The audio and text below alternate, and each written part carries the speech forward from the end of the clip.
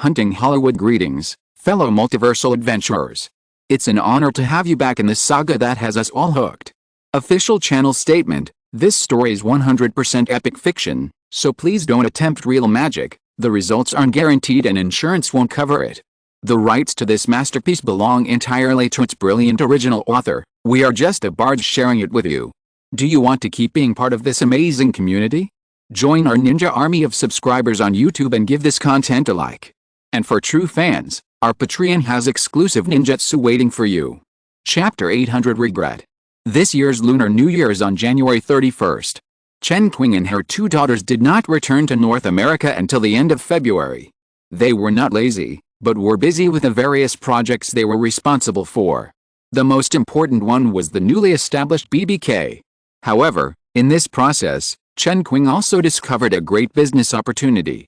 It was mainly the inspiration generated by the BBK team in the process of studying and analyzing the VCD product. Here we have to talk about the origin of VCD. During a technology expo in 1992, the founder of Anhui Wanyan Group in China was inspired by the video decoding chip products displayed by the American video decoding chip manufacturer Scober and came up with the idea of developing VCD. Wanyan Group was subsequently established. In September 1993, after burning a huge amount of 140 million yuan, Wanyan Group successfully completed the first VCD product and launched it to the market in 1994.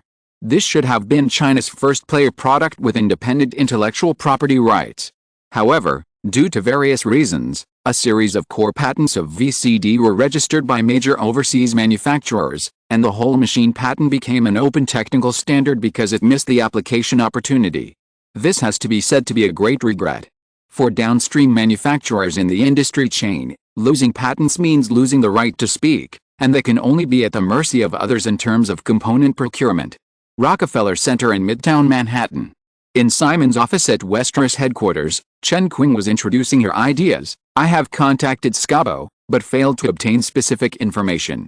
However, with the help of Miss C in Silicon Valley, I have roughly confirmed that the latest video decoding chip developed by Scabo based on the MP4 video format launched by Westeros has a current production cost of no more than $10. However, the price that Scabo sells to downstream manufacturers, even to the closely cooperating Wanyan Group, is $80 per chip, with a gross profit of up to 700%. For other core components such as laser reading heads and system control chips, the gross profit of each manufacturer is several times the production cost. In comparison, the VCD product of Wanyan Group, which is currently priced at $500, has a manufacturing cost of more than $350 and a gross profit margin of only 40%. Therefore, if China's VCD industry can really explode as we predicted, I think controlling upstream component manufacturers is the best investment, so that we can even dominate the entire Chinese VCD industry and maximize our profits. After listening to Chen Qing, Simon nodded slightly, but did not speak immediately. Instead, he looked at Lin Su, who was sitting on the sofa opposite him, looking down with her head bowed, as if concentrating on reading the documents on her lap. Noticing that the surroundings had become quiet, Lin Su looked up and happened to meet Simon's eyes. Her eyes flickered slightly, and soon turned to doubt. Simon looked at the woman's delicate face and suddenly asked, "Do you feel like you are in the enemy camp and are accomplices of the tiger?" Lin Su's eyes flickered again, without denying, but also without confirming. Simon changed to a more relaxed posture and leaned on the sofa in the reception area, and continued in Chinese, "This is actually very normal. It shows that you have a correct outlook on life after growing up under the red flag for so many years. However, you must also remember that you don't owe anything to others, nor do you owe anything to your own country. I heard that when you went back this time, you donated most of the 1-year salary you received in advance to the whole project, a very good project. So, you have done well enough. Now, you are mine, and all you have to do is to remain absolutely loyal to me."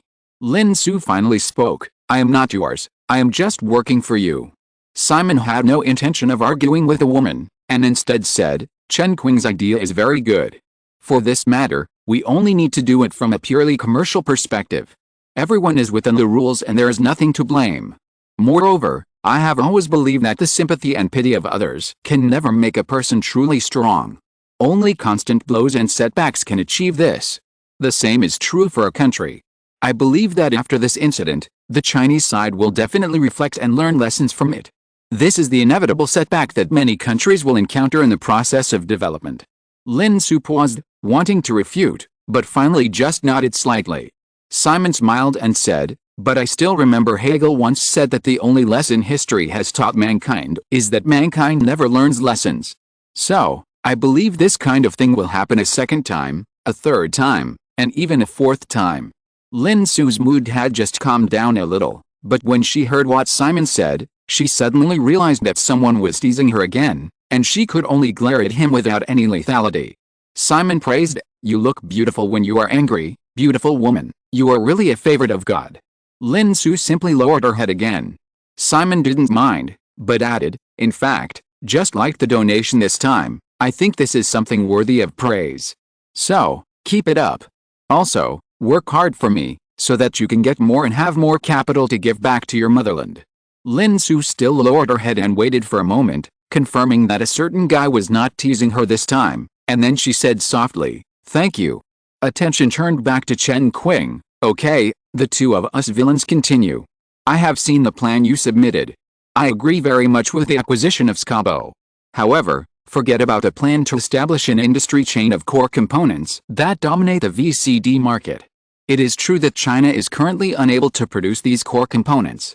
However, for electronic manufacturers in Europe, the United States and Japan, the development of VCD core components is not difficult, and it is impossible for us to monopolize it." Chen Qing shook her head and said, "Time, boss, this is our biggest advantage. Just like the video decoding chip, Scabo has developed a very mature MP4 format video decoding chip. Because they don't pay much attention to VCD products, other manufacturers have not invested too much energy in this field. Even for an electronics industry giant like Sony, it will take at least a year to catch up with Scabo. During this year, Scabo will not stand still and will definitely launch more advanced products. But you seem to have overlooked one thing," Simon continued, "the DVD standard has been formed. After all, VCD is just a replacement product developed on the basis of CD. One has a fixed capacity of 4.7 G, and the other has only 700 M. This is something that VCD cannot surpass no matter how hard it tries, because the products are more than one generation apart. So, Chen, I have to remind you, and I need you to remind Duan and the others, that VCD is just a way to make quick money for us. At most 5 years, you must consider transformation, otherwise you will only be replaced by DVD or even completely eliminated." "I know this, boss," Chen Qing said without looking shocked. "In my opinion, DVD will indeed replace VCD in the end, but it will take a long time for manufacturers to promote DVD due to content reasons. During this time, we can accumulate enough technology to get a share of the larger DVD industry in the future." "Huge? How big do you think it is?" "At least it won't be much worse than a VCR, because DVD has a very obvious cost advantage in comparison. Although the core patents have been controlled by manufacturers such as Sony, it doesn't mean that we don't have a chance." Simon looked at Chen Qing for a moment. "I have to say, your ideas are very good." Chen Qing expectedly, "Boss agrees." Simon shook his head. "Unfortunately, I still don't agree." "Why? Do you use the internet often now?" "Yes." Simon said, "Go back and study it carefully. You will find that some pirated music and movie download websites have begun to appear on the internet. Chen, this is the trend. Whether it is genuine or pirated, it can only be the world of the internet in the future. The globalization of the internet will completely destroy the traditional player industry. If there was no internet, I would definitely approve your plan and invest heavily. Now, this is impossible." "Boss, you just said that the capacity of a DVD disc is 4.7 G. The picture quality experience of a movie of this size is absolutely incomparable to the internet at this stage. It is not comparable at this stage, but it will be about the same in 5 years. But, the West is not China. Copyright protection is very strict, and the survival of DVDs should be easy. In China, the internet has just started, and DVDs will survive for at least 10 years. You obviously haven't seen through the openness of the internet. This cannot be stopped by the East and the West. Getting something for nothing is a kind of human nature, and no one can stop it." Simon said here, stopping Chen Qing from continuing to argue with him, and said, "In short, this is the case. Whether it is VCD or DVD, in my opinion, They will only be eliminated by the internet. What's more, many of the core patents of both have been controlled by manufacturers such as Sony, Hitachi, and Philips. We have spent a huge amount of money to join, and we have missed the most lucrative profits after all, and it is difficult to determine when this part of the profit will completely disappear. So, this is just making a quick buck. Simon said this. Chen Qing realized that there was no room for maneuver, so she had to ask, then the boss means that we only acquire Scuba? Simon nodded. I have read the information of this company. It went public at the beginning of last year. Its revenue in fiscal 1994 was only $21 million. Its market value is relatively high due to the influence of the new technology wave. It is currently $120 million. Even if it is a malicious acquisition, I think it can be acquired within $200 million. This is a very cost-effective business. As the only supplier of VCD video decoding chips at this stage, when the VCD industry in China explodes, we will acquire it for $200 million and cash out in about 5 years. We may be able to recover 10 times the profit, which is very cost-effective. Founded in 1988, Scuba is a peripheral enterprise incubated by Texas Instruments. It is similar to the small companies such as Intel that surrounded IBM a long time ago. It is mainly engaged in the research and development of video decoding chips. Because the sales volume of VCD in China last year was only tens of thousands of units, no one has yet realized the potential of this company. This is the opportunity for the Westeros system.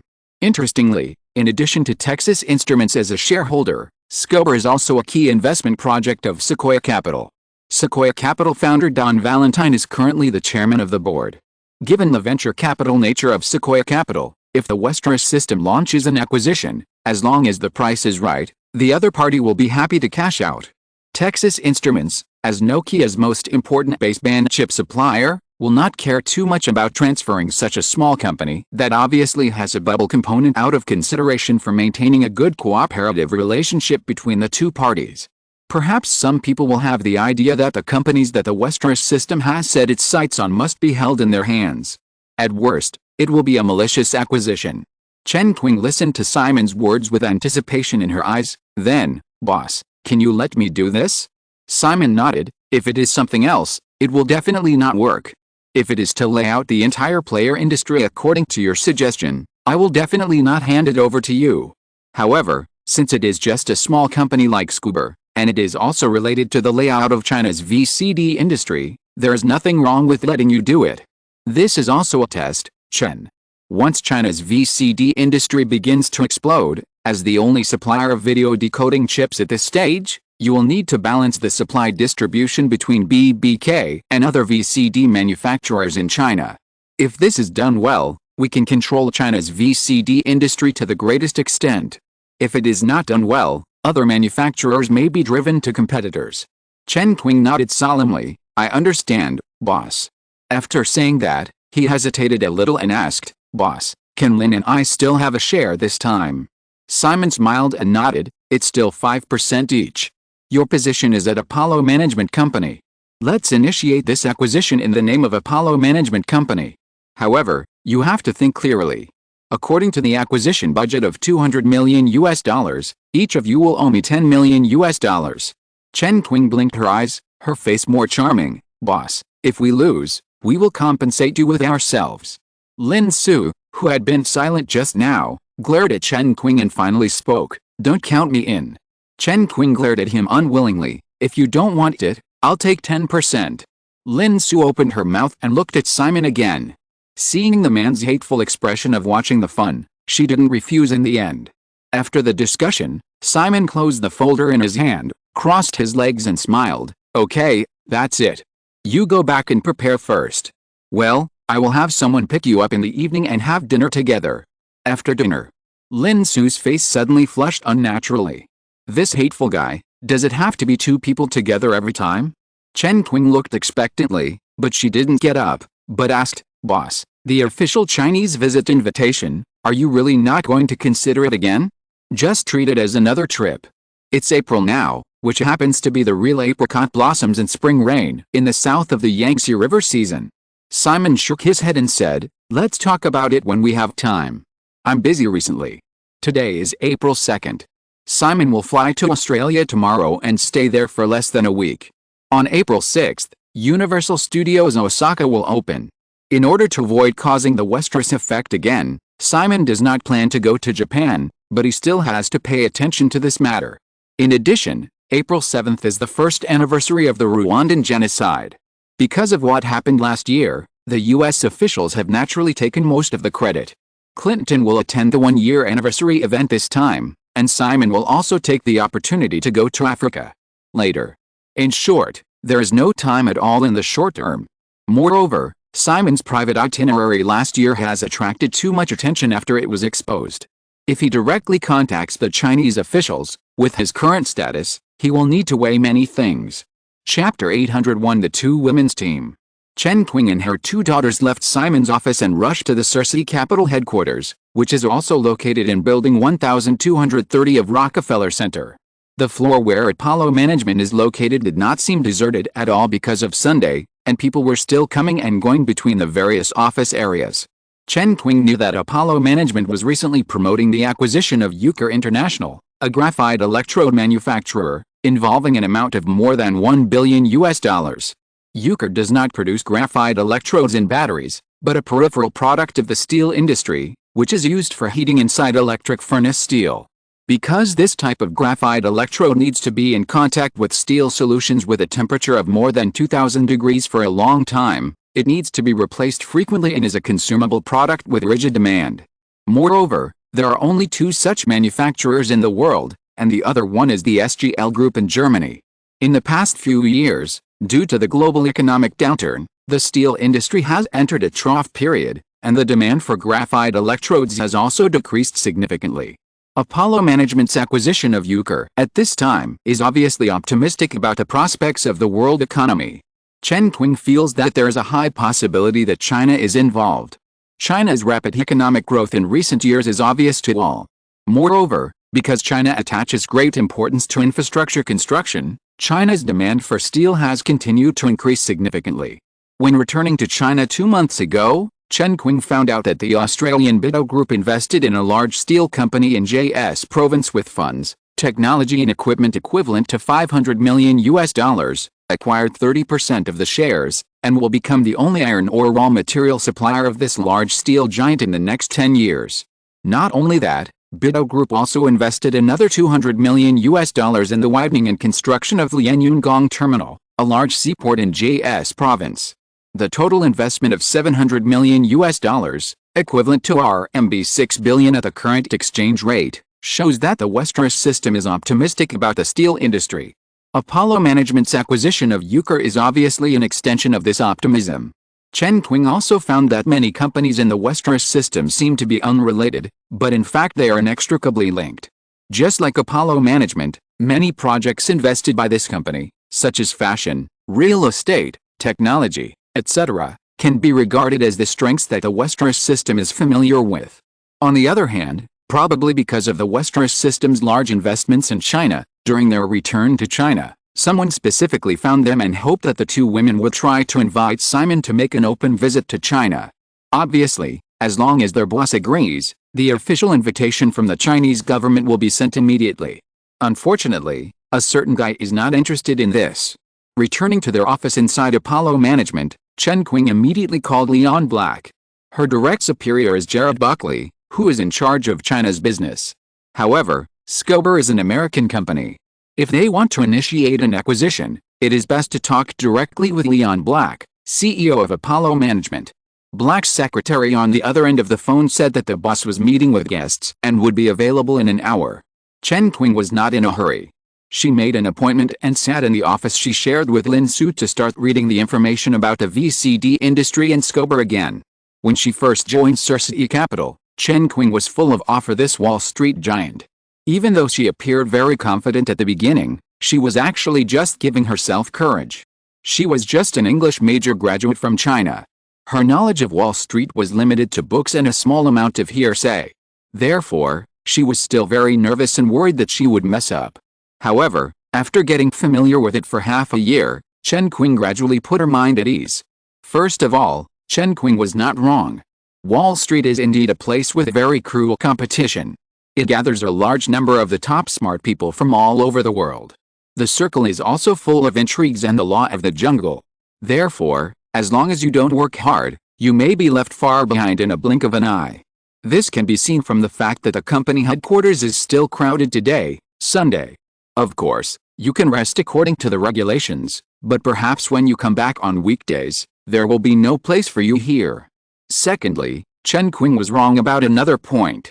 You don't have to be a graduate of economics and finance to enter Wall Street. The threshold of this circle is even very low. Many Wall Street tycoons who shine in this circle, only a few of them studied economics and finance in college, such as Lawrence Fink, CEO of BlackRock Asset Management, who studied political science at the University of Southern California, and Leon Black, CEO of Apollo Management, who received a philosophy degree from Princeton University, and Chen Qing, who recently finished reading the book Liar's Poker by Michael Lewis, which reveals the inside story of Wall Street, whose college major was art history. However, this guy was doing very well at Salomon Brothers, which was at its peak, and became a best-selling author of financial books after leaving the company. Chen Qing raised this question to some people. She felt that what her immediate boss Gerard Buckley said at an internal company party during Christmas last year made sense. In this circle, what is needed is a smart mind and hard work, and professional knowledge is secondary, because as long as you are smart enough and work hard, you can learn what knowledge you need while doing it. After understanding this, Chen Qing no longer had the anxiety she once had. She was smart and hard-working. Even if she couldn't remember everything she read after reading it 2 or 3 times, she could remember the new knowledge well. She was confident that she could surpass most people in terms of hard work. Even if it was a connection that no one told her but she figured out on her own, she felt that Simon Westeros was enough to beat everyone in the building. At the appointed time, Chen Qing got up on time and left the office with a stack of information. Lin Su, who was sitting behind the desk next to her, saw that she didn't call her, paused for a moment, and didn't follow her. In any case, she didn't have the strong ambition that Chen Qing had in her bones. I was a little distracted just now. I was imagining whether a certain guy would continue to abstain from sex tonight. This would be the best. Well, it doesn't seem so good. When they arrived at Leon Black's office, both of them were not idle people. They handed over some prepared information to each other, and Chen Qing briefly described the project and the results of the meeting with Simon. In 1994, China's VCD shipments were less than 20,000 units. However, in January this year, with the widespread dissemination of VCD technology, according to the rough data obtained by Chen Qing during his stay in China, this number has exceeded 30,000 units within the first month of the year, and it is expected to reach more than 500,000 units in 1995. Through professional market research, both Chen Qing and the BBK team believe that this is just the beginning. Taking the relatively popular VCR as an example, as of 1994, the number of VCRs in China was about 7 million, which is the best reference. The price of VCRs in China is as low as 3,000 yuan, and the more expensive brands are tens of thousands. This is not the most important thing. The key is the videotapes, which generally cost 20 to 40 yuan, and the price is pirated, which is not affordable for ordinary families. Therefore, many people buy VCRs to open video halls for business. Even so, the number of VCRs in China has reached 7 million. Let's look at VCD. Although the price of VCD in China is still as high as 4,000 yuan or more at this stage, as long as the market demand increases and mass production is carried out, the prices of various core components will surely drop rapidly, and it is not impossible to eventually make VCD priced at 2,000 yuan. The cheapest is still VCD discs. Compared with the expensive price of videotapes of 20 to 40 yuan, the retail price of VCD discs is less than 10 yuan. Of course, this refers to piracy. Everyone knows that this is the current situation in China. At present, ordinary Chinese people cannot afford the expensive price of genuine audio-visual resources. The rise of VCD must rely on the cheap pirated content industry chain. Chen Qing also mentioned this in the information she gave Simon, and she didn't hear any objection from her boss who has a huge industry in Hollywood. This is obviously a default. Compared with the absolute advantage of VCRs, coupled with the rapid increase in national consumption levels driven by China's economic growth, Chen Qing believes that the popularization of VCDs in China is an inevitable trend that cannot be stopped, and the market capacity will definitely be higher than that of VCRs. It was almost noon. While listening to Chen Qing's introduction, Leon Black spent about 15 minutes quickly browsing through the relevant information, and looked up at Chen Qing. "Chen, I'm very busy recently, and I don't have time to help you with this case. What do you plan to do?" Chen Qing directly handed a page of A4 paper with several names on it to Leon Black. "I know, Leon, I have done a lot of preliminary work. You just need to give me these people and form an acquisition team." Leon Black picked up the A4 paper and glanced at it. "Christopher Dory, I also want to promote him to be my assistant during this period, and Emmanuel Brandt, the aggressive French girl in Thomas' team. Tisk, the kick she gave Chris at the party last weekend almost caused a big accident, and Nick Mendez Chen, Simon arranged for you to be Jared's assistant, and I have agreed to the 2 assistants you and Lin hired. Now, are you going to work alone?" Chen Qing said with the attitude of a well-behaved girl asking her parents for pocket money. "Leon, our company has more than 200 employees, I only need 5 people." Leon Black still shook his head. "But you should know the 5 people you asked for." Chen Qing certainly knew it. This was the result of her quiet observation and scrutiny for several months. All 5 people were under 30 years old, and they were now rising stars with great potential and rapid growth. If nothing unexpected happened, they would all have the hope of becoming the core backbone of this company in the future. Chen Qing knew her strengths and weaknesses very well. She was smart and hard-working enough, but because she had only been in this circle for a short time, she lacked enough experience. The 5 people on the list could just make up for her weaknesses in these aspects. However, facing Leon Black at this time, Chen Qing certainly would not show it. "Leon, I think there are many outstanding people in our company, they are just 5 of them, and this is what Simon agreed to." Leon Black immediately exposed. "Simon agreed that you are responsible for this acquisition, but he will not agree that you pull out these 5 people to form your own team." Chen Qing immediately took out a delicate Nokia mobile phone, shook it at Leon Black across the desk, and said, "Or, I will call him now." Leon Black saw Chen Qing pretending to press the button, and he was really a little unsure. His boss's attitude towards the women around him could only be described as indulgence. Moreover, he did not want to stab Simon because of a small matter. In the past 6 months since joining Apollo Management Company, the Oriental girl opposite was indeed outstanding enough. She was not the kind of ace that relied on Simon's favor to act recklessly. Even he recognized her ability very much, and believed that his boss also had some considerations. If this small matter was brought to Simon, it would be even more troublesome if the big boss thought that he was deliberately making things difficult for Chen Qing and excluding dissidents. The deal of BlackRock's acquisition of State Street Bank's asset management department that was finalized a few days ago was, on the surface, a major expansion of BlackRock. Leon Black knew very well that this was actually a blow to Lawrence Fink. He didn't want to encounter this kind of blow.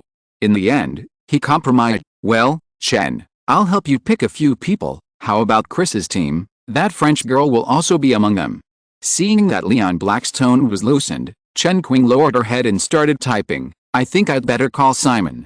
Leon Black paused, and seeing that Chen Qing's fingertips did not stop, he finally said, Okay, but I'll only give you 1 day. You talk to them yourself. If these people don't want to join your team, you can't force them." Chen Qing immediately put away his phone, smiled and looked up. "Deal." Leon Black was stunned, and soon realized that the girl opposite must have had contact with the 5 people on the list. Perhaps the deal had already been made, and the last small threshold he set was not effective at all. He smiled helplessly and said, "Okay, you succeeded. I have another dinner soon." Chen Qing immediately stood up and said, "Don't bother you, Leon, goodbye." It was indeed already negotiated in advance. After leaving Leon Black's office, Chen Qing began to summon her own people. The 5 people on the list all came to the company today. They were all ambitious young people. They all knew who was standing behind Chen Qing and the 2 women. They also knew that as long as they cooperated with Chen Qing and the 2 women, it would be easy to attract the attention of the big boss. This was the best way to get promoted. Therefore, after Chen Qing sent out the invitation, they agreed without much hesitation. In fact, through the communication during this period of time, Chen Qing had her eyes on more people, but she also knew that only such a small team would not cause a backlash from her superiors and the company's boss. Otherwise, even if it was brought to Simon, Leon Black might not agree, and perhaps Simon would not agree either. Moreover, this small team was actually not small. In addition to Chen Qing and Lin Su and the 5 people who just joined, Chen Qing also hired 2 top students as their assistants, one from MIT and the other from Princeton, both of whom have professional degrees related to economics and finance, which can just make up for the 2 women's lack of professional knowledge. In addition, the 2 maids and 2 guards that Simon had equipped them with, a total of 4 people, have also become assistants to the 2 women in the past few months. During the New Year's trip to China, Chen Qing also specially brought the 4 women back to China. Calculated, this is already a team of 13 people. Many Wall Street financial giants may not have such a scale in their early days. Moreover, Chen Qing actually set up her own office in China, hiring a total of 6 people. The office is located in Shanghai and is responsible for communication between China and the United States. The salaries of the 6 people are paid privately by the 2 women. It was because of this office that Lin Su did not donate all the prepaid salary when she went back last time. Chen Qing also suggested that she pay for the office alone. The annual salary of the 2 people, converted into RMB, is more than enough to support a team of 60 people in China at the current salary level in China, not to mention only 6 people. Lin Su instinctively did not want Chen Qing to succeed, so she became the office of the 2. They had lunch together at noon and introduced each other. In the afternoon, the team began to make final preparations for the acquisition of Scober.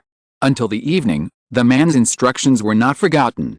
The 2 women were about to get off work on time at 5 o'clock and return to their residence in the Upper West Side to prepare. Suddenly, they received a call from Girl A, and the dinner was cancelled temporarily. Unknown to the reason, they felt a little regretful and lost, so they decided to work overtime. On the other hand, Simon received a call from Grace when he was about to get off work. The woman asked him if he had time to have dinner together, and said that he could stay outside until 9 o'clock in the evening. Feeling the cautious expectation in the woman's tone, Simon could not think of refusing at all. They made an appointment to have dinner at the apartment on 5th Avenue. Simon got home from get off work, but Grace didn't come alone.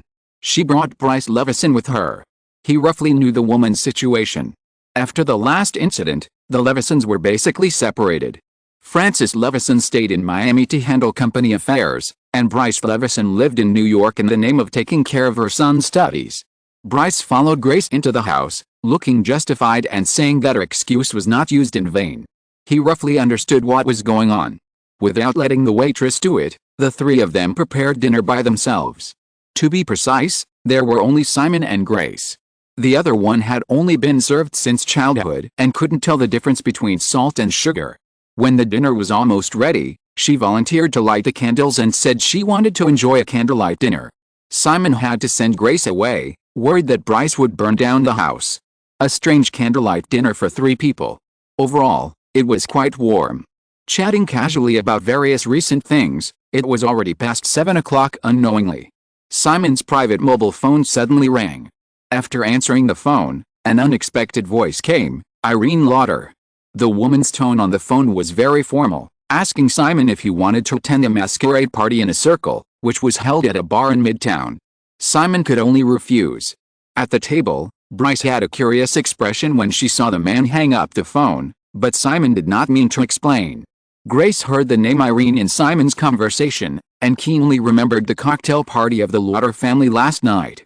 She could not help her curiosity and looked at the man with some strange inquiry. I have been wondering, what can a man and a woman do in 10 minutes? Bryce was confused. Simon understood immediately, thinking of the absurdity of last night. Of course he would not tell Grace, but smiled and said, in fact, 5 minutes is enough, I will show you in person later. Bryce looked left and right, and saw that Grace's face was more beautiful under the candlelight. She seemed to understand something and asked, are you talking about some dirty jokes that I don't understand? Simon nodded, yes, it's very dirty and violent. Grace's face became redder. Bryce continued to ask questions, but Simon did not explain until after dinner, at 9 o'clock. Grace refused Simon's request to stay and left on time. The other woman had no intention of getting up from the big bed and accused someone of murder. I thought that this was the way tonight would be. At nearly 10 o'clock, just as I came out of the bathroom with a woman in my arms, my phone rang again. It was still Irene Lauder. The girl's voice was a little detached. She said that she was drunk. If Simon didn't pick her up in person, she would let anyone pick her up. She also warned not to notify her family, otherwise she would run away from home. It was definitely not a joke. Simon had no choice but to go to that bar in Midtown in person. The masquerade was still going on. When she entered the door, she also wore a mask to cover herself. It was easy to find a woman in a corner. Sure enough, she had drunk a lot, but she was not drunk. She looked very clear. Simon remembered that the woman said that because of her family background, she had to attend more than 200 parties every year, so her alcohol tolerance was certainly not bad. But she didn't want to leave by herself, and she had to be held by Simon before she was willing to leave. He could only hold her. She curled up in the man's arms and started to mutter, accusing a certain guy of being a devil, who turned her, a devout Jewish girl of more than 20 years, into a bad woman in 10 minutes, and demanded compensation. No need to choose other time, just tonight, with her body. She didn't want Simon to send her home. Simon didn't dare to take her back to the apartment on Fifth Avenue. Bryce's spoiled personality was fine with Grace, but if another woman showed up, there might be a fight. There were quite a few properties in Manhattan, but they were rarely occupied, and it was very troublesome to clean them up late at night. In the end, they could only call a helicopter and rush to the estate in the northern suburbs of Greenwich. Chapter 802. The boss said. The man woke up with her, feeling very embarrassed about what happened last night. He said that his head still hurt, so he didn't get up until the bedroom door was pushed open again. The slight sound of high heels hitting the ground was accompanied by a just right fragrance, Chanel No. 5. It was not the cold-tempered female assistant beside him. She opened her eyes curiously.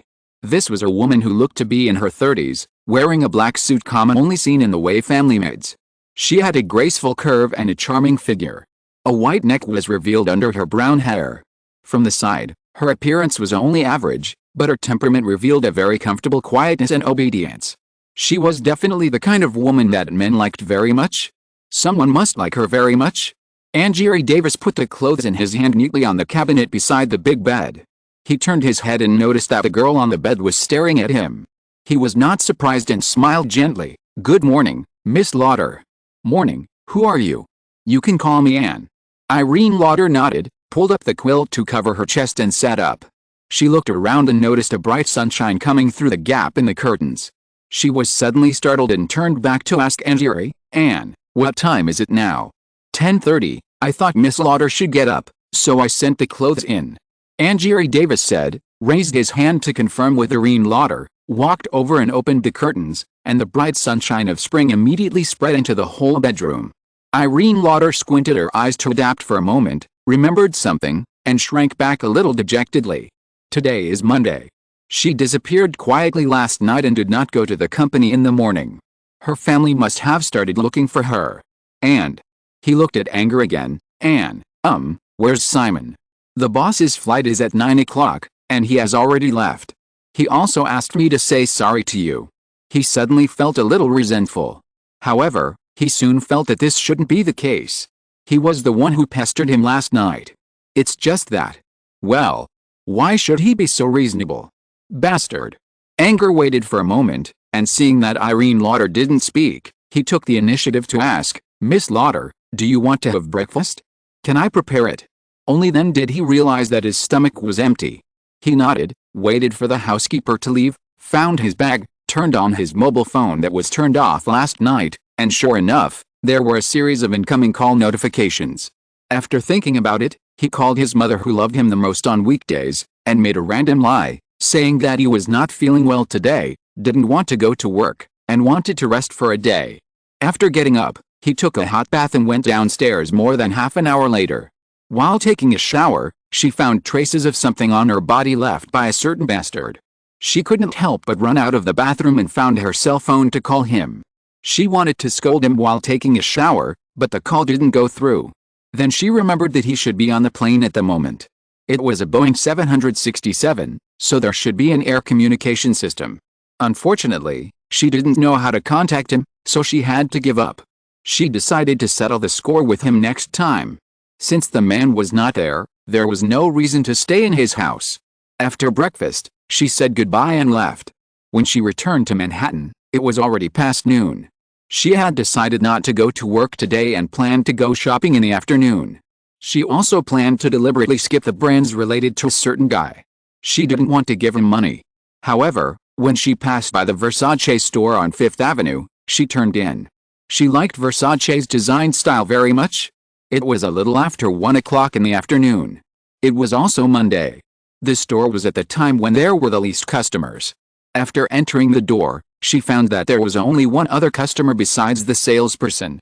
She took a casual look and saw that the other person was picking clothes with his back to her. She roughly judged that he should be an upper-class housewife. However, Irene Lauder was attracted by the figure of a girl following the housewife. The girl was wearing a black women's suit, with a neat ponytail, tall and sharp eyes. Feeling her gaze, the other party immediately responded and looked over. Probably to confirm that she was not a threat, he nodded politely and continued to stay beside the woman. The reason why Irene Lauder was attracted to the other party was that this dress and temperament were too obvious. The female guard of the Way family. Just half an hour ago, it was such a girl with similar dress and temperament who drove her back to Manhattan. When they arrived at the destination, the other party also asked her if she needed anything else. In fact, she also wanted to have such a follower to drive and carry bags when she went shopping in the afternoon. Unfortunately, after all, he was not her own servant, so she just politely sent him away. As a VIP of the Versace store, a salesperson came forward soon. This was a short-haired girl with delicate makeup and attractive red lips. Her tone was full of Italian accent, which was full of enthusiasm and surprise. "Ms. Lauder, good afternoon. I didn't expect you to come shopping today. In this era, Italian luxury brands like to use Italian employees in overseas stores." Irene Lauder withdrew her thoughts and smiled. "Elena, I'm just looking around." The salesperson named Elena made a gesture of invitation and led Irene Lauder to the reception area on the other side, saying, "What a coincidence, the store just put a few new long skirts on the shelves this morning. Miss Lauder, would you like to take a look?" Irene Lauder sat down on the sofa and nodded, "Okay." Elena did not rush to get the clothes, but went to prepare coffee for the guests first. Irene Lauder leaned on the sofa, glanced at the other side behind her again, and quickly retracted her eyes. She faintly heard the woman's voice with obvious dictatorship. It was just like yesterday again. After the first time they were intimate, they excitedly ran to Los Angeles to attend Melisandre's party. Then, they found that it seemed that there were women all over the world who were his, and they had given up on him for a long time. This time it was the same again. Manhattan is so big that you can run into them even when you go shopping. Bastard. She took a deep breath quietly, found various excuses to comfort herself, and turned her attention to Eleanor, who was making coffee not far away. The female shopping guide finished making the coffee, and a piece of light music on the record player next to her just ended. Eleanor casually changed a record, then came over with a coffee and put the cup in front of Irene Lauder. After saying thank you, Irene Lauder picked up the coffee and held it in her hand. Just as she was about to signal Eleanor to help her get some clothes, she was suddenly attracted by the song coming from the record player.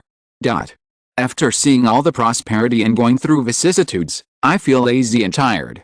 I don't know why, perhaps the feeling of gorgeous vicissitudes of life and disillusionment just fits her confusion, struggle and inability to help herself this past weekend, and she immediately fell in love with this song. Seeing that the customer was immersed in the song, Alina stood aside and waited patiently. When the song was over, Alina was about to ask a question when she heard another female voice. "Miss, the lady asked me to ask, what's the matter with this song?" Alina looked up and saw that it was the female guard of the Way family. Since the other party's question was also her own doubt, she did not speak. The other party was obviously also a distinguished guest of the store. Alina did not dare to neglect him and explained, "This is a new song released by Mr. Simon Westeros on the Egret portal last night. It is called Young and Beautiful. I think it sounds good, so I recorded it into a record and brought it to the store to play." Perhaps because of the name Simon Westeros, the female guard's expression showed a slight change. She nodded and turned away. Irene Lauder was even more surprised. After the female guard left, she looked at Elena and said with some uncertainty in her tone, "Is this Simon Westeros' new song?" Elena seemed to be much more talkative in front of Irene Lauder, and there was some gossip in her tone. "Yes, Miss Lauder, this is actually an MV. It edited many classic shots of famous Hollywood actresses. However, the opening is still to Jenny. I saw it on a forum last night. It is said that it was a birthday gift from Mr. Westeros to his wife. That was a month ago, and it is only now released for us to listen to. I was fascinated by it the first time I heard it last night, and I listened to it all night long. By the way, there are actually 3 songs in total. The other 2, well, I suggested Miss Lauder must listen to them, they are equally intoxicating. Oh, and there is also the title, it says on the Egret portal. The boss said that new songs should be released, so there are new songs, which is very interesting. I think these 3 singles will definitely be in the top 3 of the Billboard next week. Mr. Westeros is really a genius and deserves admiration. Irene Lauder looked at the girl in front of her and talked blabberingly. She had unconsciously put her hands on her chest, looking like a little fangirl. Suddenly, she realized something. And self-destruction. She was no different. Ever since she gave her first time to a guy, even though she later decided to keep a distance from him and cut off her fantasy, she would always unconsciously pay attention to all his information on weekdays. She saw that his assets on the wealth list were getting higher and higher, that he organized private forces to prevent a massacre in Africa, that he had a scandal with a certain actress, that he could create a movie with a local box office of over $200 million with just one of his ideas, and even that he secretly killed a mafia family in Italy across the ocean. She couldn't help but curiously explore. Such a dazzling man, just like the lyrics in the song that was still playing on loop at this moment. Like the sun. And she was just one of the countless women who couldn't help themselves to his light. I drank a lot of wine last night, but I still remember a lot of things. The 2 of them were already entangled together on the big bed. She was still stubborn and said that she would not fall in love with him. Then he discussed with her in a serious manner, saying that indeed, this was not love, but just genetic instinct. Females will instinctively look for males who can make their genes more likely to continue. He may make her feel handsome, powerful, knowledgeable, mysterious, gentle, pleasant, or obedient, which can all be reasons. Strange love at first sight usually happens like this. In fact, it is all fake. At that time, she was also possessed by a scumbag and agreed with a man's point of view. It was all fake. At this time, listening to this song and the strong bond revealed in the lyrics, she suddenly felt that when there is such a man who attracts such a woman, for a woman, isn't this love? Of course, she knew it in her heart. It was just her one-sided love. But so what? She would not be like the little girls in those love stories, who regard love as life and think that without love, they will lose everything. Love is just love. Life is still life, and everything else is still something else. This is actually good. Thinking about it all, Irene Lauder suddenly felt much more relaxed.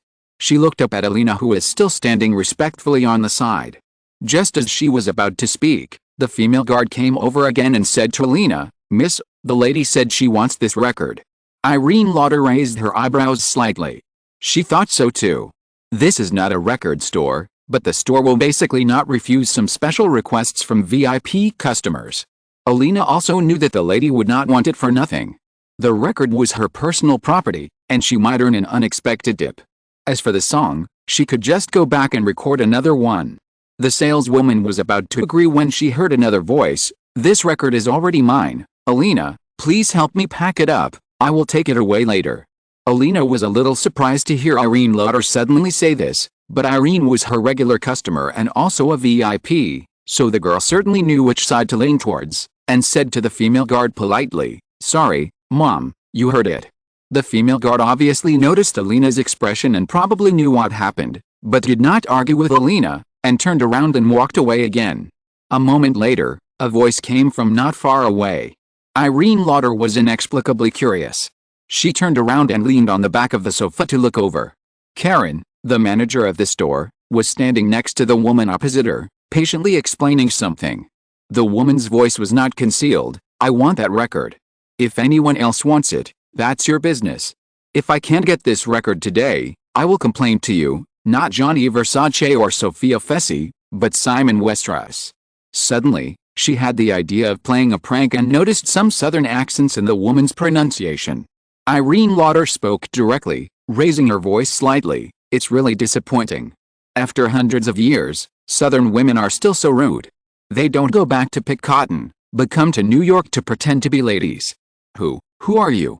As Irene Lauder finished speaking, A delicate face that had nothing to do with rudeness soon appeared on the sofa in the reception area on the other side of the store, which was originally hidden by a clothes rack.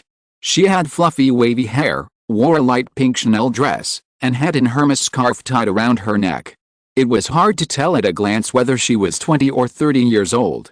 At this time, her face was filled with a fierce and angry expression, and with her hairstyle and temperament, she even made Irene Lauder feel that she looked like the proud Vivian Leigh in Gone with the Wind. Some hateful guy. How many stunning beauties have you secretly collected? Thinking of this, Irene Lauder, who knew she had no advantage in appearance, did not show any shyness, nor did she answer the question of the woman opposite her. She just said, "It doesn't matter who I am. The key is that you have to know who you are. Madam, New York is not a place where you can be rude and unreasonable just because you have a large cotton field at home." The woman opposite her was teased by Irene Lauder again, and she was obviously even angrier. "Me, cotton field, huh? Then what do you have at home, a textile factory? Without the cotton fields of us Southerners, what can you Northerners use to open a textile factory? You are just a bunch of capitalists who can only suck blood from others. You really think you are aristocrats, but you are just a bunch of paupers who couldn't make it in England and ran to North America. After giving birth to daughters, you sent them back to Europe to marry aristocrats, but in the end you are still paupers. Girl, do you also have a British pauper as your fiancé? Wow, so noble." Irene Lauder just wanted to argue with the other party, but she didn't expect that the woman was so sharp-tongued, and it directly escalated to the level of personal attack. She was suddenly unable to resist and subconsciously retorted, "You are the pauper of England." Hearing her response, the woman opposite obviously felt that the young girl was vulnerable. She glanced at her with contempt and ignored her. Then she said directly to the manager, "I want that record, or I ask you to get out of this store. If you don't believe me, you can try it. I will let Westeros fire you directly." Irene Lauder caught the woman's handle and immediately said, "Karen, ignore her. I just met Simon at the party on Saturday. He is a very good person and would not do such unreasonable things. I think you should call security over." The manager also knew Irene Lauder's identity. She didn't doubt what she said. She was about to say something to the lady when the woman opposite her looked over again. "Security, there happens to be one here, and it's from Westeros," and pointed at the ponytailed girl next to her. However, it wasn't over yet. The woman immediately untied the Hermes scarf around her neck and raised her thin white neck with a few strawberries on it. There seemed to be a little more anger in her tone. "Also, girl, you met Simon Westeros at the party, isn't it great? I was in his bed last night. Look, that bastard bit me. If he hadn't run away on a plane early this morning, I would have settled the score with him." KO. For some reason, Irene Lauder even had the urge to cover her face. A certain guy. Last night. Although, she couldn't do such a thing as showing off her strawberries in public anyway. Moreover, realizing that the argument would probably turn into farce, Irene Lauder could only take the initiative to give in. She didn't want this matter to become a joke and involve herself in it. When a certain woman left triumphantly with a lot of bags and a record, everyone in the specialty store looked at each other in bewilderment. Fortunately, it was a quiet time on Monday, and no other customers had come in for the past few minutes. Manager Karen politely sent away a certain special woman, and then very attentively came to help Irene Lauder choose clothes. However, she hoped that Irene would not spread what happened today, otherwise, the jobs of the entire store staff might be in danger. Irene Lauder certainly understood. It was not a dispute between the two parties just now, but the matter of a certain woman showing off strawberries. Once the gossip about Simon Westeros's lover in a certain specialty store spread, the first to be unlucky would be the staff here. It can be imagined that after I leave, the manager will call a small meeting of the staff just now and order them to keep silent. Because I often shop here, Irene Lauder has a special identity, and both parties are familiar with each other. Moreover, since it involves me, Irene Lauder will certainly not talk about it everywhere, so she naturally agreed. After choosing clothes and accessories, Irene Lauder did not pack a lot of bags like a certain woman. She just asked the store to deliver the goods directly to her home after paying. She was shopping alone and did not have the energy to carry things. At a certain moment, she regretted letting the Way family guard who sent her back to Manhattan leave. Well, it might be very lively. However, thinking about it again, it was a good thing that she did not do so, otherwise some things would be exposed. She was not as careless as the woman just now, and did not want her and his privacy to become known to everyone. Chapter 803 Pacifiers Everywhere. The small encounter between Versace store and Bryce Levison did not make Caroline Lauder realize the craze caused by Simon's sudden release of 3 singles. The Egret portal officially launched the MVs of the 3 singles at 8 p.m. on the East Coast of the United States. Because it was the headline of the homepage and it was the peak traffic period of the website in the evening, in less than an hour, the cumulative number of plays of the 3 songs exceeded 53 million. The topic around the 3 songs was quickly transmitted to major online forums, social networks and other interactive platforms, directly making the 3 singles a hot label on major platforms. Then, the topic spread to traditional media again. After discovering this news, many radio stations, newspapers and TV stations began to prepare relevant press releases overnight. So, early on Monday morning, the news that Simon Westeros released a new song became a social news discussed by all media. Even the always meticulous Washington Post couldn't help but sigh in a related article on the front page that Simon Westeros has the ability to create miracles at will. Professional music media even worshipped and praised the 3 singles. Jan Wenner, founder of Rolling Stone magazine, wrote reviews of the 3 singles overnight, which were published on his official website and personal blog immediately. In addition to professional analysis and extreme praise, Jan Wenner also predicted that these 3 singles would not only form a trend, but also provide endless inspiration for many subsequent creators. From 8 p.m. on April 2 to 8 p.m. on April 3, 24 hours after the release, the 3 singles had a record-breaking 739 million cumulative playbacks due to the rapid fermentation of popularity.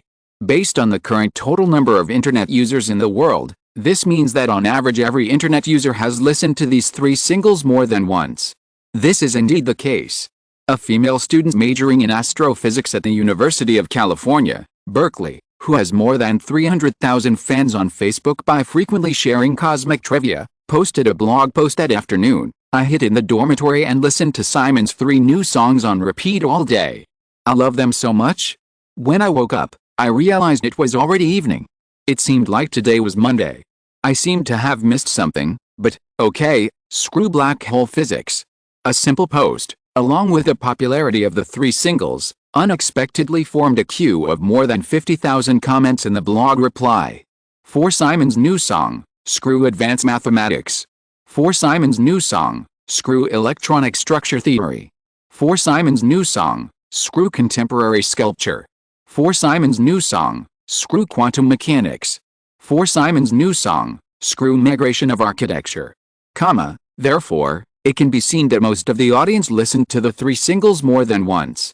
According to official statistics from Egret, among the more than 70 million users who visited the Egret portal worldwide that day, each person listened to each single more than 3 times on average. Just because of these 3 songs, Egret's data centers around the world have once again experienced a considerable technical test. On Monday night, when the statistics of the number of plays in the 24 hours after the release were completed, Egret also publicly stated through its official Facebook account that it would apply for the Guinness record for Young and Beautiful, the song with the highest number of plays in 24 hours among the 3 singles. Young and Beautiful, the only song with lyrics among the 3 singles, has 275 million plays in 24 hours. The second place is Blizzard, which was renamed by Simon, with 241 million plays. Finally, Bach's Last Day, a solo dance by Russian girl Yulia Shilshikina, has 223 million plays. There is no doubt that this is a sudden audio-visual entertainment carnival. Simon did not intend to make a profit from these 3 songs at first, but only gave a general idea, and then let Deanery's Records and Egret team operate it themselves. The 3 MVs that seemed to be released for free did not bring direct profits. The indirect benefits are enviable. After Egret abandoned the IE browser homepage bundling, the new IE browser officially provides 2 modes, the traditional homepage mode and the new blank window mode. The latter is called blank, but it actually includes the default Google search engine box and 6-through train windows. Both the replaceable homepage and the 6-through train windows in the blank mode have become the objects of competition among major internet companies. After actively giving up the monopoly, due to the competition from several other portals and other types of network platforms, Egret portal lost its absolute advantage of more than 80% of the portal website share. The recent statistics of the portal website market share have slipped to 73%. Although Simon's personal strategy is to throw out the portal website, a business model of the Internet 1.0 era that is destined to be eliminated, to distract competitors from betting, even if the search engines, social networks and e-commerce that have been quietly deployed have achieved or even exceeded the expected performance targets in the competition for the new software homepage and the 6-through trains after Ygritte gave up the homepage monopoly. The rapid decline in the market share of portal websites still makes Ygritte's senior management feel worried. Everyone is watching the portal website. If it continues to decline, it may affect the upcoming IPO of Ygritte.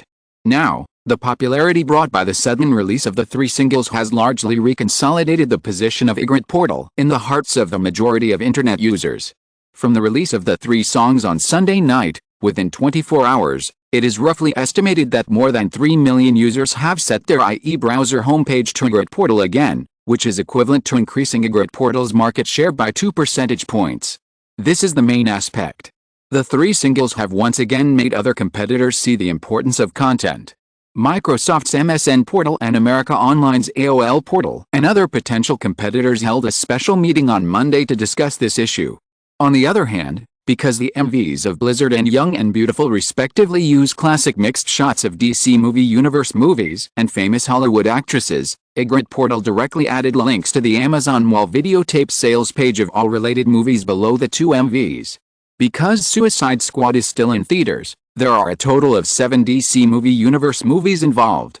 There are many more classic scenes of famous Hollywood actresses, involving a total of 39 movies of 27 Hollywood actresses since the Golden Age, mainly from the former Universal and MGM libraries and the best-selling films produced by Deaneries Entertainment in recent years, from the early Vivien Leigh, Elizabeth Taylor, Greta Garbo, Marilyn Monroe, Sophia Loren, Audrey Hepburn to the recent years of Nicole Kidman, Julia Roberts, Sandra Bullock, Jodie Foster, etc. Everything is available. 7 DC Movie Universe movies, 39 classic movies starring famous Hollywood actresses, not only sold separately, but also in special limited edition package, and also given very favorable limited time discounts and postage reductions. So, in just 24 hours a day, Amazon Online Mall received a total of 9.17 million videotape orders, with sales reaching $220 million.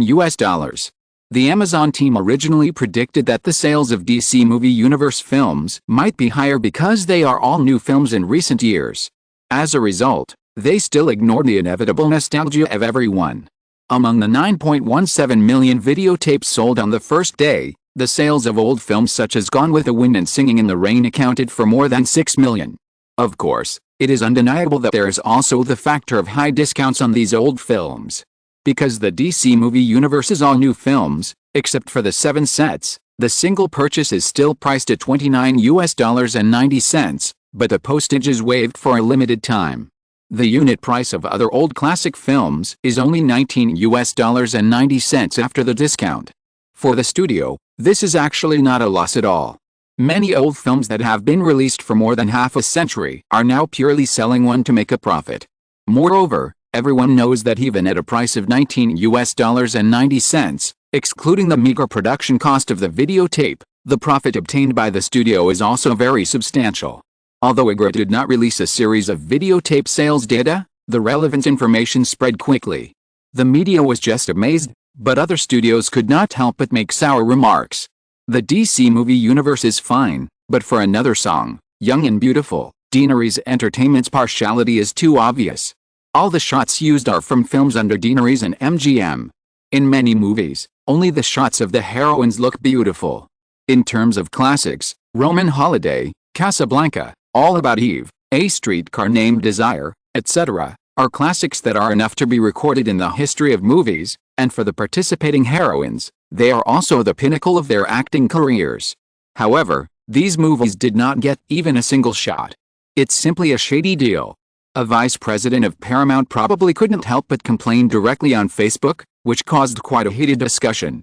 Later, Deaneries Entertainment CEO Amy Pascal also responded personally on her Facebook homepage, saying that the time for material editing is limited.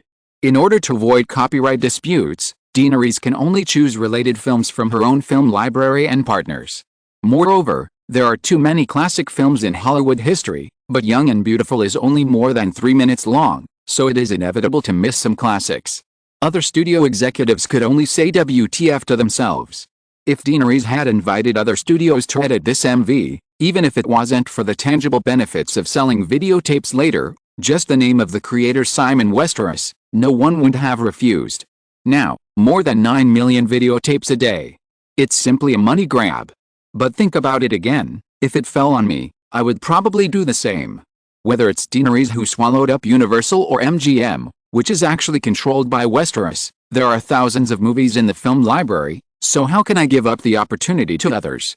However, seeing the other party selling videotapes at a high price, I was unwilling to accept it. Coincidentally, several other portals saw that Ygritte had set off a trend with only 3 songs, and they were also unwilling to accept it. Both sides had needs, so they quickly started to contact each other privately. Even if we understand, just like The Man from Earth, which just broke the $200 million box office mark in the local box office last weekend, without the talent of Simon Westeros, without the resources of Daenerys, and without the platform of Ygritte, it is difficult for others to create the same miracle. However, it is better to try than to watch. At least we can make some money. In short, the 3 singles that Simon did not intend to make money at first actually became a very successful business operation. There's more to it than that. The success of the 3 singles also made major record companies see the importance of the internet platform for singers and record promotion. The amazing achievement of a single song creating 200 million views in a single day is simply terrifying. Many record companies try every means to find ways to get singers' new works on the charts, but they may not be able to get such popularity even after working hard for several months. If the internet can be used as a record promotion platform, you can imagine what the effect will be. Before other record companies have time to act, Daenerys Records has already started to discuss the next step of cooperation with Ygritte. Ygritte's side. In the past 1 or 2 years, whether it is through the release of movie trailers on the website or various video live broadcasts, the commercial potential of internet videos has been proved. The 3 music MVs have achieved such a dazzling success that the management of Ygritte has made up their minds to launch a dedicated video website in advance. The name has been chosen by the boss. YouTube. Of course, due to the current software and hardware technology and other reasons, the video website to be open will mainly focus on short videos such as movie trailers, music MVs and current news clips, with a duration of less than 5 minutes, and will not accept external submissions for the time being, mainly focusing on the self-produced content of the Westeros system. In fact, in Simon's opinion, this model can hardly be called a professional video website, but can only be regarded as another content supplement of Ygritte. Content, content, content. This is still a resource that the internet platform urgently needs to supplement at this stage. Even if it is 10 or 20 years later, there will never be too much content resources. In addition, even if the boss is too lazy to take care of it, the subordinates will not ignore it, not to mention that it is such a successful 3 songs. Seeing the success of the MV on the Ygritte platform, Daenerys Records quickly announced that it would release 3 singles before Easter on April 16th. And Broadcast, the online radio site that Ygritte focuses on supporting, will also put these 3 songs on the shelves this weekend, mainly to supplement the content of Tinkober's new product launch conference for the new year on Saturday, April 8th. Tinkober's new product launch conference, scheduled to be held on April 8th, will officially release the iPlayer digital music player product based on a micro hard drive. At that time, Broadcast will serve as the official audio download website of iPlayer, providing genuine audio resource downloads specifically for users of this player. Simon flew from New York to Melbourne on the morning of April 3rd. The entire journey took more than 20 hours. While still on the plane, Simon heard the news that the 3 songs had triggered a popular craze. Although Brzezinski should have proposed the famous pacifier theory at a global elite gathering this year, as the one at the top of the current social wealth pyramid, Simon has been promoting this intentionally or unintentionally since a long time ago in order to ensure the interests of the Westeros system. Therefore, Simon is happy to see the popularity of the 3 songs. Even on the plane, he listed various recent events, such as the North American box office of The Man from Earth exceeded $200 million. The 3 singles suddenly became popular all over the world, the opening of Universal Studios in Osaka on April 6th, and the simultaneous release of new digital cameras and other products by Tinkober on April 8. There are so many things, and there are pacifiers everywhere. Life is short. How wonderful it is to live a life of singing and dancing, drunkenness and dreams. Chapter 804 Hanging Sword. London, England. After the release of the MV of the ballet solo, Yulia Shishkina's quiet life suddenly became noisy again. Paparazzi trying to dig up gossips, strangers who came to her house to seek cooperation, Moscow families suddenly called to ask for money, and even the banker in prison began to get restless, probably because he felt that he had nothing to lose and could say anything as long as some media were willing to give him benefits. Shishkina, who was used to treating the world coldly, was not troubled. This girl with a cold appearance and a cold heart once had only a touch of warmth in her heart, her daughter Nina, but now, there was another touch, the man who possessed her and provided her with all the security, and that man also made her, a bunch of flowers that she thought had withered long ago, bloom again. As for the solo dance, no matter how strong the response was after the release of the MV, she only thought that she was dancing for him. According to the instructions she received beforehand, she contacted the head of Westeros company here for small matters, and called Sophia Fessy for big matters. It was a pity that she could not contact him directly, so she just called Sophia. Soon, most of the noise around her disappeared. There were 2 more female guards around her. In fact, she was just worried that those people would make him feel that she was restless. There were still some who seemed to be persistent, but she just ignored them. Her family continued to ask for money, but she still refused. Now she sent £100 back home every month. This money was enough for her parents to live well in Moscow. She didn't give more money to her father. No matter how her father accused her mother, scolded her brother, or threatened to come to London to beat her up, she just pretended not to hear it. The man would give her a lot of money regularly, but rarely spent money on weekdays. She didn't even need to pay for her daughter's education expenses. Most of it was saved for herself and for her daughter. Deep down, she still had no sense of security. In the future, when he didn't want her anymore, she would always have some savings to live on. By then, Nina should have grown up and had no worries at all. April 7th, an ordinary Friday. At 5 o'clock in the morning, in Hammersmith, she woke up in the apartment prepared by the man for her and her daughter. After washing up, she went to see her daughter first. The little girl was sleeping soundly. The tabby cat named Meow Meow by Nina was lying lazily at the foot of the bed. When he saw her enter the door, he jumped off the bed lightly and slipped out silently.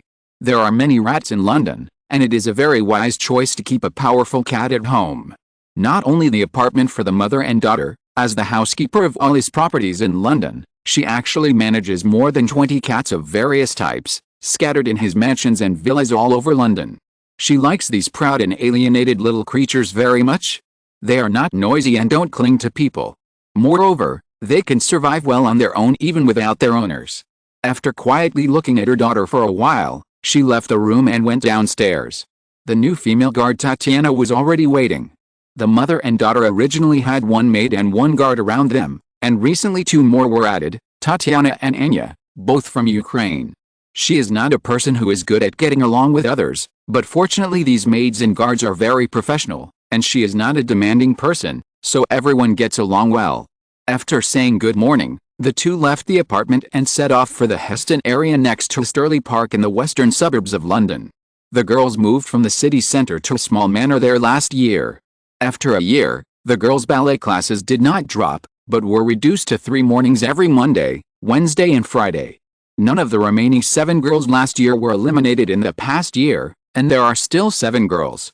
In just 1 year, these girls who originally had a very good foundation and were raised like princesses by a man have undergone earth-shaking changes in appearance, figure and temperament.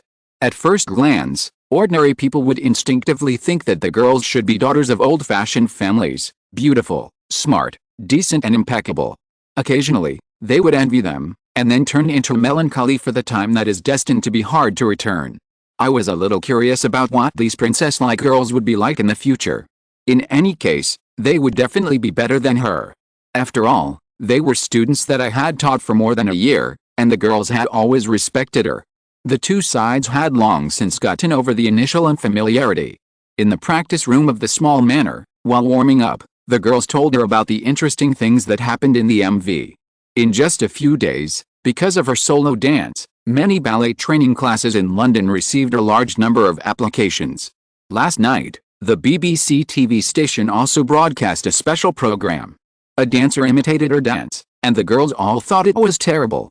There were also professional dancers as guests who analyzed the dance, and they found that the seemingly simple dance was so difficult that ordinary people could not dance it well without 10 years of practice. Blah. She just listened quietly, occasionally responding with a faint smile. After all, she was not a talkative woman. So it was inevitable to envy the girl's generosity and cheerfulness. After the ballet class in the morning, she returned to her residence, had breakfast with her daughter, sent her to kindergarten, and then started her day's work. Today, she had to do routine cleaning of several properties in London owned by her husband. In addition to the May team she led, the girls would also participate. In total, he had purchased 27 properties in London, some of which were entire apartment buildings, and some were entire rows of villas. Except for a small number of properties provided for them to live in, most of them were vacant and had no intention of renting them out. Therefore, she spent most of her time every month on these properties. Moreover, this was just the City of London. She was not responsible for properties in other parts of the UK. She did not feel troubled, but rather fulfilled. She was busy until the afternoon, and then went to pick up her daughter in person. In the evening, she returned to her residence in Hammersmith. When she got off the car, another paparazzi rushed over and asked loudly while taking pictures of her, "Yulia, are you Simon Westeros's lover?" She turned a blind eye. However, it was an obvious thing. Was there anything to ask? He has many public lovers, but she is just an inconspicuous one among them. He has never even touched her body. The female guard named Anya stepped forward to block the paparazzi. Tatiana escorted the mother and daughter into the house, and the episode ended quickly. The evening was finally the private time for the mother and daughter. In a 3-story single-family villa, 1 servant and 3 guards lived on the first floor, and the mother and daughter occupied the second and third floors. After dinner, in a living room on the second floor, she hugged her daughter, and her daughter hugged Maya Omeo, patiently watching cartoons with a little girl. However, Nina seemed dissatisfied with the cartoon being played, so she grabbed the remote control and changed the channel. The picture jumped several times, and a figure happened to appear on the screen. It was him. The daughter also stopped changing the channel, pointed her little finger at the TV screen, turned to her, and said with an innocent face full of joy and expectation, "Dad." I felt my heart tremble slightly. The daughter was actually like her, not very smart, and could not be compared with those girls like Natalie, but the little girl who was about to turn 4 years old finally began to understand some things. Last fall, when she entered kindergarten, she came back one time and asked about her father. For some reason, she showed her daughter a magazine with his photo on it, saying that this was her father, and explained that her father was very busy, so he couldn't stay with them. Her daughter seemed to understand at the time, but the little girl's attention soon shifted to other places. Later, she rarely mentioned it again, and she thought her daughter had forgotten about it. Unexpectedly, I suddenly remembered it again today. Maybe I have never forgotten it. I hugged my daughter tighter in my arms and looked at the screen on TV. The news was about the commemoration of the first anniversary of the Rwandan genocide in Africa. The US president was giving a speech on the stage, and he and many politicians were sitting in the audience. There were not many shots of him, but every time he was shot, he seemed very eye-catching. The daughter huddled in her arms, looked at the TV screen, and called her softly again. She just nodded softly. She didn't say anything. But she was a little panicked in her heart. If a man like him who stood high in the clouds knew that I rashly asked my daughter to call him, would he be very angry and then completely abandon her? However, thinking again, she had only seen him once in the past year, and her daughter would probably never see him again. So she felt relieved. The relevant news lasted for more than 10 minutes. Both mother and daughter were not very interested in this kind of news, but they watched it quietly and patiently, just for the occasional shot of the man. Unfortunately, he did not give a speech on stage, so his voice could not be heard. Leaving North America on April 3rd, Simon went from New York to Melbourne, and then from Melbourne to Kigali, the capital of Rwanda, to participate in the first anniversary of the genocide. He stayed in Rwanda for a weekend, and then went to Kenya, South Africa, Angola and other countries without stopping. He returned to Australia again on April 13th. In more than 10 days, The cumulative flight journey exceeded 50,000 kilometers. During the rush, the huge business machine of the Westeros system continued to operate. On April 6, Universal Studios Osaka officially opened. Too much preparation had been done beforehand, but Simon still did not have absolute expectations for the opening of the studio. His requirement for the operation team of Universal Studios Osaka was to learn from the successful experience of Tokyo Disneyland and to create its own characteristics. Therefore, Simon gave the operation team 3 years of adjustment and running in time. In 3 years, Universal Studios Osaka did not pursue profits, but only needed to do its best by continuously improving the details. In any case, Universal Studios has a more important mission for Deaneries Entertainment, which is to promote the influence of the Deaneries brand throughout Asia. As long as tourists enter Universal Studios and experience various attractions related to Deaneries' series of movies, this is an improvement in the brand's value of the entire Deaneries Entertainment. In the future, during the viewing process, they will instinctively tend to Deaneries Entertainment's films. The reason why Disney Films in Memory can harvest box office revenue worldwide is inseparable from the brand promotion of Disney parks around the world that has been deeply rooted in the hearts of the people. Now that Disney has been acquired by Vivendi Group and is secretly sniped by Simon, it is destined to decline. Deaneries Entertainment plans to open Universal Studios around the world, which will replace Disneyland and become another weapon for Hollywood to conquer the world. On April 7th, the Easter season begins. The final chapter of the hit comedy The Toy Story series, The Toy Story 3, starring Mike Myers, opened on a large scale on 2,893 screens in North America. At the same time, in the box office week from March 31st to April 6th, Simon's screenwriter, The Man from Earth, successfully broke the 200 million threshold in 3 days of the weekend that week, and finally earned $10.87 million in a full week, with a total box office of $206.06 million in North America. The phenomenal box office performance of The Man from Earth in North America has also been transmitted overseas. Relying on Deaneries' powerful global publicity and Simon's personal appeal, the film's cumulative box office in the UK, Germany, Australia and other markets quickly exceeded $100 million. The latest statistics show that the overseas box office has reached $135 million, even though several major ticket warehouses such as Japan and France have not been opened. The Overseas Publicity and Distribution Department predicts that the overseas box office of This Man from Earth will be much higher than that of North America, and may reach more than $300 million. It is conservatively estimated that the total global box office of the film will exceed $500 million. The production cost of $1.5 million, and the global box office exceeded $500 million. This return on investment can only be described as crazy. On Saturday, April 8th, Tinkober held a new product launch conference for the new year at San Francisco City Hall, officially launching the latest digital camera products like M50, mechanical hard disk version, and iCam40s, floppy drive version, digital music player iPlayer 10, the latest flash drive iDisk 20 and some peripheral accessories. Broadcast, as an iPlayer content download platform, was also highly recommended. Unlike the content dilemma that Apple faced when it launched the iPod, Broadcast not only cooperated with Deaneries Records, which inherited the assets of Universal Music, but also directly put more than 300,000 genuine music of various types on the shelves in the first batch.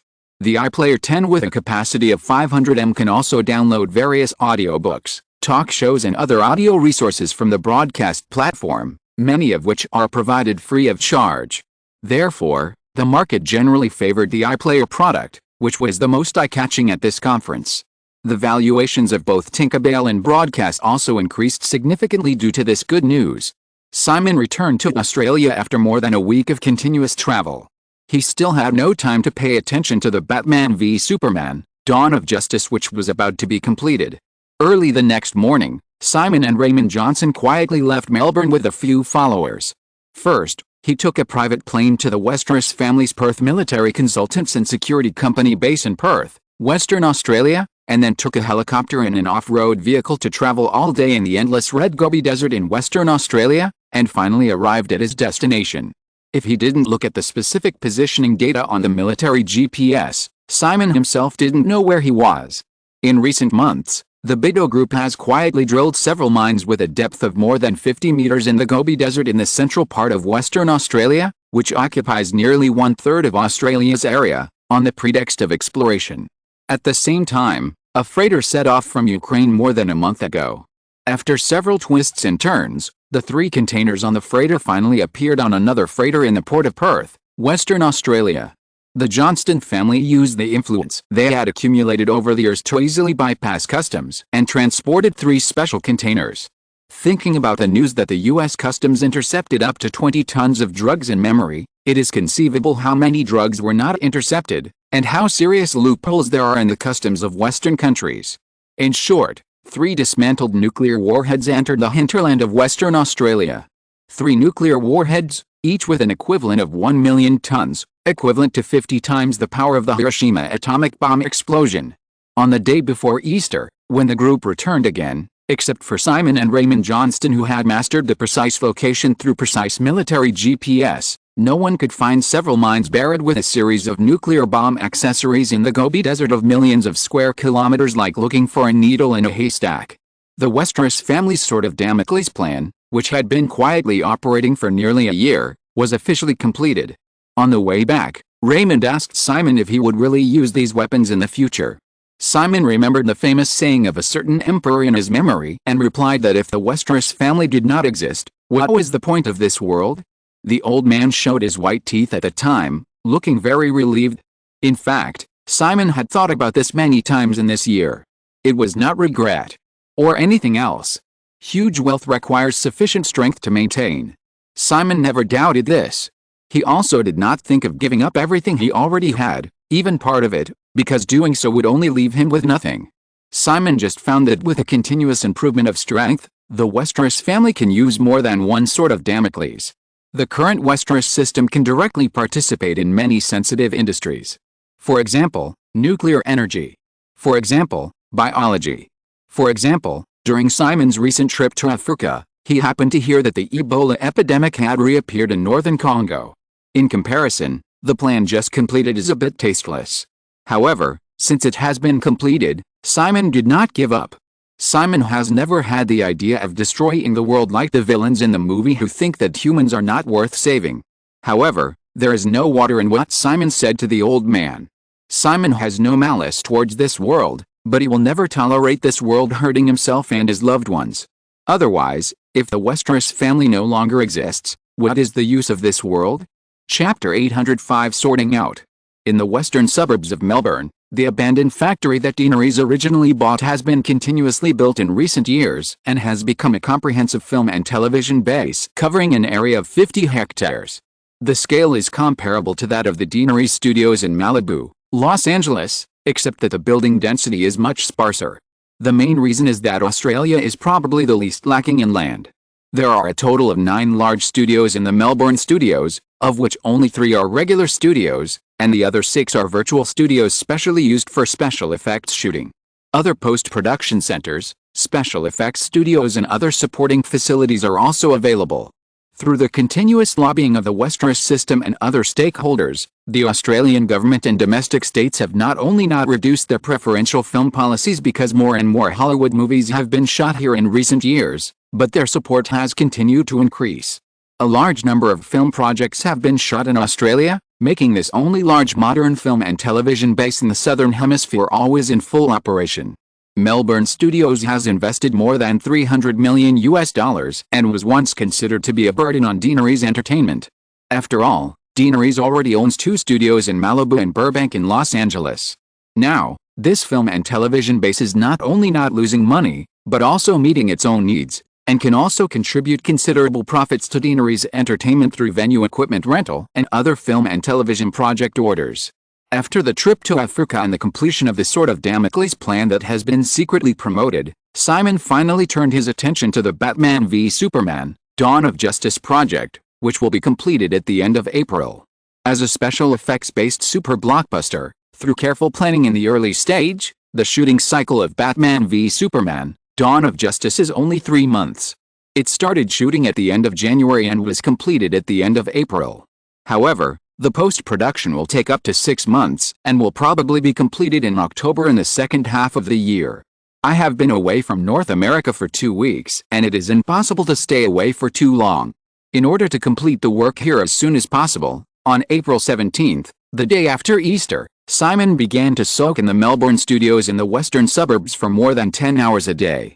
Check all the shots shot in the past few months one by one, personally finalize the editing plan and participate in the editing, discuss the post-production special effects plan with the special effects team, and so on. The work is trivial and heavy. People who don't know the truth always think that a film director is a designer. In fact, this profession is more like an engineer, and it is the kind that requires many tasks to be done personally. Because movies, especially blockbuster movies, are a very huge project in themselves. Simon has not personally directed this series since Batman Begins, but as the leader of the entire DC movie universe series, his work is not easy at all. Just like now, Roland Emmerich only needs to focus on the project Batman v Superman, Dawn of Justice. For Simon, it is just a DC movie universe. While distracting this project, he also needs to take into account the planning of related projects in the next 2 years. This is not something that can be done by just talking. From April 17th to April 21st, 5 days, more than 10 hours of work a day, Simon finally completed the follow-up work on Batman v Superman, Dawn of Justice. Not only that, these days, Simon also sorted out the layout of the Westeros system in terms of private military forces.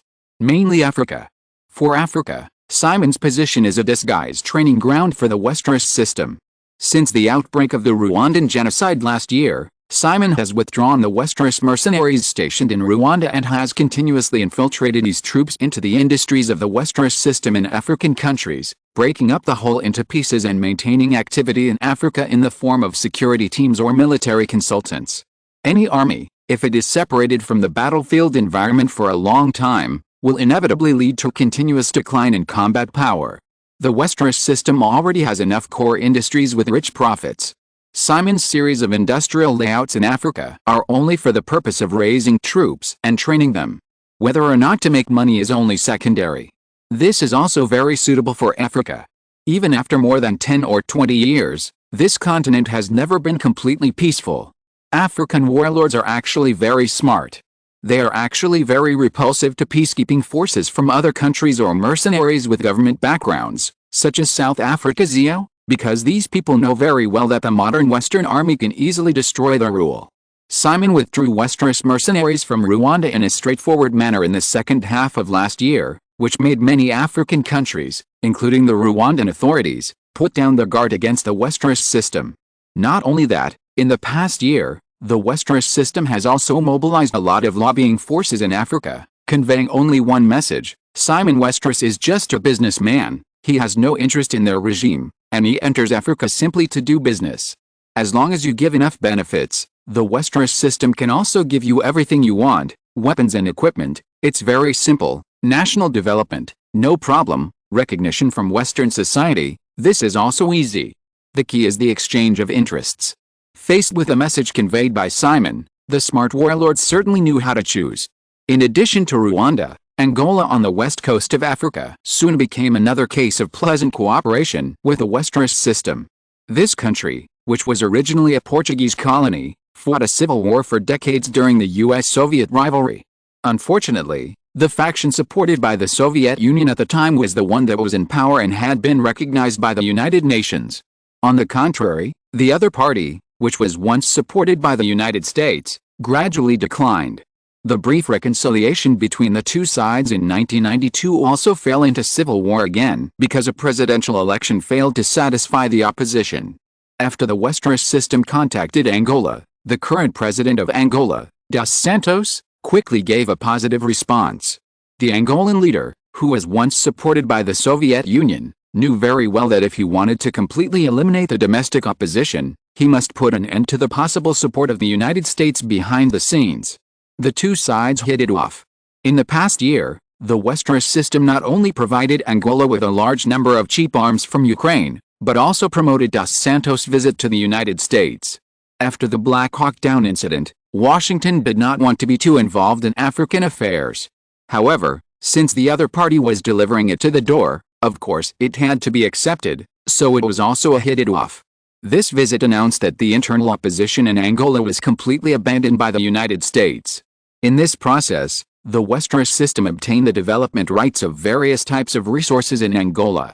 Moreover, for these industries, Simon not only did not take them for free, but also quietly took out some shares to make friends with the Angolan government dignitaries through cash or arms exchanges. The relationship between the two sides became closer unconsciously, and even Verizon Telecom easily entered the Angolan market. Although there is not much business for the time being, it is just to build a local mobile communication network limited to the surrounding areas of Luanda, the capital of Angola, but for Africa, which is currently backward and closed, it is definitely a pioneering work. The most important point is that Simon also quietly deployed more than 300 Westeros mercenaries in Angola through military consultants, corporate security and other reasons. The small number of people and the distribution of fragmentation did not cause any objections from Angola. Not only that, when Simon visited Angola a few days ago, President dos Santos took the initiative to propose that he hoped to obtain the support of 200 Westeros mercenaries on the basis of 100 military consultants to train the authorities' army. Of course, there is no money. After so many years of civil war, Angola is in a state of decline. However, resources can be used to pay. Including another arms order that was negotiated, the two transactions eventually exchanged for the ownership of a large coffee plantation in southern Angola covering an area of about 150,000 acres, equivalent to 600 square kilometers. It is called a plantation, but it should be more accurately called a planting area. After all, the area is too large. However, as long as taxes are paid in accordance with regulations in the future, these 150,000 acres of land will be equivalent to Simon's private territory. Unlike Simon's private land in Tasmania, Australia, which has unknowingly expanded to more than 2 million acres, with a huge demand for coffee in Western society, such a high-quality coffee planting area has a very high economic value. Simon's landlord business has been extended to Africa. Of course, it is still incomparable with those super-large landlord families in Australia who own tens of millions of acres of land. The root of this matter is not about land. The coffee plantation was one of the several options provided by the Angolan authorities that Simon chose himself. Because the area where the Angolan opposition is entrenched is in southern Angola. The coffee-growing area Simon chose was still in the hands of the opposition a few years ago. The two sides fought each other, and the local residents died or fled. Large areas of high-quality coffee-growing areas have become ownerless. At present, they are still often harassed by the armed opposition that has quietly infiltrated. The Westeros system needs to invest a lot of manpower and material resources to resume production. However, such an area is exactly what Simon wants. It is close to the area where the opposition is active and is often harassed by armed forces. Then, the security task is quite heavy, and it is natural to send more people to guard it. Moreover, such a large coffee-growing area will inevitably require a large number of local labor to take care of it. After the situation is completely stabilized in the future, it will definitely form a gathering area.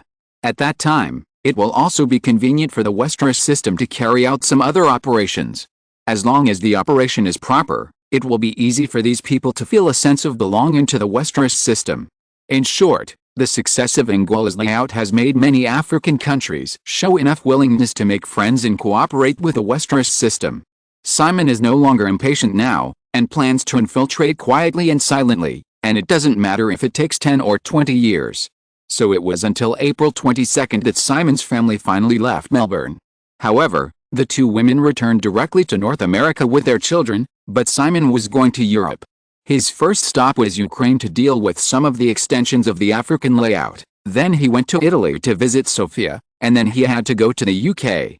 The third project of the Conjuring movie universe series, The Conjuring 2, was being filmed in London, and finally he would return to North America.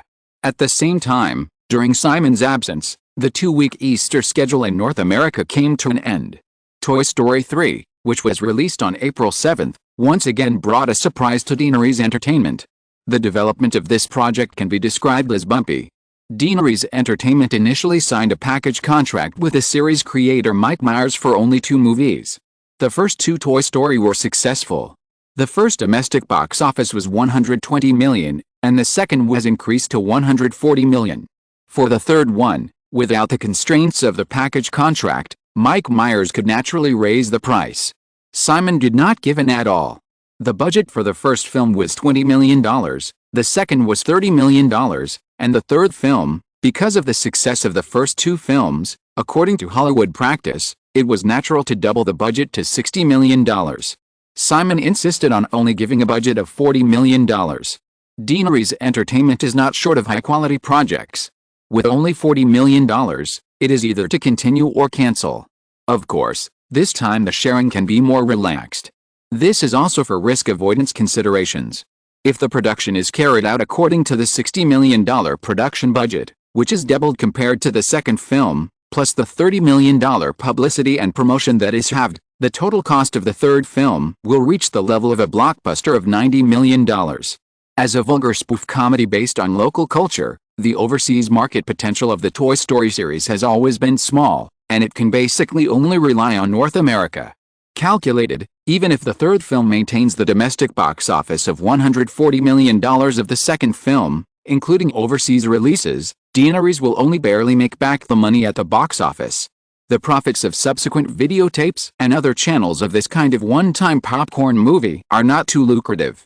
In short, the risk is very high. Even though the new sequel has broken the curse of the second film in the series that Simon remembered as a box office failure, Simon does not believe that the third film can still be a big success. Therefore, he insisted on risk control. Mike Myers did not intend to compromise at first, until the box office failure of The Honeymoon 2 years ago in the summer. The total investment of $30 million in production and publicity, but only brought less than $10 million to Sony Pictures at the box office. The comedy star was relieved. The final plan is a base salary of $8 million plus 15% of the project's full channel profit share. Because this series has two protagonists, the other male protagonist and the director who has been following up have all risen in price. This is the highest price Simon can accept. On the basis of the salary increase, the other two main creators also received an equal 7.5% of the project's full channel profit share. In the end, the production cost of $40 million plus $20 million publicity, the total budget is $60 million. Simon's initial expectation was that the box office of the final chapter of the series would exceed $100 million. Even if the task was exceeded, Deanery's Entertainment could recover a good profit after deducting the cost through overseas and subsequent videotapes, and the three main creators could also get a considerable share. If the domestic box office is less than $100 million, both parties may need to make up for it in the later stage. The result now is that I don't know if the three main creators have found the audience's taste through the training of the first two parts. The reputation of the third part of the film has not only improved significantly compared with the second part, but the comprehensive media score has risen from the good 7.3 points of the previous work to the excellent level of 8.1 points, and the box office is even more surprising. In the first week, 2,893 screens were opened. The box office of Toy Story 3 in the first week of its release from April 7 to April 13 reached $49.29 million, an increase of $6 million over the previous one. This is not the end. At the time, the second week of Toy Story 2 fell by 39%, which is a very normal trend for this kind of comedy. It was also the Easter period, probably because it spanned Easter on April 16. In the second week of its release from April 14 to April 20, the box office of Toy Story 3 fell by only 27%, far lower than the previous sequel, and collected another $36.83 million. In 2 weeks, the cumulative box office of this series finale has reached $86.12 million. In an email communication with Simon, Danny Morris, head of New World Pictures, also proposed whether it is necessary to develop another one. After all, Deanery's had not publicly announced that the series had ended. You know, with a box office of $86.13 million in 2 weeks, although the Easter period has passed, considering that there will be no other competitors until the summer season opens in May, the reputation of Toy Story 3 is so good that the domestic box office is likely to exceed the $200 million mark. With a total cost of $60 million, the domestic box office alone exceeds $200 million. It would be a pity not to develop a sequel. Chapter 806 Fierce. During this long flight, Simon's Boeing 767 was like his air office. When the private plane departed from Melbourne and was about to arrive in Kiev, the capital of Ukraine, Simon was still holding a video conference with Danny Morris, the head of New World Pictures in Los Angeles. The topic was the unexpected hit Toy Story 3. With the big sales of the film, some Hollywood media also dug up Simon's serious mistake in the salary negotiation of Toy Story 3. According to the profit-sharing contract signed with the three main creators, based on the original base salary, according to the final domestic box office of $200 million of the film, plus other channels, Deaneries Entertainment will subsequently pay the three main creators up to $50 million in all-channel profit-sharing dividends, which has exceeded the film's production cost of $40 million. In comparison, Mike Myers' initial offer was only the Hollywood top salary of $15 million and a 10% share of the global box office net profit, and the other two main creators only asked for about half of Myers' fixed salary. With the current box office results, including dividends, the total expenditure will not exceed $35 million. Now, including the base salary, the total remuneration paid by Deaneries Entertainment to the three main creators will reach $70 million.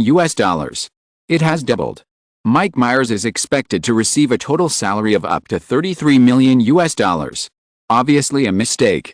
However, Simon will certainly not be affected by this argument. The 30% of the net profit of the three main creators is $50 million, which actually means that Deaneries Entertainment can get more than $160 million in net profit from this project. It is still the big head.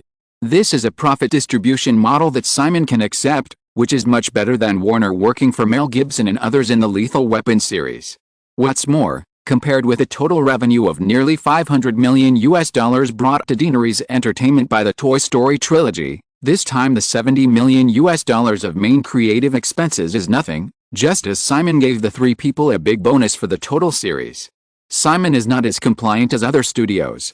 To be precise, he is very demanding. No matter how big a star is, he can no longer act like a demon in front of Deaneries Entertainment and raise the price. However, being demanding does not mean being stingy. Simon has never been a boss who wants the horse to run without giving it grass. When he finalized his plan, Simon had corresponding considerations. First of all, 30% is the highest share ratio that Simon can always accept, whether it is box office share, omni-channel share or other messy share models. Secondly, adopting a share model can also stimulate the enthusiasm of the main creators. This is the most important point. Why did Michael Bay completely mess up the Transformers series in the past? It was not because this commercial film director had run out of ideas, but more because of Paramount's compliance and the fact that the explosive Bay did not need to take any risks for this series to get a huge salary. Anyway, you can make a lot of money no matter how you play, and you are really tired of making 5 consecutive films, so just do it. The result is that Paramount ambitiously wants to create a Transformers universe, but because of the mess of Transformers 5 by Bombshell, the whole plan basically ended in failure just after it was launched. The following year's Bumblebee was also tepid in the shadow of Transformers 5. Simon was very surprised that Mike Myers could make Toy Story as popular as Austin Powers in the original time and space. However, Simon did not hesitate to directly reject the fourth plan proposed by Danny Morris. It was still due to risks and costs. The third domestic box office is expected to be $200 million, with a net profit of $1.6 billion, which is actually $30 million lower than the second one, and the domestic box office of the second one is only $140 million. The key is the rising cost and the dividends of the main creators. If the fourth part is to be released, Simon will add another $10 million to the production budget according to the rules of the first 3 parts, which will definitely not work. Moreover, the publicity and promotion expenses will rise with the tide. The 3 main creators will not be able to accept the salary and profit-sharing standards of the third part. Therefore, even if the fourth part still maintains the box office level of the third part, the income that Deaneries Entertainment can obtain will only be greatly reduced again. As for surpassing the third part, Simon has no extravagant hope. All kinds of films have their own ceilings. A phenomenon like The Hangover will only be produced in decades. If it weren't for the emergence of Deaneries Entertainment, Jim Carrey would have received the first fixed salary of $20 million in Hollywood history this year, and a more exaggerated 2020 model would soon appear in the future, with a salary of $20 million plus a 20% global box office dividend. Now, Simon has successfully locked the top salary of Hollywood actors at $15 million. For dividends, Although there is number 15% upper limit, Simon's requirement is that the actors must share the risk with Deanery's Entertainment, and they must not take the top salary and ask for a high share. Simon's tone left no room for negotiation, so Danny Morris had to give up. Then he said that Mike Myers had a new script idea, which was a spoof of the 007 series. Simon knew it was Austin Powers as soon as he heard it. However, because the two sides were not very happy with the cooperation in the Toy Story series, Mike Myers was cold to New World Pictures' contact. Moreover, Mike Myers also planned to serve as the producer of this project himself, plus the starring role and screenwriter. This time he directly offered a base salary of $15 million plus 15% global box office dividends. This 15% is no longer a share of net profit from all channels. If the box office performance of Toy Story 3 is followed, of course, the share of net profit from all channels will be higher. However, the box office dividend means that Mike Myers will be able to make a stable income, because this is a direct cut from the global box office without paying the studio's costs. Although it is not literally a cut from the global box office total, but the studio gets 15% of the box office share, it still means that there is no need to bear any risks, and the share of income can be obtained in a relatively short period of time, which is far from the protracted period of full channel sharing. With the box office performance of the Toy Story trilogy, Mike Myers does have the confidence to shout out such an offer. But Simon will not accept it. The base salary of the main creators is $15 million, which means that the production cost of Austin Powers is only the first one. It may reach $40 million. Even if this series is still as good as Simon remembers, the profit margin of the studio will be very small. So just skip it. New World Pictures is not short of such a project now. After Jim Carrey obtained Simon's understanding, the two parties have also been preparing Ace Ventura 2, which is only the third of the 5 films signed by Jim Carrey and Deanery's Entertainment. In addition, after the release of Rumble in the Bronx in February, Simon threw out the idea for the New World Pictures team to complete the Rush Hour series. And, the Conjuring movie universe series has been successfully launched on a larger scale. Just these main hits are enough for New World Pictures to develop after 2000. Moreover, both the cost and risk are much lower than the Austin Powers series, where Mike Myers asked for a maximum salary plus a share of the profits at the beginning. After the video conference with Danny Morris, the Boeing 767 was approaching its destination. Girl A knocked on the door and entered the study in the front cabin, reminding her boss that the landing would take another 10 minutes, and also brought another document. The team led by Chen Qing had just reached an acquisition agreement with Skabo.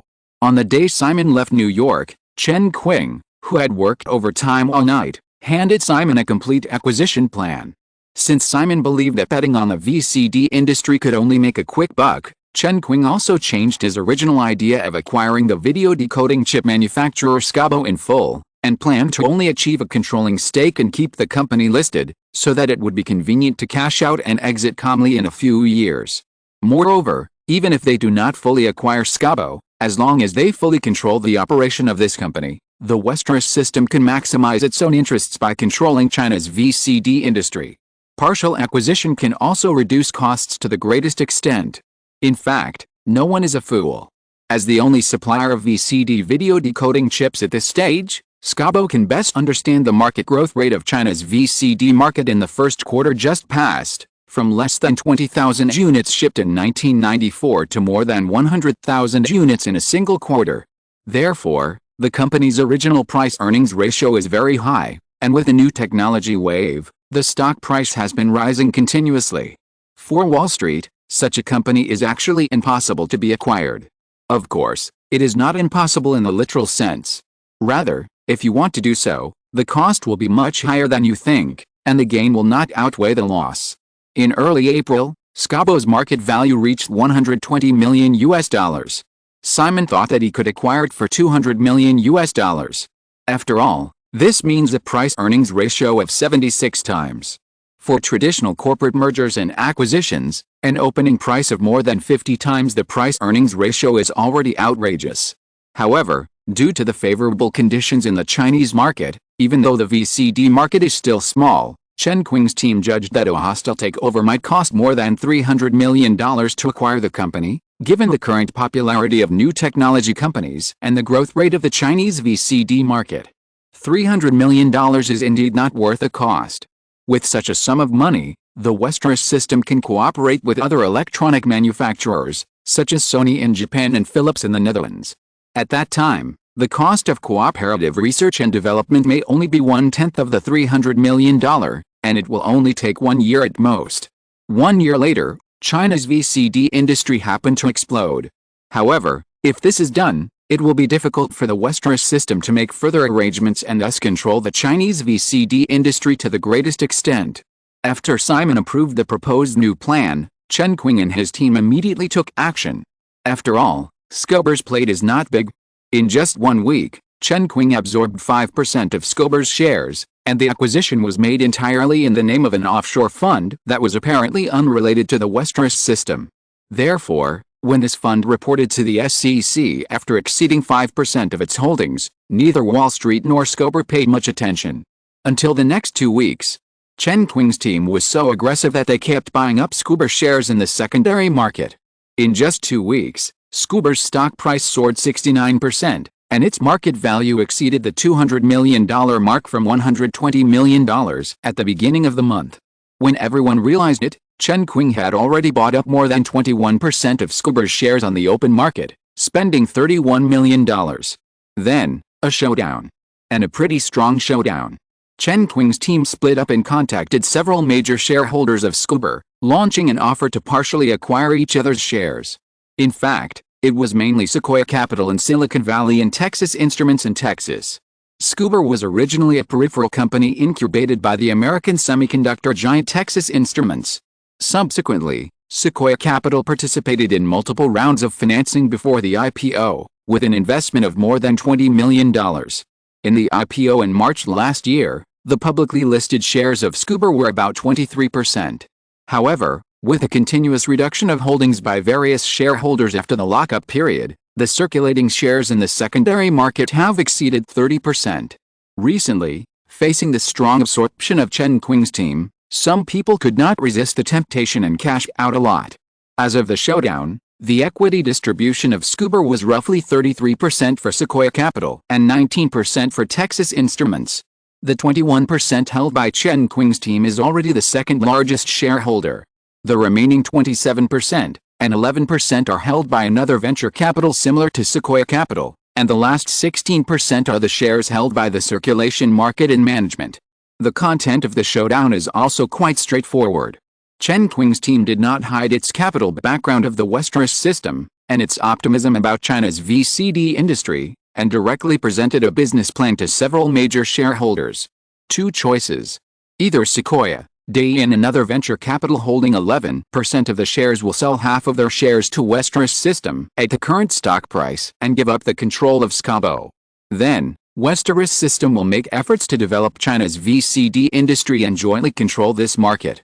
Or, Chen Qing's team will take their own funds and plans and turn to Sony or Philips and other electronic manufacturers for cooperation, and the 2 sides will become the most direct competitors. Scobo may have advantages, but in front of manufacturers such as Sony that have mastered the DVD standard, these advantages are not obvious, and the almost insurmountable gap between VCD and DVD is obvious. The 2 sides bargained for 3 days. In the end, Scobo's shareholders chose to compromise. The 3 major shareholders sold a total of 32% of the shares to Chen Qing's team for $63 million. At the same time, Chen Qing's team also needs to provide Scobo with an additional $20 million low-interest loan as the execution funds for the subsequent plan. While achieving 53% absolute control, Sequoia Capital founder Don Valentine also gave up his previous position as chairman of Scobo, and planned to hand it over to Emmanuel Brandt, who was recommended by Chen Qing. In the last 10 minutes before the plane landed, Simon fastened his seatbelt and quickly browsed the final plan sent from San Francisco. It was already evening in Kiev. Calculating the time difference, it was more than 8 o'clock in the morning on the west coast of the United States, and it was almost time for work. Knowing what Chen Qing was waiting for, Simon left the airport and got on the car to Livni, and directly asked the girl beside him to call San Francisco. The plan was approved. It can be roughly imagined that when the working hours on the west coast arrived, with the signing of the agreement and the exposure of more inside stories, Scobo, a small company that was not very eye-catching, would definitely become the focus of heated discussion in the North American capital market in the next few days. In New York on the East Coast, during the remaining hours of trading today, as the news spread, Scoble's stock price would also rise to a higher level. Chapter 807 Scober Tax. In San Francisco, the headquarters of Scobo is not near the popular Stanford University, but in Milpitas on the other side of the bay, bordering the north of San Jose, which is already a suburb of Silicon Valley. The geographical location seems to hint at the embarrassing situation of this semiconductor company. Scobo was founded in 1988 and positioned itself as a semiconductor company, or more accurately, a semiconductor design company. Such a startup obviously cannot have independent new film production capabilities, and can only rely on its early investor Texas Instruments for product OEM. In the early days of its founding, Scobo's development direction was picture decoding chips, and it was not until 1991 that it launched its first video decoding chip. However, although the technology is very novel, Scobo has not been able to find the right application direction for its own products. Over the years, Scobo has tried to apply its own chips to televisions, game consoles, printers, etc., but has not been successful. Even the VCD launched by Wanyan 2 years ago did not bring much hope to Scobo. The sales of VCD in China in the past year was less than 20,000 units, which proved this point. In the broad-minded Silicon Valley, Scobo's management could see that VCD was really not competitive compared to DVD. Last year's IPO was the last chance for Scobo. In addition, several investors such as Sequoia Capital had been investing money for so many years and wanted to cash out on the new technology wave. Otherwise, several major shareholders would not have quietly cashed out more than 10% of their shares in the past year, and continued to sell when the stock suddenly rose recently, which eventually led to Chen Qing's team absorbing up to 21% of the company's shares in the short term. According to the thinking of Scobo's board of directors and management, after the funds raised from the IPO are spent, if the company has not found its own accurate positioning, then there is basically no future. There are countless failure cases like this in Silicon Valley, which is not too disappointing. All of this was until a sudden showdown by a certain Oriental girl. The capital background of Westeros system alone has made Sequoia Capital and other major shareholders determined to cooperate. Chen Qing's teams plan to create the VCD industry in China, and the threat of using the funds and plans to cooperate with other manufacturers, if rejected, made them completely compromise. After all, even though the rapid growth of VCD shipments in China in the first quarter was exciting, there is still the huge mountain of DVD in front of us. No one can guarantee that once Sony and other manufacturers officially launch DVD players, VCD will be eliminated in the blink of an eye. Moreover, Sequoia Capital and Texas Instruments, the two major shareholders of Scober, have their own considerations when making the final decision. Sequoia Capital is a venture capital company. Although it does not mind holding the shares of a company for a long time, according to the operating rules of venture capital, it is their primary task to cash out in time to achieve stable returns for investors and develop the next batch of businesses. This is why Sequoia Capital is an early investor in many technology giants such as Apple and Oracle, but later it was not among the major shareholders of these companies. As a venture capital company, the most important thing is to control risks, because their investment targets are not only successful cases such as Apple and Oracle, but also a large number of failed investments that eventually went down the drain. The reason why Sequoia Capital has always been popular is that it has successfully cashed out and exited before many investment companies went bankrupt. Doing so may make them miss some super dark horses with hundreds or thousands of times of returns in the end, but in fact it also avoids more losses. As for Texas Instruments, affected by the rapid development of the mobile communications industry and the new technology wave, Texas Instruments' revenue in the past fiscal year exceeded $13 billion, and its current market value is as high as more than $20 billion. Therefore, this truly world-class semiconductor giant will not care too much about a small company like Scober, whose annual revenue has just exceeded $20 million. Moreover, Chen Qing's team also used other connections in the Westeros system to lobby the top management of Texas Instruments, which was actually just a matter of a phone call. You know, Texas Instruments is the main supplier of Nokia mobile phone baseband chips. As Nokia has become the world's largest mobile phone manufacturer, the importance of this customer to Texas Instruments is self-evident. The matter was finally finalized. By simply transferring half of the remaining 33% of its shares, Sequoia Capital has recovered all of its previous investments in SYNOPSIS and realized considerable profits. The remaining half of the shares is also enough for Sequoia Capital to enjoy the generous dividends once Chen Qing's team's plan succeeds. While Texas Instruments cashed out and made a profit, it also put forward its own requirements. All future chip orders from SYNOPSIS must be exclusively manufactured by Texas Instruments Semiconductor Factory.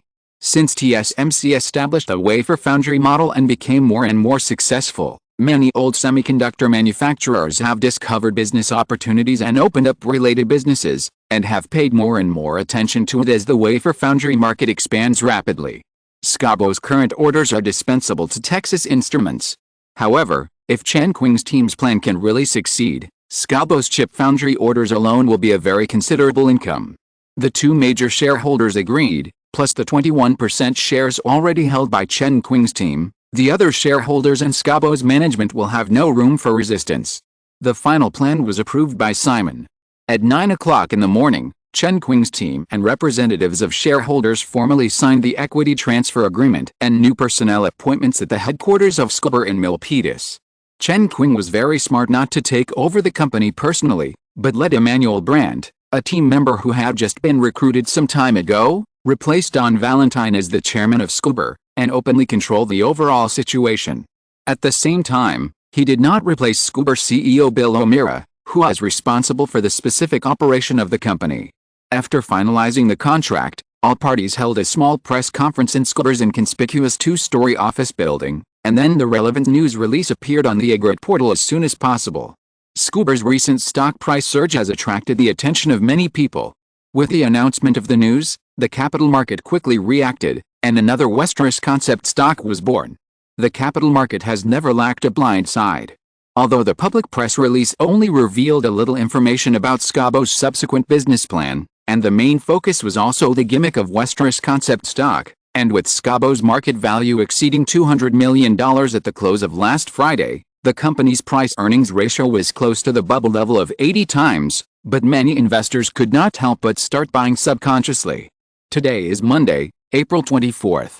The press release of the EGRET portal was released at around 10 a.m. on the West Coast time, and it was 1 p.m. on the East Coast, with 3 hours left before the closing. However, in just these 3 hours, as a new technology company that had previously attracted market attention and was disclosed as a new Westeros concept stock, SYNOPSIS's originally relatively flat stock price directly took a rather steep upward curve. At 4 p.m., when the North American stock market closed, SYNOPSIS's stock price rose by 43% in a single day. Compared with a market value of $206 million at the opening of the morning, the closing market value has reached $293 million. It can be said that in just 3 hours before the closing, the book profit of the shares held by SYNOPSIS shareholders was as high as $97 million. Whether it is SYNOPSIS original shareholders or management, facing the crazy reaction of the market, they are completely speechless. Not counting the $20 million 5-year loan obtained from Citibank through the Westeros system, Chen Qing's team invested a total of about $94 million and obtained 53% of SYNOPSIS shares. When the East Coast stock market closed on Monday, the total book value of this batch of shares had reached $156 million. After 3 weeks of busy work, the book profit was $62 million. Why the financial industry has become a pillar industry in the United States and why so many elites around the world are flocking to Wall Street can be seen from this. After completing a series of handovers, Chen Qing did not immerse herself in the success she had just achieved. The girl understood that everything had just begun. After the representatives of the other shareholders left, Chen Qing immediately convened the management of SYNOPSIS and started a day-long meeting. The members of Chen Qing's team who did not attend the meeting were not idle either, and began to conduct a further detailed review of the company's financial files, technical information and employee resumes. Even recruitment information involving various technical positions that had been prepared in advance was directly posted on the 58 list platform under EGRET this morning. Because the detailed plan has already been finalized, next, SYNOPSIS will immediately stop all other non-core businesses, and will not renew the original orders after they are completed. While continuing to increase the research and development of video decoding chips used in VCDs, SYNOPSIS will also start the development of a full set of VCD technical solutions. In fact, it is repeating what OneIM did at the beginning, but it is also a further upgrade based on Onein's already formed technology. The key reason why Chen Qing's team insisted on acquiring SYNOPSIS instead of spending less money to cooperate with other manufacturers to develop another VCD video decoding chip is this. In the end, it is still buying time. If the product developed by Onyen is considered VCD 1.0, Chen Qing's team plans to use 1 year to develop a whole new set of VCD 2.0 standards based on the technology of VCD 1.0. This is also the solution Simon gave to Chen Qing's team, based on the idea of Super VCD in his memory. The capacity of VCD discs has been stuck, and it is destined to be impossible to surpass DVD. However, compared with Onyen's first-generation products, there are still many areas that can be improved in the VCD player itself. Using the 1 year before the outbreak of China's VCD industry, SYNOPSIS completely left other possible competitors behind through the accumulation of technology and patents laid out in advance. By then, even Sony and Philips, old electronic giants with deeper technical backgrounds, can only fall behind step by step. The difference in product technology between generations makes it impossible to catch up in the short term. As for the longer term, the golden age of VCD is probably only 5 years. Simon is also very happy that Sony and other manufacturers have invested a lot of manpower and material resources to do this kind of futile pursuit that is destined to be in vain. In short, SYNOPSIS will use the next year to transform from a pure semiconductor design company to a comprehensive product technology supplier that provides VCD core components and a full set of solutions to downstream manufacturers, and it will inevitably be a monopoly supplier with all-round advantages in technology and cost. At that time, Chinese VCD companies only need to purchase a full set of core components and solutions from SYNOPSIS, and they can easily assemble products and put them on the market. For SYNOPSIS, as long as it controls product pricing and does not overexploit downstream manufacturers so that other competitors can take advantage of the situation, then China's VCD market will largely be dominated by SYNOPSIS. This is completely different from the fierce competition in the DVD field. Because of the great success of the videotape industry, all major electronic manufacturers in the East and the West have seen the broad market prospects of DVD, so they have spared no effort in research and development over the years. Because there are too many manufacturers involved, the relevant technical standards are very chaotic, and the patent distribution is also quite scattered. No one has a full set of technical strength, and no one is willing to compromise easily. If it weren't for these disputes, mature DVD players could have been launched before 1995, instead of just barely reaching the technical standards now. It would take at least another 3 to 5 years for the real launch of products and even popularization. In comparison, VCD and DVD are actually equivalent to open-source Linux and closed-source Windows. Because Onyen failed to apply for a complete VCD technology patent, the current VCD is equivalent to free open-source software that many manufacturers can get involved in. Although it is not as advanced as closed-source DVD, it is much less restricted by patents. As long as they are willing to do it, relevant manufacturers can develop products and promote them at the lowest cost. Moreover, open source does not mean that there is no monopoly. Just like Simon's memory of Google's Android system, although it is developed based on the free and open-source Linux system, it is still owned by Google. If others want to use it, they must obtain Google's consent. Not only that, after Google developed an increasingly mature Android based on Linux, it became very difficult for other competitors to make similar products. Because the technology gap is too far, and the market has been occupied by Android. Now, SYNOPSIS wants to achieve this goal. In Simon's view, this aspect is a bit similar to the current 2G and 3G standards of mobile communications. With the popularization of digital communication technology, major communication manufacturers around the world are now fiercely competing for various patents of 2G technology, but they don't know that a company called Qualcomm has built an indestructible technical barrier on the 3G standard. Qualcomm's 3G is certainly not impossible to bypass. However, when the industry is upgraded, there is already such a set of extremely mature technical standards. Whether it is to save costs or gain time, related companies can only use Qualcomm's technology. So, there is Qualcomm tax. If a company does not believe in evil and insists on developing a set of standards to bypass Qualcomm, let alone whether it will succeed in the end, even if it really succeeds, it may not be popularized, and other companies that have already benefited in the 3G field are already rushing to the next generation 4G. Those who want to find another way can only be eliminated. Qualcomm is ahead of everyone else, building its own toll booth on the road that other companies must pass, blocking the road and collecting money. However, Scober quietly fell behind others, circled the veins that others originally looked down on, and dug them up. Of course, others can also come back to dig, and then find that the relatively richest mineral veins have been occupied by others, and they can only get a little scraps. Qualcomm licenses its 3G standard to everyone, and then charges Qualcomm tax. It can also sell chips. In the future, Scobo will license its VCD solution to VCD manufacturers, and the tax it charges can probably be called Scobo tax. It can also sell core components. The same thing, different paths to the same destination. In the business field, in the final analysis, there are actually only a few core routines. Even if there are innovations, they will not deviate from the essence. As long as you see through it, work hard to implement it, and maybe add some luck, there will be one more excellent businessman in the world. If you are listening to this novel on a channel other than Fanfic World, it means it was downloaded and re-uploaded without effort. We warmly invite you to visit our channel, Fanfic World. There you will find the original version of this story and many other novels of various genres. We look forward to seeing you dive into a world of incredible novels. Chapter 808 Ambition. After the transatlantic conference call with the BBK team on the other side of the ocean, it was already past 7 o'clock in the evening. Chen Qing carefully reviewed today's work log and the meeting memo just now, confirming that there was nothing missing, and then signaled Lily Falwell, who was acting as an assistant next to her, to help organize the documents. This is an ordinary cubicle in a corner of the employee office area on the first floor of the Scope headquarters. Before Chen Qing's team took over, in order to save as much as possible, Scoop's more than 60 employees had been crowded in this inconspicuous two-story office building in Milpitas.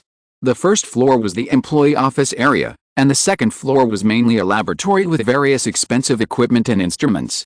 Before that, only CEO Bill O'Meara had an independent office. Leaving the cubicle, another Wei family maid who was pulled in to act as an assistant, Christina Latham, gestured to her in front of the door of the conference room not far away, indicating that everyone was there.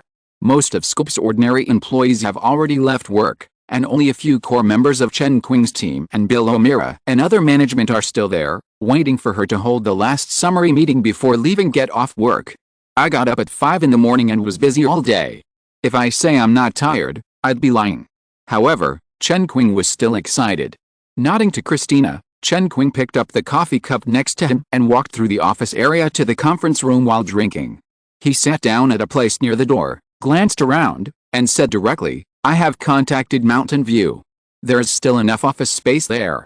We can move the company as a whole at any time. The hardware and software environment of Ygritte Park is better than here, which can greatly improve everyone's work efficiency. Bill, you can go there tomorrow to choose a suitable venue. This is one thing. Next, Eamon, please introduce the company's financial situation. To be precise, the plot of land that Simon circled in Mountain View is only the area dedicated to Ygritte's headquarters. It is called Ygritte Park. However, during the development process, many office buildings planned to be rented to companies around Ygritte or built in the entire area. As a result, the area of Mountain View was gradually called Ygritte Park. Several former Scobo management members present all showed their expectation when they heard what Chen Qing said. Moving the corporate headquarters from Milpitas to Mountain View is equivalent to entering the core area of Silicon Valley, which once again proves the importance that the Westeros system attaches to Scobo. Emmanuel Brandt, who just took the position of chairman of Scobo today, did not show any unusualness. After listening to Chen Qing, he began to introduce the financial situation of Scobo after the re-examination today. Including the remaining funds raised from last year's IPO on the upcoming $20 million loan, as well as part of the cash obtained from its own operations, Scobo currently has about $33 million in available funds. This amount of money is equivalent to twice the cost of the Chinese One Ion Group to develop VCDs. One Ion Group officially launched VCDs into the market last year, but due to the dismal sales, it has actually been unable to continue. Even though VCD sales have been rising steadily since this year, a large part of it is the result of other companies entering the market. Scobo and One Ion worked closely together in the development of VCD. However, when Chen Qing returned to China during the new year, she went to Anhui to visit the company and concluded that One Ion Group had considerable technical accumulation, But unfortunately, its product operation was a mess. Moreover, the company had some state-owned assets, which made Chen Qing give up the idea of continuing to cooperate with the other party. She didn't want to be hindered by messy troubles in the process of advancing her plan. In comparison, the BBK team that made Xiaoboing's annual revenue of $1 billion in just a few years was what Chen Qing needed most. At this stage, China has no shortage of market demand and product supply. What is really lacking is an excellent team that can make the market bigger and stronger. Therefore, looking back at China's business history in the 1990s, it is often inseparable from the word marketing. The super-rich people who started from scratch in the 1990s in China are basically marketing masters. Many of them have passed on this business gene for many years. The most typical example is the blue and green factories that seem to be everywhere later. When other mobile phone manufacturers are tearing each other apart in various ways for market share, only OV has been adhering to its old-fashioned operation methods that have been passed down for decades and making a fortune quietly. The $33 million of funds are enough for SYNOPSIS to develop a new generation of video decoding chips and upgrade the current VCD technology. At this stage, the video decoding chip, which is the heart of VCD products, can only be produced by SYNOPSIS, which is completely exclusive. Other core components such as laser reading heads can be produced by Japanese, Korean, European and American manufacturers, and are highly substitutable. Therefore, as long as the further upgrade of the video decoding chip is completed and a complete VCD whole machine solution is developed, the possibility of other manufacturers following up in the short term will be completely cut off. The profit distribution of the VCD industry will be completely decided by SYNOPSIS. Of course, in order to avoid collective backlash from established manufacturers, Chen Qing still plans to purchase laser reading heads and other components from manufacturers such as Sony and Philips as supporting standards for SYNOPSIS in the future. Because they do not have monopoly, these manufacturers can only compromise with SYNOPSIS if they want to gain more market share. Although his boss regards investing in the VCD industry as a way to make quick money and the plan is implemented in this way, SYNOPSIS can try to continue to get a share in the future DVD era through the industry advantages in his hands. Video decoding chips are also a necessity for DVDs. After Emmanuel Brandt introduced SYNOPSIS' financial situation, Chen Qing continued to confirm the detailed plans with everyone. Since it was decided to abandon Wanyan, Chen Qing made BBK the key support target for the next stage. SYNOPSIS will work closely with BBK to launch the first BBK brand VCD product in China in the next 3 months based on the current video decoding chip technology, so that the company can familiarize itself with the product in advance and carry out early market cultivation. At the same time, SYNOPSIS will immediately start the construction of a VCD component factory in China, planning to produce optical disc reading system accessories with laser reading heads as the core. Video decoding and optical disc reading are the two core parts of VCD products, and they are also the two most profitable parts. When SYNOPSIS' complete machine solution is completed by the end of the year, the factory there can be directly put into production. At that time, SYNOPSIS will provide these semi-finished core accessories to all Chinese manufacturers who intend to enter the VCD industry. Of course, there are also complete machine solutions. Suppliers such as Sony and Philips who want to squeeze into the VCD industry chain also need to obtain SYNOPSIS' consent and give up enough benefits. It can be imagined that at that time, there will inevitably be manufacturers who will develop similar products in order to bypass SYNOPSIS' monopoly on video decoding chips, but these competitors are at least 2 years behind. Even for old giants such as Sony, when they invested a lot of manpower and material resources to finally catch up with SYNOPSIS, VCD is basically on the verge of elimination.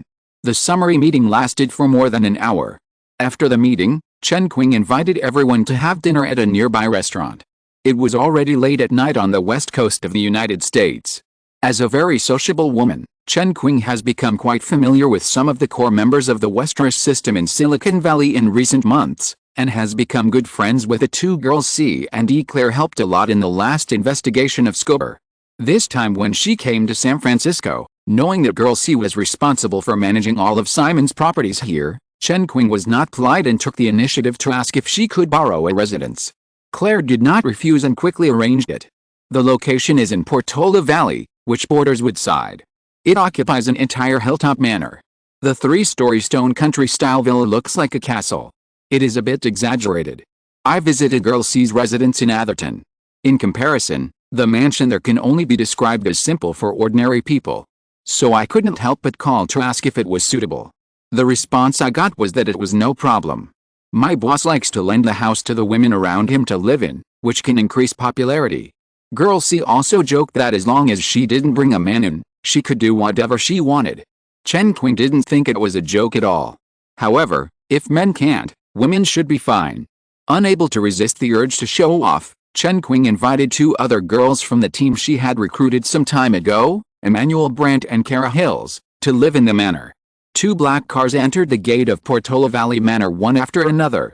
Since the man was not there, there was no security in the guard room at the gate, but everyone was not worried at all.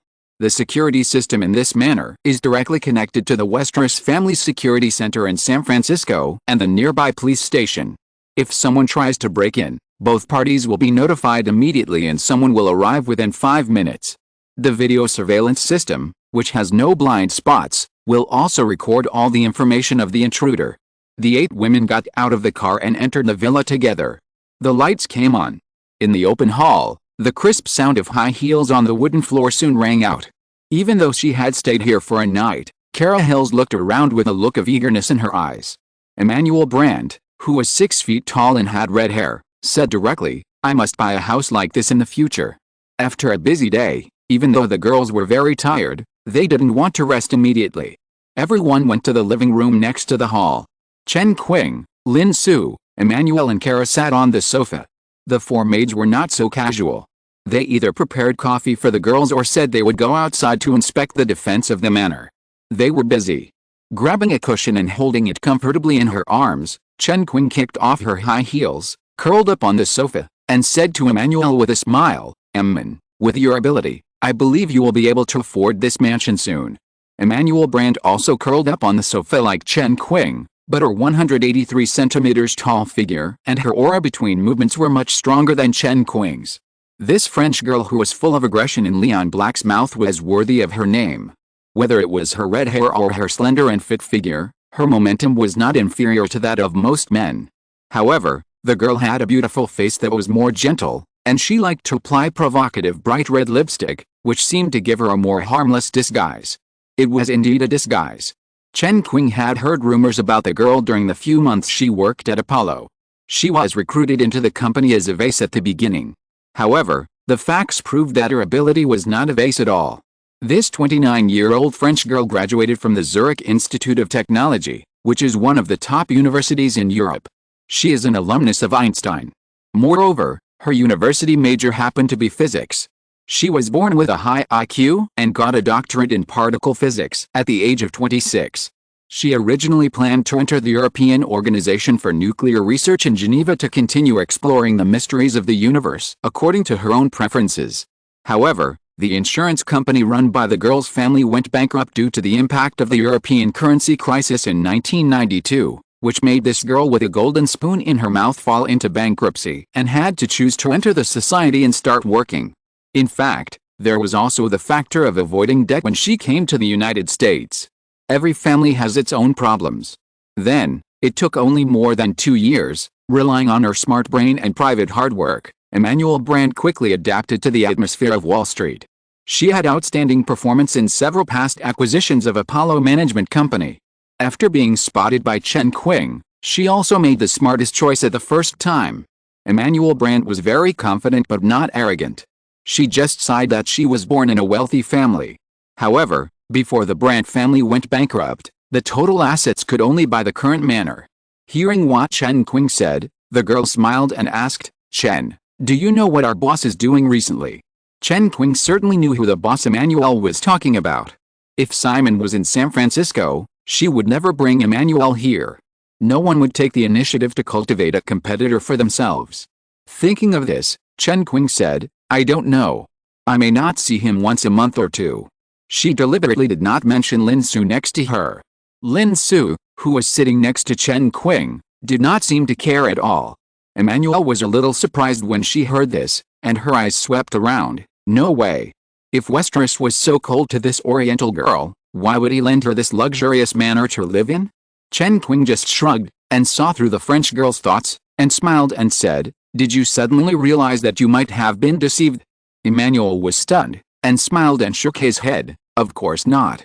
During this period, Chen Qing's authority to operate the acquisition of Scober was obvious to all, and there was also investment from China, which could not be fake. Even if a certain young tycoon was not very interested in the body of this Oriental girl, he definitely trusted her ability. This was also what Emmanuel valued more. While chatting casually, the waitresses brought coffee and Kara Hills brought up another topic. Ygritte's employee stock ownership plan should have been completed. Did they say that they would submit a prospectus soon? Why is there no movement? Chen Qing shook her head. I don't know either. However, after these busy days, maybe we can have a meal together and chat, and we should know. Kara Hills said, you mean, Miss C, and Miss D? Chen Qing smiled and nodded. Yes. A is with a boss, B is in New York, and C and D are in San Francisco. Kara Hills said, there should be Alice Ferguson too. I think she is more powerful than C and D is for Amazon Online Mall. Well, there is a special feature in Business Weekly praising the development of this project in recent years as a miracle. Emmanuel Brandt sipped his coffee and interrupted, I think Alice Ferguson is a little too radical. It's okay to cultivate the market in the early stage, but it's not sustainable in the long run and it's too expensive. What she should do next is to put this project away, otherwise, Ygritte's e-commerce business will collapse sooner or later. Seeing that Lin Su next to her had been silent, Chen Qing deliberately moved closer. Lin Su rolled her eyes at her, smiled, and continued to say to the other two women, I mentioned this when I was chatting with Claire and the others. The boss has been keeping an eye on it. Just look at Blockbuster and you will know why this videotape rental chain has almost bankrupted other competitors in the past 2 years. It is because Blockbuster has optimized a videotape storage and distribution system to the extreme, saving costs to the greatest extent. Therefore, while ensuring a considerable profit margin, it also has a price advantage that other rental chains cannot match. This is why Walmart and 7-Eleven are so successful. Amazon's online mall is destined to develop in this direction. If Alice Ferguson can't do it, or is unwilling to do so, the boss will sooner or later change her. Kara Hills said, it seems that Alice Ferguson can get 2% of Ygritte's equity reward this time. Is this true? Chen Qing nodded, actually it's 3%, 2% will be cashed in first, and the remaining 1% will be paid in installments during the next contract period. Kara Hills' eyes widened a little when she heard this. Compared with the other girls present, her appearance was much more ordinary. She was about 1.7 meters tall, with a slightly square face, but her pair of pure blue eyes looked very beautiful. Emmanuel couldn't help but sigh. 3% of Ygritte stock, according to the current IPO valuation of Ygritte of $100 billion, is $3 billion. Even if only the 2% cashed in this time is counted, there are still $2 billion. This is enough to occupy a very prominent position on the list of the 400 richest people in the United States. After the family business went bankrupt, Emmanuel Brandt, who had experienced a series of vicissitudes of life and the warmth and coldness of people's hearts, had a strong desire for money. She didn't know Alice Ferguson, but in this situation, she knew that she was actually very close to that man. This was her chance. As long as she had a platform like the Alphabet 4 girls or Alice Ferguson, Sophia Fessy and other women, Emmanuel didn't think she would be much worse than them. Chapter 809, The Superficial Reason. Simon's trip to Ukraine was mainly to further plan the private army of the Wei family. Before this, Simon had been hesitating whether to recruit the private army of the Wei family from the retired military group or to train them from scratch. During this period, he finally made a decision. Recruiting retired soldiers is convenient and fast, and can save a lot of manpower and material resources. However, these people will never have the absolute loyalty that Simon needs, and the recruitment process may be smeared by people with ulterior motives.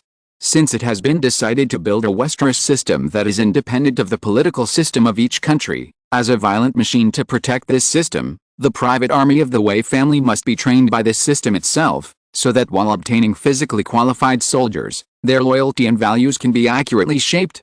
In the end, the private army of the Wei family will become a group of true Westerosians.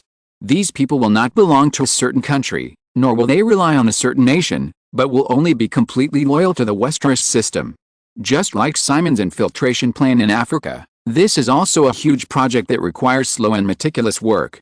However, whether it takes 10 or 20 years, As long as a group of real private armies of the Westeros family are created, the interests of the Westeros system and the Westeros family can be guaranteed to the greatest extent.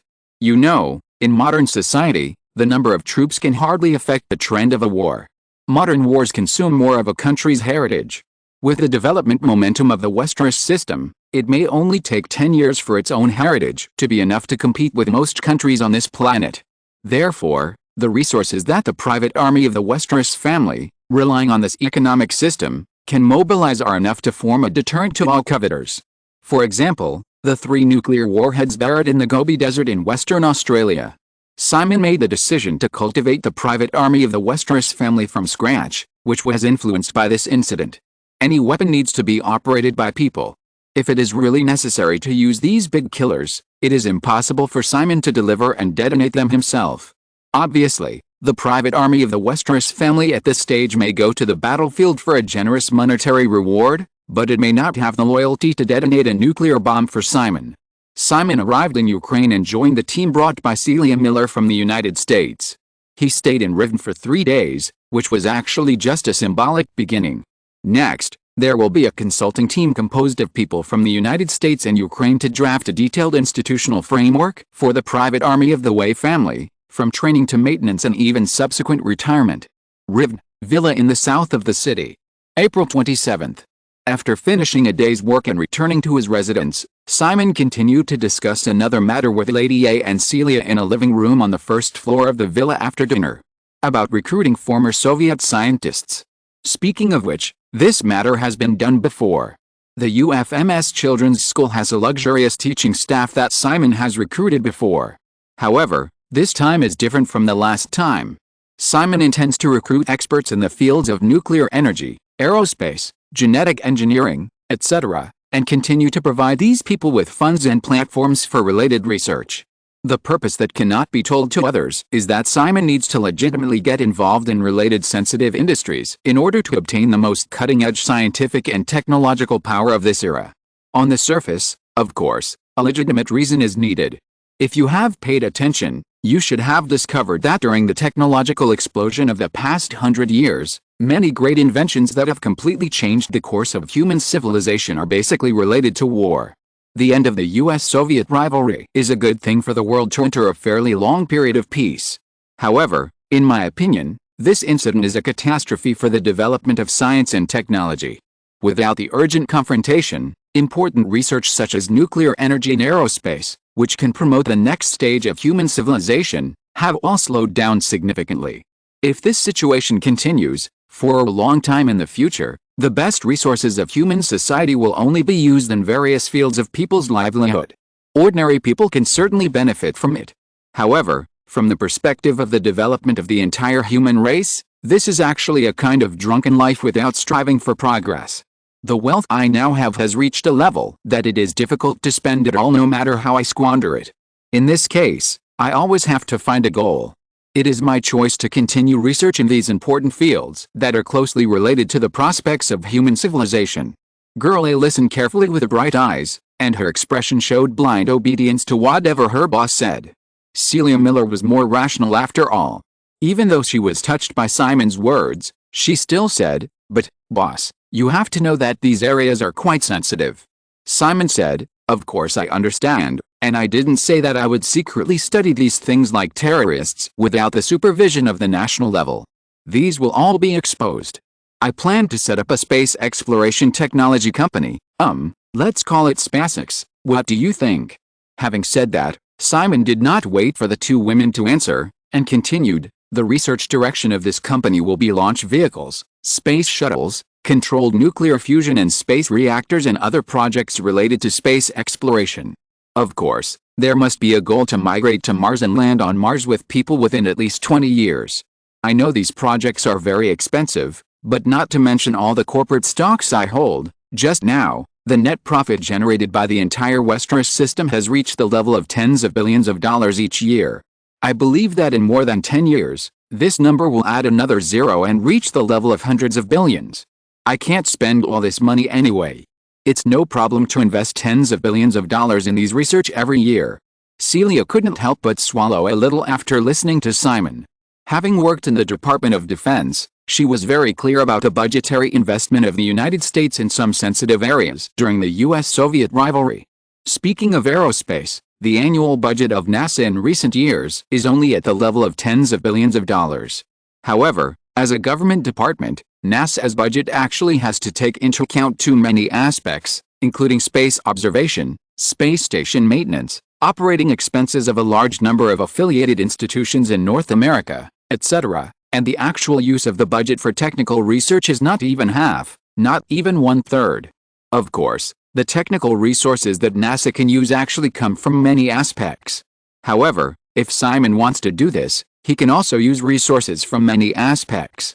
On this basis, his boss can also invest 10 times the research funds of NASA every year. It is hard to imagine how far this plan will develop in the future if it is really rolled out.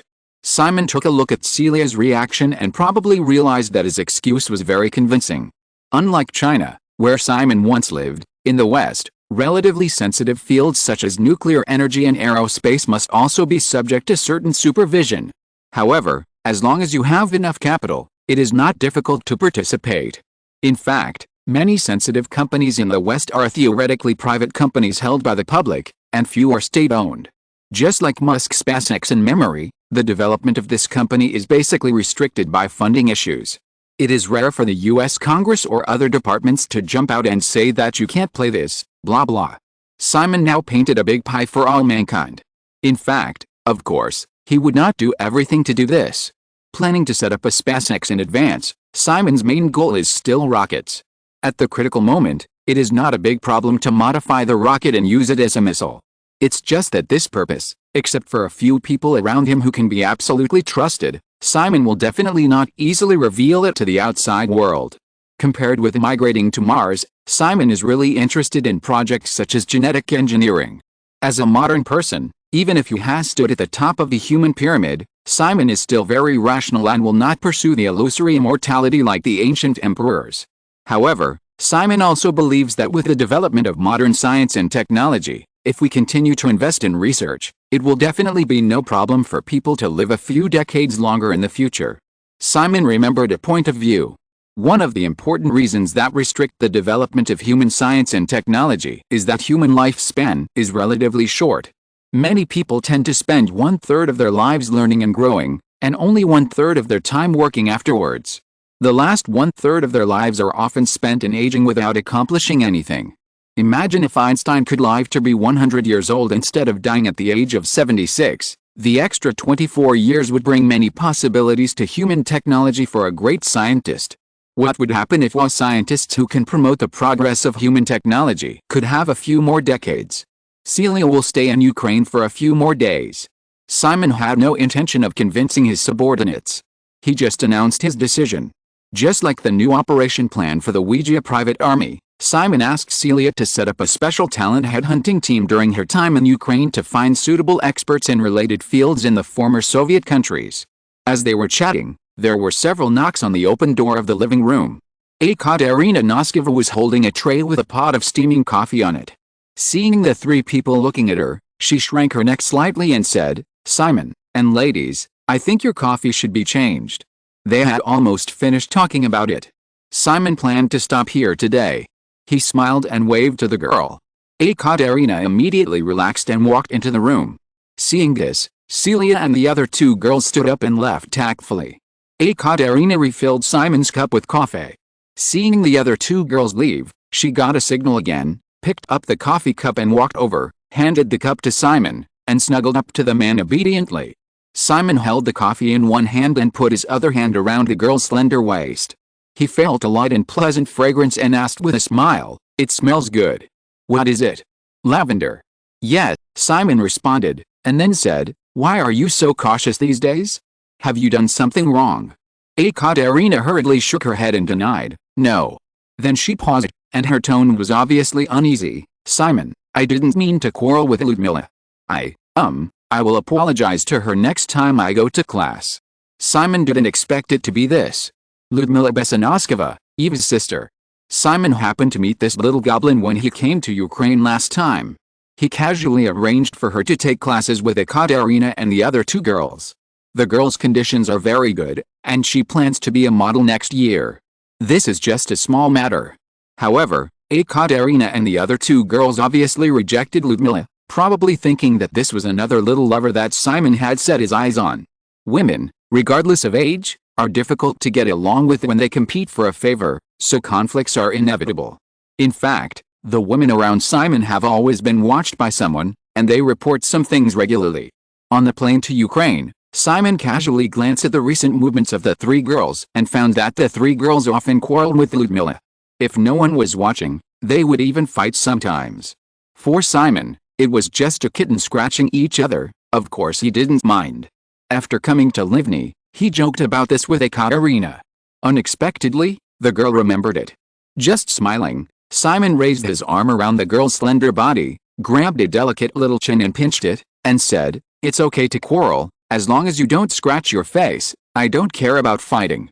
Of course, if you get beaten, don't come to me to cry." Ekaterina was caught by the man's chin, and she couldn't help shrinking her head, and agreed. But she still didn't completely let go. In fact, the cautiousness of the past few days was not all about the quarrel between her and Ludmilla that Simon mentioned. Instead, the man didn't touch the three of them these days. He didn't even let them sleep with him. This made Ekaterina and her two daughters feel a sense of crisis. They knew the miserable situation of the girls who were driven out of the villa in the south of the city. If the man next to them suddenly lost interest in the three of them, it was hard to say whether they, or even their families behind them, would suddenly become like the other three families who were driven out at the beginning of the year. Having already enjoyed such a princess-like life, even though they knew that many people around them were gossiping about them, the envy was obvious. How many men in the world could give their girls a plane full of gifts? In addition, after learning about Eve's affairs, the other female guards in the villa were obviously more proactive in recent days when they saw the men around them. Ekaterina couldn't help but wonder if the men had no time to pay attention to them these days, and whether they were focusing on the female guards in the villa who were also good-looking. The villa at the moment can be called a country of women. Including the three of them, there are a total of 11 women living here. All women can ask for whatever they want from the men around them. In addition, Ekaterina has another worry recently. When her father learned that Simon was coming, he called her several times in a row and asked her to ask Simon for a favor. She really didn't want to help. Ekaterina knew that her father had a good reputation in front of outsiders. He worked hard for the fertilizer factory and spared no effort to raise funds to help some farms in Rivne resume production. However, the relationship between father and daughter has always been cold. Because Maxim Noskov is a typical male chauvinist, he has a kind of contempt for women in his bones. He believes that women should stay at home and be housewives 24 hours a day. For her mother and the girls in the family, the only benefit of her father over the years is that he does not use domestic violence. Of course, she has been scolded countless times since she was a child. Especially when she was chosen to be a maid in this villa, she was not very willing at first. She was only 14 years old last year. How could she be willing to be a servant? It was Maxim who made the decision himself. The reason even made Ekaterina somewhat resentful of her father, because the salary offered here was very high, and this money could allow the family to continue to support her brother to finish college. The Noskov family has a total of 4 children, 1 boy and 3 girls. Their father has always had only their eldest brother in his eyes, and trained him as the successor of the family, so he attaches great importance to the education of his brother. As for the 3 sisters, it is enough to be literate. Before the collapse of the Soviet Union, the family was relatively well off, and the 3 sisters lived well and could go to school. After the collapse of the Soviet Union, the country's economy collapsed, and the 3 sisters all dropped out of school. Because of their father's insistence, the whole family had to find ways to support their eldest brother, who was studying for a master's degree at the University of Kiev. This time, there was a problem with the agricultural loan that my father raised at the beginning of the year. About the purchase of a batch of agricultural machinery.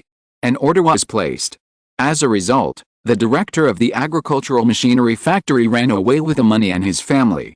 It is said that they smuggled to Germany a full 260 billion hryvnia, because the ordered tractors failed to arrive in time, which also affected the recent spring plowing. Actually, Ekaterina was somewhat gloating over her father's misfortune. She really hoped that he would encounter some bad luck. She didn't want to care. Katerina was actually very smart. She knew that she had no say around a certain man. In addition, Simon had not let them get into his bed in recent days, and the girl didn't want the man to think that she was a trouble. What if she was kicked out of this villa? From a princess to Cinderella. Katerina felt that she would rather die. Simon gently stroked the well-behaved kitten in his arms, drank a cup of coffee slowly, and reorganized the things that happened in recent days in his mind. Finally, he patted the girl's waist and said, "If there is nothing else, go to bed. I also want to rest." Katerina paused, plucked up the courage to take the initiative to rub against the man, and said, "Simon, can I sleep in your room tonight?" "Well, there are also Natalia and the other two." Simon happened to be abstinent again recently. In order to avoid accidental firing, he simply slept alone at night. Of course the young girl's awkward teasing would not change his mind. He just smiled and shook his head. He raised the girl's chin and said, "Not tonight, go to bed. In addition, if you get bored of staying in Livni, you three can go wherever you want, just don't look for little boys behind my back." Katerina held Simon's wrist with her two small hands and said expectantly, "Then, Simon, you leave tomorrow and take us with you, okay?" "I have something important to do." Simon shook his head and said, "But, let's do this, you go to London, I'll be there in a few days too. Go, I'll take you to see a movie, a horror movie." Well, finally got a positive response from the man. Katerina nodded quickly, but she didn't want to leave, and continued to stay. "Simon, I learned a dance recently, can I dance for you?" Simon was not very sleepy, the little goblin was pestering, so he agreed, "Okay." Katerina immediately stood up, "I'll prepare the music, we need music." She looked around again and took Simon's hand. "Not here, we have to go upstairs, to our practice room." Simon smiled and stood up and followed him upstairs. The other two girls soon appeared. It turned out that it was a dance of three girls together. It was not ballet that the girls practiced to keep their figure, but a Ukrainian local-style dance, very lively. The girls did not wear national costumes, but white t-shirts and red and black plaid skirts, sexy and playful. Youth is invincible. Before the dance, Simon was given vodka, as if to get him drunk. Of course, he didn't get drunk in the end. Moreover, Simon actually knew about Maxim Noskov's affairs. Simon knew about the girls' quarrels in private, and Maxim Noskov was cheated of a large sum of money. Simon couldn't have been unaware of it. 260 billion hryvnia, according to the continuously depreciating currency exchange rate of Ukraine, it is about $800,000. It is indeed a large sum of money. Simon has instructed the intelligence team of the Westeros family to find the director of the agricultural machinery factory who absconded with the money and his family. After finding them, he will ask the underground forces that have spread to Eastern Europe in the past 6 months to bring them back, or just kill them. Although the money came from the Netherlands, Noskov is considered one of their own. It is not so easy to take advantage of the Westeros system. Since you dare to do it, you must be aware of the consequences. However, Simon did not specifically inform Maxim Noskov himself about such a trivial matter. Chapter 810, Attacking the Enemy with a Strategic Advantage. The four seasons along the Mediterranean coast are not distinct, but they are different. In the manor south of Rome, the spring sun is just right. After a nap, Simon is accompanying Sophia to do prenatal yoga on the open lawn covered with a blanket. This is Friday, April 28th. After staying in Rivne last night, Simon rushed to Rome this morning. 5 months pregnant, as an older pregnant woman, Sophia basically no longer works. She cares more about the two little guys in her belly than Simon. She went to Los Angeles during the last Oscar awards ceremony and returned again. She has been staying in this manor south of Rome. Every day, she eats, sleeps, reads, teaches prenatal education, does yoga, and has regular pregnancy checkups. She has a beautiful cow cat and has recently fallen in love with flower arrangement. Her life is warm and fulfilling. This is actually the most leisurely and carefree time for a woman to grow up. Yes, that's it, Mr. Westeros, go slower, pregnant women are prone to cramps. Oh, you are so gentle. On the lawn, the hot yoga instructor wearing a light pink tight sports suit instructed Simon to help Sophia do a set of leg lifting exercises. The delicate body kneeling beside Simon came closer intentionally or unintentionally, with a faint fragrance and slightly cool fingertips pressing on Simon's arm holding Sophia's calf from time to time, which was full of teasing. After completing this set of movements and noticing that Sophia's forehead was already oozing with sweat, Simon stopped and told the yoga instructor beside him, "That's all for today. You go back first.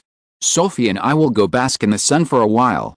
Simon directly drove her away, but the girl named Evelyn behaved impeccably. She stood up respectfully and said, "I'll go get a glass of water for the sir and madam." After the girl walked away, Sophia sat up with a teasing smile on her face. "I thought you wouldn't be able to bear it. You were planning to take a nap after doing yoga." Simon helped Sophia move her body and sit next to him. Together, they felt the warm spring sunshine, and smiled. "I'm not interested in women recently." "Ah." Sophia was confused for a moment, then she suddenly realized and smiled even more. "That means you've had enough fun and want to return to your family. It seems that I will be dumped by you soon, right?" "Of course not. The current situation is the life I have dreamed of in 2 lifetimes. It's just that, you know, people's minds are fickle."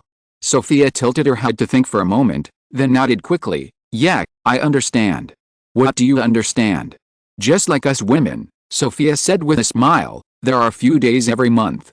Simon pretended to be angry and raised his right hand that was around the woman's other shoulder, flicked her earlobe with his fingers, teased her a few times, and let the woman lie down again, leaning on her bulging belly to listen to the movements of the 2 little guys.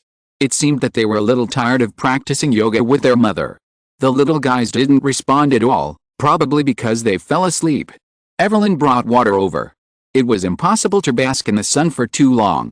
The 2 continued to stay in the warm sun for more than 10 minutes, then got up and returned to the villa. Arriving at a living room on the first floor, Sophia instructed a waitress, and soon a 3-month-old cow cat was brought over.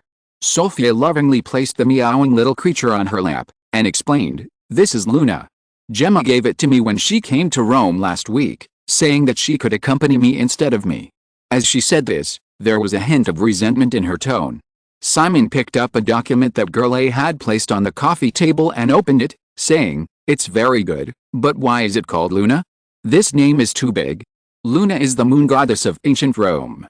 Sophia didn't care and gently held down the little guy who was about to escape again. "Gemma gave it this name. I think this name is good.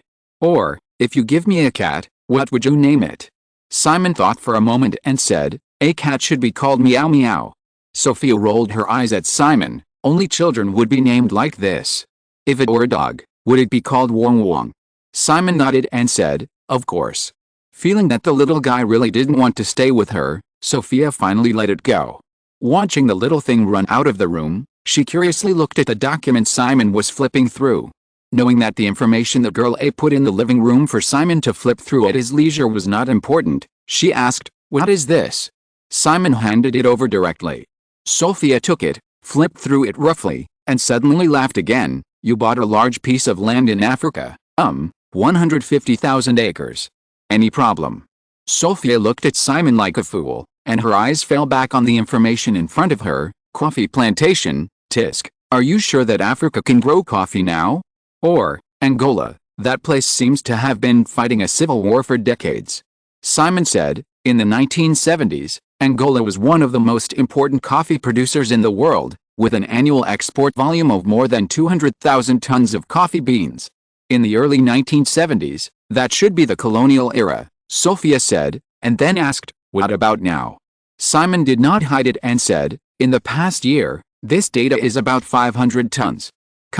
From a major coffee producer in the world that exports 200,000 tons of coffee beans annually to 500 tons in 1994, the gap is really a bit big. The reason is actually very simple. Angola declared independence in 1975. Before that, the country had always been a colony of Portugal, and domestic agricultural production was controlled by white people. After independence, a large number of white people withdrew, and large tracts of coffee plantations in Angola were taken over by inefficient blacks. Then there was a 20-year civil war, the national economy completely collapsed, and the once prosperous coffee planting system also declined. However, it was for this reason that Simon was able to get 150,000 acres of land through a contract worth only $10 million. You know, this is actually more than 600 square kilometers of land. The best coffee planting area is not the original forest in Tasmania that is basically undevelopable and Simon does not intend to develop. Moreover, The actual cost that the Westeros system needs to pay for the $10 million weapons order and consultant team contract is actually less than half, just $10 million on paper. Although this coffee planting area is almost in a state of abandonment at present, according to the record of the production of coffee plantations in Angola in the 1970s, this land can produce about 30,000 tons of coffee beans each year. After the next few years of operation, even if the production of this coffee planting area only recovers 1/3 of its heyday, 10,000 tons of coffee beans can be harvested each year. The recent global price of coffee beans is about $1,100 per ton. Producing 10,000 tons of coffee beans every year, according to the market price, is $11 million. Obviously, in an ideal situation, Simon can basically recover the investment in acquiring this land in just 1 year. Of course, it is just an ideal situation. What is the situation in Africa? Simon knows it very well because of many memories in the past. To put it bluntly, it is mud that cannot be plastered on the wall. Coffee planting relies heavily on labor, because coffee beans mature in batches and are difficult to pick by machine. In coffee production around the world, labor costs basically account for more than half of the investment. Simon did not expect this coffee plantation to resume production with the support of local black labor in Angola from the beginning. Even coffee bean picking is not too difficult for monkeys. Simon's plan is to mainly use white people left over from the immigration era, and then hire a group of overseas workers from Ukraine or China, as well as a small number of local residents with labor enthusiasm. What's more, Simon's fundamental purpose of taking this land is not to make money. Therefore, it is enough as long as it is not abandoned all the time. After listening to Simon's brief explanation, Sophia realized that her doubts were completely unnecessary. The man obviously had his own perfect ideas, and perhaps some deeper layout that she didn't know about. However, Sophia quickly added, with a long-term turmoil in Africa, Angola only exports 500 tons of coffee a year. If you build a coffee plantation with an annual output of 10,000 tons, you can earn tens of millions of dollars a year, which is more than the income of many diamond mines. Are you sure that the warlords will not turn against you and take it away? Simon said, there is already a team that is funding the children of some senior government officials in Angola to study in the United States. Sophia was puzzled. Huh? Simon explained, this is just the first step. After the disintegration of the Soviet Union, African countries will basically stabilize because there are fewer big power games. As long as you get power, there will be no more accidents for a long time in the future. My plan is to fund these people in power to integrate with the United States, invite their children to study in the United States, invite their relatives to immigrate and settle in the United States, and invite them to invest in financial management in the United States after accumulating a certain amount of wealth, and gradually realize the bundling of interests. Imagine, taking Angola as an example, if the vested interest class of this country, their wives, children, money and houses are all in the United States, would these people dare to turn against me? Sophia suddenly realized, then rolled her eyes at Simon, I thought you would directly overthrow their government like you did in Rwanda. This is the worst way. Simon shook his head and switched to Chinese, so winning every battle is not the best of all strategies. To defeat the enemy without fighting is the best of all strategies. Therefore, the best strategy is to attack the enemy's plans, the next best is to attack their alliances, the next best is to attack their troops, and the worst is to attack their cities. Attacking cities is a last resort. Sophia naturally didn't understand, but she listened very carefully, and finally asked, what is this? Simon said, The Art of War. I know it. I read it in college. It's a book full of wisdom. Which passage is this? Simon explained roughly. Sophia understood, stroked her bulging belly, and said, read it again to the babies, they will definitely like it. Simon said, are you sure you want to teach the children this now? Of course, they are too Westeros, they must be different. Simon did not refuse, and simply went over and started reading from the beginning of The Art of War, but unfortunately he did not remember much, and soon switched to Tao Te Ching. Lao Tzu's 5,000 words, she had memorized them when she was a child, and she was very familiar with them. Sophia learned a little Chinese under the influence of Simon, but she was not as thoughtful as Janet, so it was impossible for her to understand that her man secretly replaced The Art of War with Tao Te Ching. She just smiled and listened. I don't know if the twins sensed that their father was making a substitution, and soon they started to make a fuss. Simon had to stop and accompany the woman to appease the two restless little guys. They also stayed in Italy for 3 days. In addition to accompanying Sophia, Simon also paid attention to another thing. After the opening of Universal Studios Osaka, the negotiations between Deanery's Entertainment Group and the Italian government on the Universal Studios Europe project have entered the final stage. Although there has been no official announcement, the choice of building Universal Studios Europe near Rome is a foregone conclusion. It is still kept secret for the time being, and a lot of smoke bombs have been released, just to avoid someone from enclosing land in advance on the plot where the studio may be built to drive up the land price after the news spreads. This kind of thing has happened during the construction of many large theme park projects. After the weekend, time entered May 1995. The beginning of this year's summer season should be considered to have started on May 12. Crimson Tide Storm, produced by Jerry Bruckheimer, directed by Tony Scott, and starring Denzel Washington, is a submarine war film similar to The Hunt for Red October. It was produced by Disney and cost $53 million. Simon didn't remember much about this film, and Disney chose to land on May 12, so it can be foreseen how the quality of the project will be. The real super blockbuster this summer must be Jurassic Park 2, produced by Deanery's Entertainment and scheduled for release on June 2. Before Jurassic Park 2, Simon paid more attention to 2 movies of Deanery's Entertainment in the first half of the year that had broken or were expected to break $200 million in domestic box office: The Man from Earth and Toy Story 3. Because of these 2 box office dark horses, many movies released in the first half of the year ended dismally, including some other projects produced by Deanery's Entertainment. Arrived in London on May 1, and the plan was still 3 days. The work here is mainly The Conjuring 2. Simon drafted the plot of The Conjuring 2 based on the version in his memory, and the story still takes place in London. However, he did not copy the original version again. Since he was going to develop a horror film universe, Simon felt that in addition to the crossover of character images, some more continuous details should be added. Therefore, during the preparation of the Conjuring 2 project, Simon deliberately asked the main creators to watch the classic Hong Kong film Mr. Zombie in the 1980s several times. Of course, it is not to add comedy elements to the Conjuring movie universe series. In the Conjuring series in his memory, Simon's most important feeling is that it is too casual. The process of the protagonist subduing a group of ghosts seems to be completely based on luck, and the use of the cross and the Bible is also random.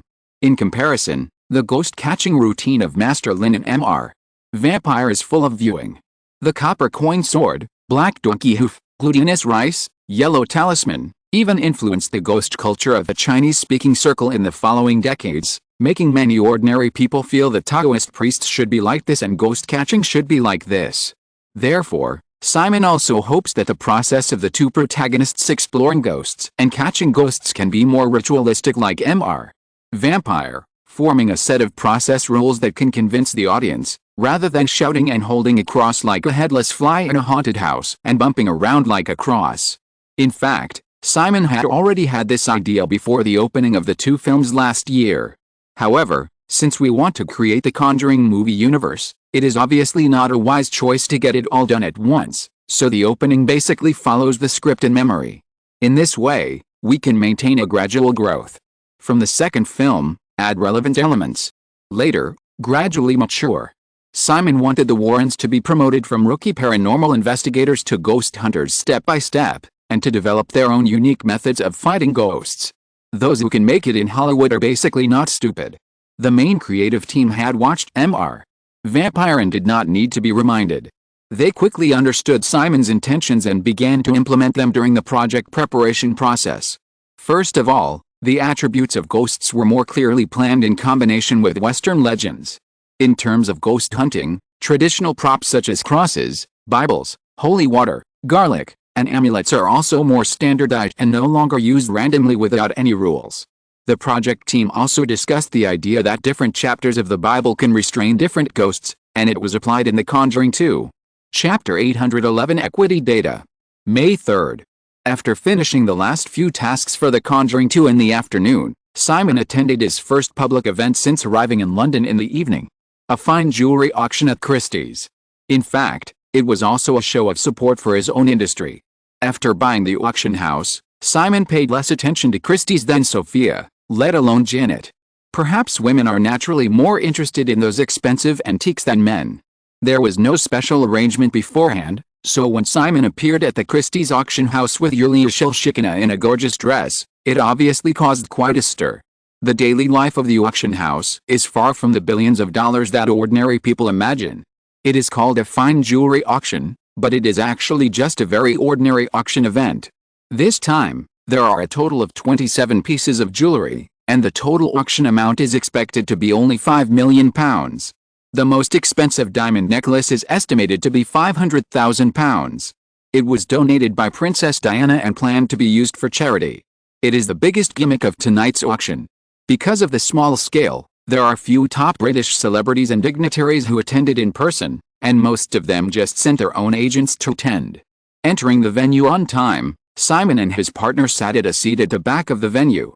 After a brief socializing with a couple next to them, the auction started soon. The staff brought a beautifully bound list over. Simon watched the auction with interest while flipping through the list. He quickly handed it to Shilshikina next to him and said softly, "Take a look and tell me which one you like." Shilshikina took the list handed over by the man and opened it carefully. She was still not very calm. Being able to be with a man tonight was probably a good opportunity. Simon had been staying at the villa on Kensington Gardens Street these days. It happened that a few Ukrainian fairies also came to London to play, but they were not arranged to stay in the villa. However, they had dinner together tonight. Afterwards, the man mentioned the auction and could only bring one person. He probably didn't know how to choose among the three girls, so he fell on her. When she left, she clearly felt the hostility in the eyes of the three girls looking at her, but Shilshikina didn't care. She was definitely not calm about being able to attend the event with a man. The woman knew that this was a public declaration of her identity. She was his lover. After carefully flipping through the booklet, Shilshikina still couldn't choose the jewelry she liked. These expensive items that cost hundreds of thousands of pounds were too far away from her life. The auction went very quickly. The man turned his head and asked again. 5 pieces of jewelry had already been auctioned off, so he showed him an emerald necklace with a starting price of £80,000. It was not the lowest in the booklet, but it was definitely not high. "This one doesn't suit you. Let me help you choose it." She heard this in her ear, and she was a little nervous, but just nodded meekly. In fact, she didn't like it very much. After more than 10 minutes, a ruby necklace appeared on the stage with a starting price of £250,000, which was considered a more expensive one tonight. Looking at the projection of the necklace on the big screen, she was inexplicably moved. She glanced at the man next to her without leaving a trace, and then quickly retracted her gaze. Obviously, many people had their eyes on this necklace, and there were frequent bidding sounds from the audience. However, after exceeding £400,000, there were fewer people competing for it. The specifications of this auction were there, and it was impossible for some popular auctions to raise the price several times. In the end, it came to £450,000. When the auctioneer was about to drop the hammer, Shilshikina heard the man next to her gently quote a price, £500,000. Everyone at the scene looked over. This was Simon Westeros' first shot. Of course, everyone mainly took this opportunity to see the man. They didn't feel anything about Simon Westeros spending £500,000 to buy a piece of jewelry. £500,000, for Westeros, is that money? The auctioneer was also very excited. The big boss always started to show his support, so he raised his voice and tried his best to create an atmosphere. The audience cooperated. Someone raised the card again and added £10,000. The auctioneer took a look and saw that this was an agent, but he knew that the person behind the number plate was the famous British tycoon Richard Branson, the owner of the Virgin Group. Someone raised the price, and Simon also called out the price for the second time, £550,000. Obviously he was determined to win. The placard just now is considered as a show of support. If you continue to argue now, you will be at odds with Simon Westeros. Moreover, everyone knows that the guy who raised the placard is the owner of this auction house. So the deal was successfully completed. It directly exceeded the estimated maximum price of £500,000 for Princess Diana's diamond necklace. Besides Simon, Shilshikina quietly grasped the hem of her dress, just thinking that it was too expensive and a bit wasteful. Others were curious whether Simon Westeros would bid for Princess Diana's diamond necklace. The auction started at 8 o'clock in the evening and lasted for 2 hours. Princess Diana's diamond necklace was the last one to be auctioned, and the starting price was also £250,000.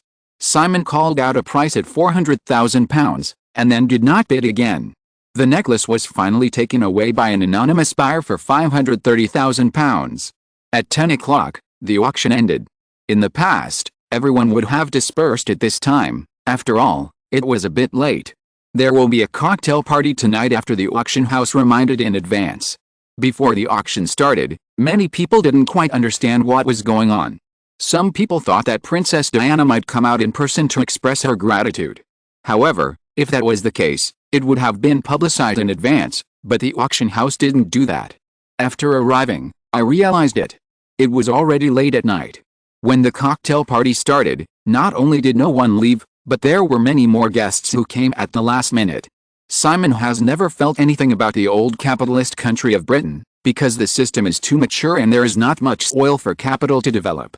Only conservative and stable capital will bet heavily here. This does not mean that Simon has no concern for Britain. The Westeros system has layouts in the entertainment, telecommunications, finance and other fields here.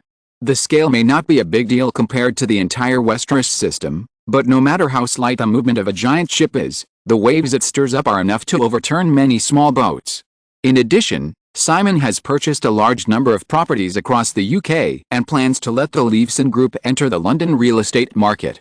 Due to the threat of economic weakness and the Irish Republican Army, London real estate has been in a downturn in recent years. However, in the next 20 years, London will definitely be one of the cities with the fastest house price growth in the world, and the investment value is very high. Fundamentally, Simon's strategy for the UK is this declines while the other grows, and this strategy covers large old capitalist countries such as France, Germany, and Japan. Only when these economies continue to decline can the Westeros system gain sufficient space to display. This is actually exactly the same as the fundamental strategy of the United States towards these countries, either control or destroy. Of course, these countries are not motionless targets. It will take at least several decades to achieve the goal of this decline. At the lively cocktail party, Simon's thoughts would certainly not be revealed. Because of the relaxed financial tax environment, London is a city where wealthy people from all over the world gather and settle. Many top wealthy people in Eastern Europe, Latin America, the Middle East and other regions live in the city for most of the year, and the proportion of billionaires is no less than that of New York. 2 hours of auction time is enough for these people to react. Therefore, we can imagine the lineup of guests after the reception. British tycoons such as Richard Branson, the boss of Virgin Group, are dwarfed by many oligarchs who control the economic lifeline of a country or region. Simon is naturally the greatest of the great. At the lively party, Simon was able to entertain these uninvited celebrities and wealthy people with ease. During the period, he was inspired a lot and kept it in mind. He did not leave with Shilshikina until after 11 o'clock. After leaving, he happened to meet the couple who sat next to him at the auction on the side of the road. The last name is Deleving. After chatting for a few words, I didn't react at first, but later I remembered and tried a few words. It turned out to be the Deleving in my memory. The couple has a daughter named Cara Deleving. Simon has no interest in Cara Deleving, the ghostly supermodel, and vaguely remembers that her sister Poppy Deleving is more in line with his aesthetics. After greeting, he learned that the couple's driver was late, and Simon offered to give them a ride. The couple was a little flattered. Although the Deleving family is also considered a wealthy class in London, compared with the billionaires who just gathered at the cocktail party, they are suddenly not worth mentioning.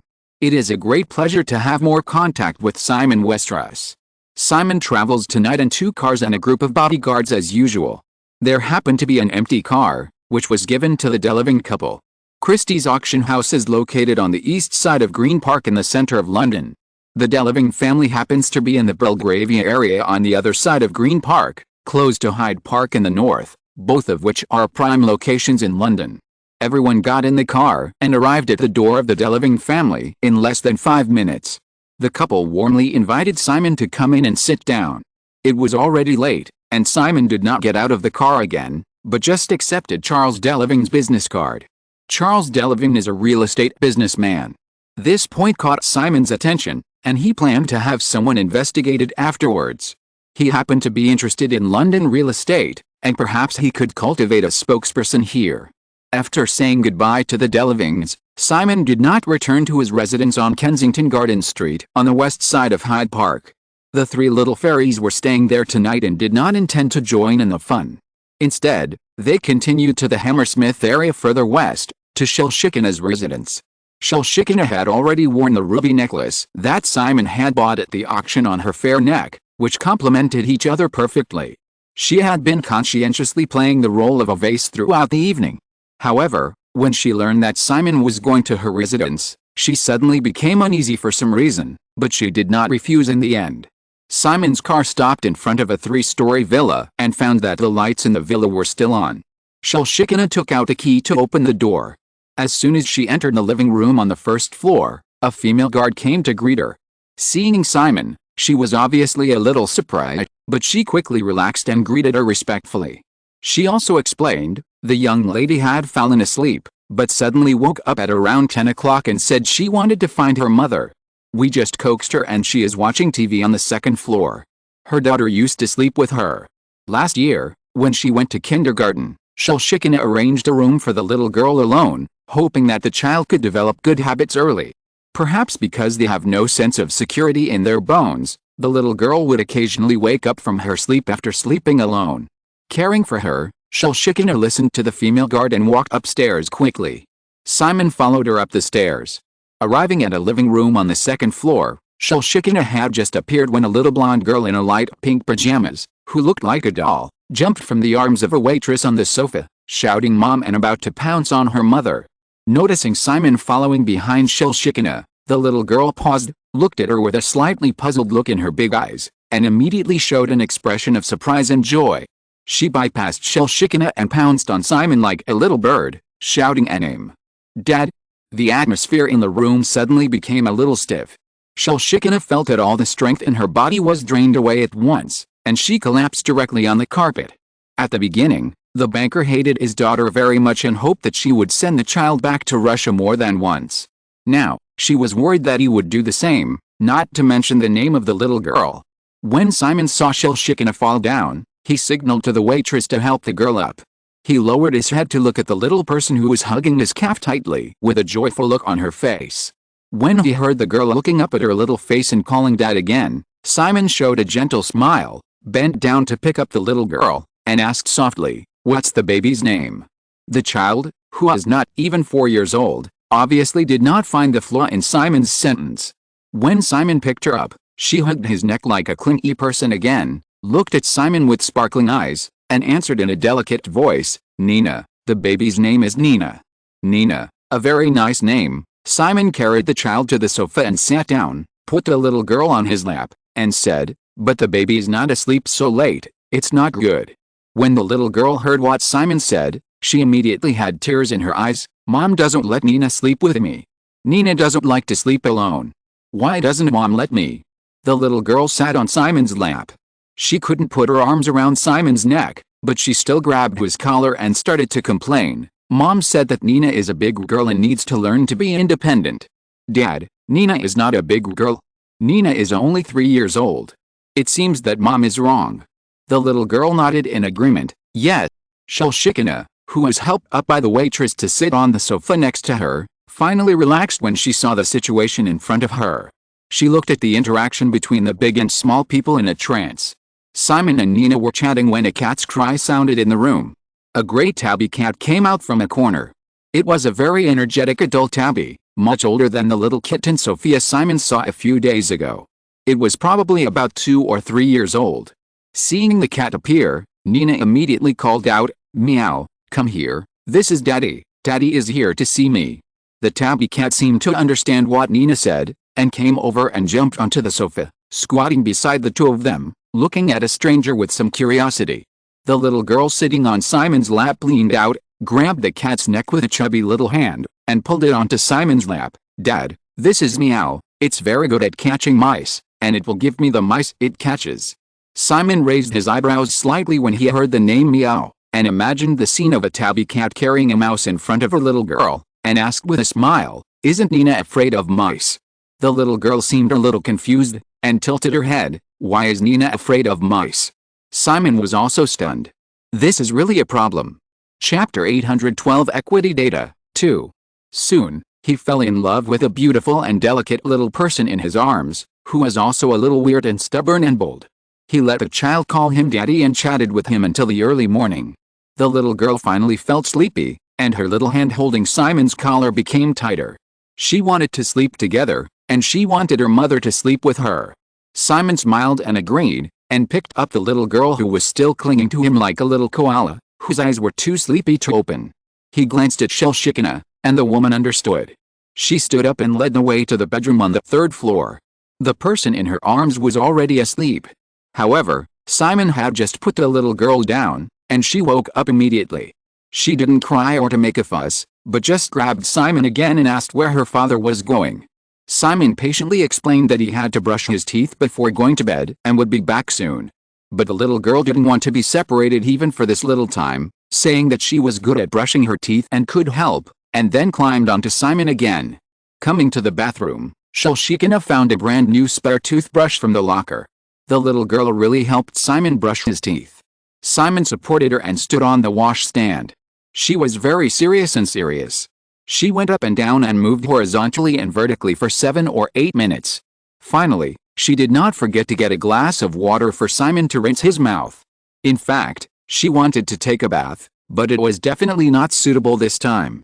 After brushing her teeth, the little girl immediately entangled with Simon again, so she had to carry her back to the big bed in the outer room. After Shellshikina washed up, she also came out and lay on the other side under the command of the little girl.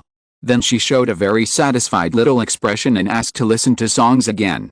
Shellshikina was worried that Simon would be impatient with her daughter's clinging, and was about to take over this job, but Simon had already agreed.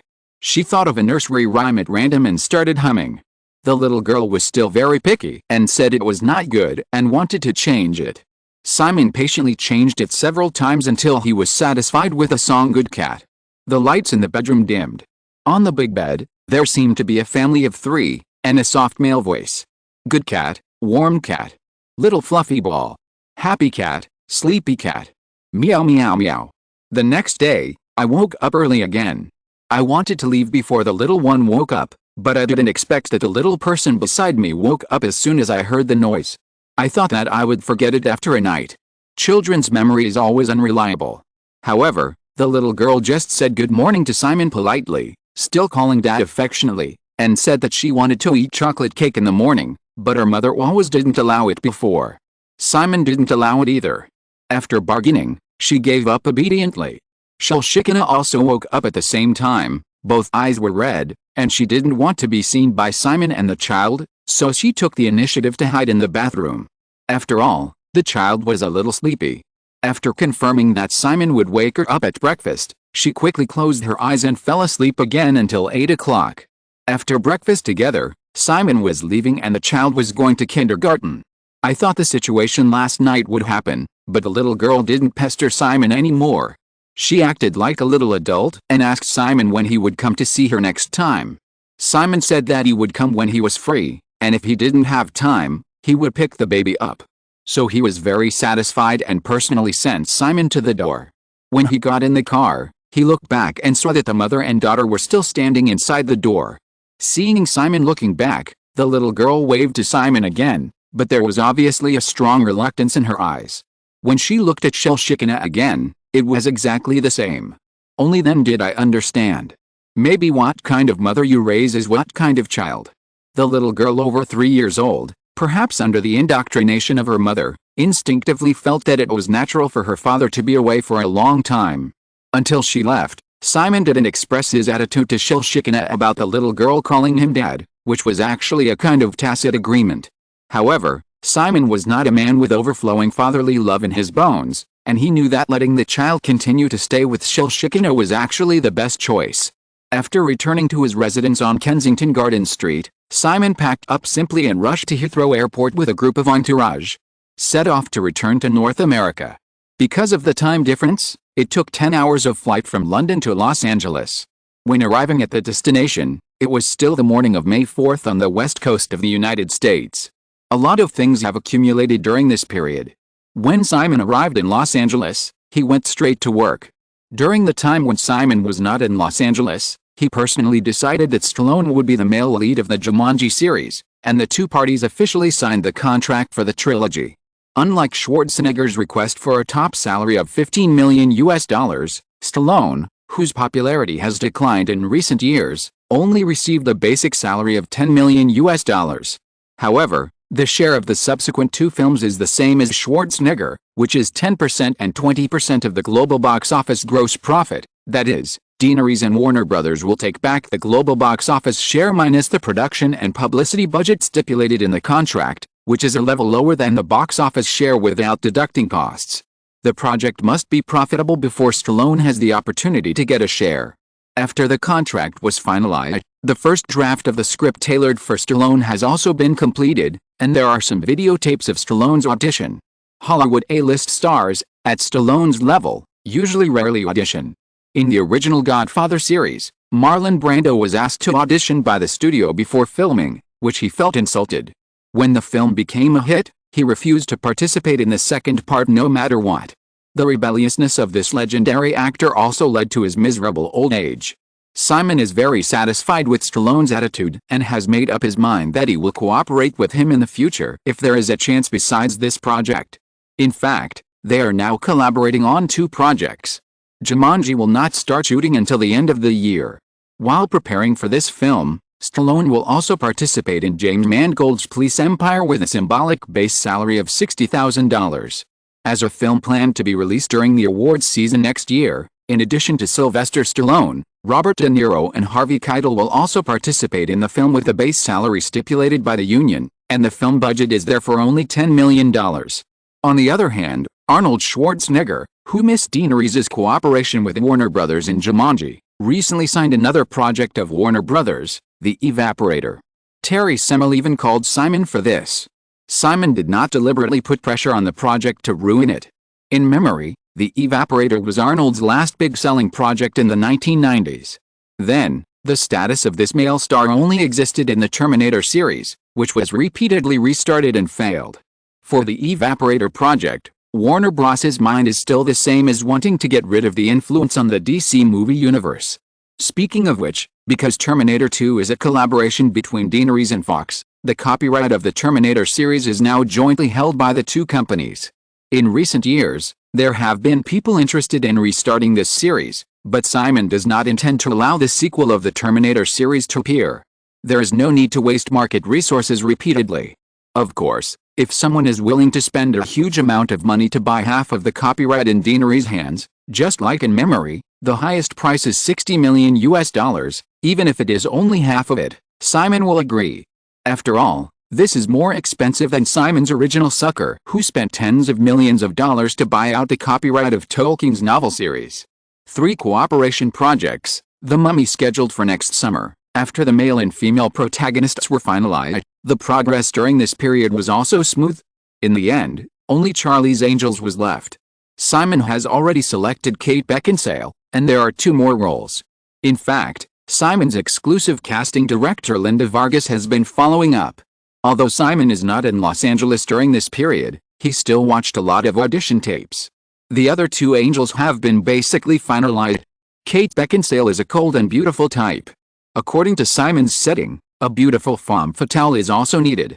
After several considerations, Madchen Amick, who has emerged in Hollywood with David Lynch's Twin Peaks, was selected. Simon met her at a party during the visit to the Man from Earth in Toronto at the end of last year. At that time, he gave her some pointers and hoped that she would improve her acting skills. The actress obviously did not take Simon's words as a deaf ear. The audition effect was significantly improved compared to the performance in the femme fatale movie Femme Fatale last year. Sufficient experience, up to standard acting skills, dancing skills, and willingness to sign a long-term contract ultimately led to the other party getting the role. Simon wanted to be politically correct for the last candidate. But he couldn't convince himself. In the 1990s, Hollywood's political correctness had not reached that level, just like the phenomenal American TV series Sex and the City, where the 4 female protagonists were all white and still very popular, and The Sopranos, which did not force 1 or 2 conspicuous black people in. So, the last role fell on Catherine Zeta-Jones. This famous Hollywood old man killer has developed well in recent years, and Simon has quietly promoted it, such as The Heroine in Stargate directed by Michael Bay last year, and earlier, The Heroine in Algiers, a British novel adaptation movie produced by Highgate Pictures, and even The Heroine in Far From Home, which was rumored to have an affair with Tom Cruise. Therefore, among the three female protagonists of Charlie's Angels, Catherine Zeta-Jones is relatively the one with the highest status. The other two actresses have rich acting experience, but have not participated in blockbuster movies such as Stargate. Catherine Zeta-Jones is also beautiful, but this kind of beauty belongs to the passionate and unrestrained style, not the femme fatale positioning of Mad Shinamic. In short, Simon will maintain a certain unity of the three angels through details such as clothing styling, so as to give the audience a sense that the three people belong to the same whole. However, the three people will also have their own strong personal style and different role skills, forming obvious differences. Like Jumanji, Charlie's Angels will also start shooting at the end of the year. The three protagonists will be finalized, and they will basically work hard for their roles in the second half of the year. Simon also invited a professional martial arts instructor from the other side of the ocean according to the information in his memory, and formulated a 3-month professional physical training plan for the three people. In addition to the three cooperative projects, Cameron's Titanic and Tim Burton's Sleepy Hollow and other films are also progressing smoothly. In addition to Hollywood, in Silicon Valley, after more than a month of operation, Ygritte has completed a large-scale employee stock ownership plan. In order to ensure that the IPO stock issue price is within $50, so as to stimulate the market's enthusiasm for purchasing the stock, the Ygritte team also directly split the stock during the shareholding plan. When the plan is completed, the total share capital of this new technology giant will reach 3.795 billion shares. As the largest shareholder, Westeros holds a total of 2.561 billion shares, accounting for 67.5% of the shares. Although the call for abolishing the multiple equity structure of enterprises has been getting louder and louder in recent years, this time, Ygritte still adopted a dual-class equity structure. The 2.561 billion shares held by Westeros are all Class B shares with voting rights equivalent to 10 times that of ordinary shares. This type of shares is only held by Westeros. Goldman Sachs and Morgan Stanley, which participated in the investment in the past 2 years, still hold ordinary Class A shares. Therefore, even if the shareholding ratio is greatly reduced, Westeros still holds more than 90% of Ygritte's voting rights. Then, Goldman Sachs and Morgan Stanley's shareholding ratio dropped to 3.75%, holding 142 million shares. The four giants of Ygritte, Tim Berners-Lee, Jeff Bezos and Carol Bartz, each received 4% of the shares, holding 151 million shares, and Alice Ferguson received 2% of the shares, holding 76 million shares. However, the four people also have the next employment contract period, and they will enjoy another 1% of Ygritte shares to be cashed out in succession. In addition to the major shareholders, all other employees of Ygritte share the remaining 7% of the company's shares, totaling 265 million shares. The total number of employees of Ygritte has exceeded 25,000. Compared with the large number of shares obtained by several core members, 25,000 employees enjoy 265 million shares, which seems to be very few. In fact, according to the preliminary determined issue price of $30, the total value of this batch of shares has reached $7.95 billion, which is equivalent to an average reward of $310,000 for each employee. The actual distribution will certainly not be so even. Some key department executives second only to the Big Four, such as Ralph Goodell, chief engineer of the cloud computing team who successfully implemented the Ygritte cloud computing plan, and Michael Navarrete, head of the 58 List team, also received rewards ranging from millions to tens of millions of shares. Among them, the total number of executives who received more than 3 million shares through rewards and subscriptions reached 19. According to the issue price of $30, it basically means that this IPO will have 19 people promoted to the ranks of billionaires. In addition, the total number of employees who received shares between 300,000 and 3 million shares also reached 163, which means 163 millionaires. Finally, there are a group of employees with 30,000 to 300,000 shares, with a larger number of 532 people, that is, 732 millionaires. However, these less than 1,000 core employees actually took away about 200 million shares out of 265 million shares. The remaining 60 million shares fell into the hands of other employees. Most people could only get 1 or 2,000 shares. Of course, this is already worth tens of thousands of dollars. This strong inequality in distribution actually caused a lot of dissatisfaction, but Simon did not compromise at all. In fact, what Ygritte needs to lock firmly is only the core 1,000 employees. For others, if they are willing to give up this reward, Simon does not refuse them to change jobs. This period is also the last period for other peers to poach from Ygritte in a short period of time. Afterwards, everyone will sign a new contract and related non-compete agreement. Because they think that Ygritte's equity distribution is not fair, there are many people who choose to give up the deserved rewards and change jobs. For this situation, the Ygritte team will try its best to retain them, and will not make things difficult after it fails, and let the other party leave. After the employee stock ownership plan is completed, according to the original plan, the prospectus should be formally submitted to the SEC. However, after internal discussions, everyone unanimously decided to delay this process. It is mainly to wait for the passage of the capital gains tax reform bill in May.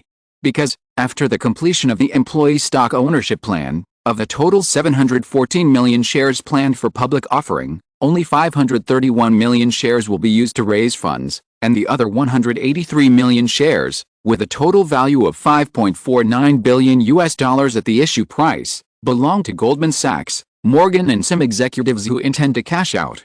Even if the capital gains tax reform bill is passed, the executives who just got the shares and choose to cash out will not be able to enjoy the lowest tax rate. Therefore, most of them come from Goldman Sachs and Morgan. These two companies have held Ygritte shares for more than a year, and they can fully enjoy the lowest tax rate of 15% at that time. It is conceivable that if the matter is exposed in advance, under the pressure of public opinion, the capital gains tax reform bill that is about to be voted on is likely to change. At that time, this may mean an additional hundreds of millions of dollars in taxes. And it will ruin the good things of many people. At present, Ygritte is experiencing a continuous rapid growth in all aspects of its business. As long as it can ensure that it goes public before the internet bubble bursts, the later it goes public, the better for shareholders. Therefore, no one is in a hurry. The final plan is to submit a prospectus to the SEC after the capital gains tax reform bill is voted through. By then, even if public opinion is still surging, things that have been finalized will definitely not be changed in a short period of time. Chapter 813 First Month's Report Card. Malibu, Deaneries Studios. Today is Monday, May 8th. A new week, Deaneries Entertainment's weekly high-level meeting. Today's meeting is mainly about the performance summary of Universal Studios Osaka 1 month after its opening and the preparations for the Universal Studios Europe project. From the beginning of 1995 to now, the domestic situation in Japan can be described as gloomy. On January 17th, a magnitude 7.2 earthquake occurred in the Kansai region of Japan. Universal Studios Osaka, which was in the final preparations before the opening, was also affected to a certain extent. Fortunately, it did not affect the established opening schedule. On March 20th, the Tokyo subway sarin gas case broke out, resulting in a huge tragedy of more than 5,000 casualties. With only 2 weeks left before the opening, the theme park team had to urgently and significantly strengthen the security measures of Universal Studios Osaka. In order to ensure that everything is as foolproof as possible, Simon also transferred a group of private intelligence teams from the Westeros family to Japan to form a dark network of guards under the open security team. Affected by 2 consecutive major negative events, the Nikkei index, which had been stable at around 20,000 points, has continued to fall sharply in recent months. In less than half a year, it fell below the low of 15,000 points, with an overall decline of more than 25%, and the Japanese economy suffered a heavy blow. April 6th. Universal Studios Osaka opened in such a stormy situation. The theme park team also lowered the original target of 10 million tourists in the first year of opening by 2 million, and used a series of promotional measures to attract tourists. The target of 8 million tourists in the first year of opening is only half of the 16 million tourists in Tokyo Disneyland in 1994. However, Universal Studios Osaka cannot be compared with Tokyo Disneyland in terms of construction scale or location. Under the current social situation, it is already a success to have 8 million tourists in the first year of opening. Facts have proved that the sluggish social environment has indeed had an impact on Universal Studios Osaka. Fortunately, the impact is far less serious than previously estimated, and it has even triggered a tendency of the lipstick effect that the worse the economy is, the more prosperous the entertainment industry is. On the first day of opening, Universal Studios Osaka attracted 46,000 visitors. This data slightly exceeded expectations, indicating that Japanese tourists have a fairly stable demand for theme parks. The first weekend that followed also set a new single-day record of 53,000 visitors. Then, during the Easter event around April 16, the number of visitors was also very impressive, attracting a total of more than 100,000 visitors on the weekends of April 15 and April 16. In the end, from April 6 to May 7, in the first month of opening, Universal Studios Osaka handed in a very beautiful report card, attracting a total of 970,000 visitors, exceeding the team's initial estimate of 900,000 visitors in the first month. 970,000 in the first month, if directly multiplied by 12, means that the number of visitors in the first year of opening will exceed 11 million. Of course, things can't be calculated that way. The outstanding performance in the first month is mainly due to the freshness of the opening of the studio and the attraction of tourists to the extensive promotional activities. This is a very common opening effect. After a period of opening effect, the number of tourists will definitely fall. After the first month, the popularity can still be maintained during the summer vacation. However, the average number of tourists per month may drop by 10% to 20% compared with the first month throughout the year.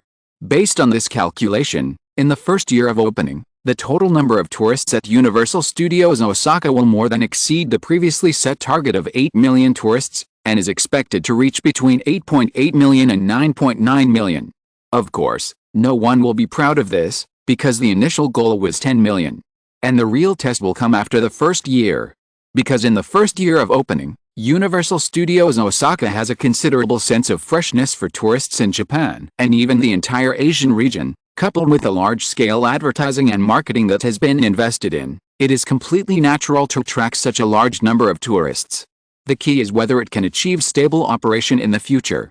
According to the investment scale of Universal Studios Osaka, the theme park can break even if it attracts 7 million tourists every year.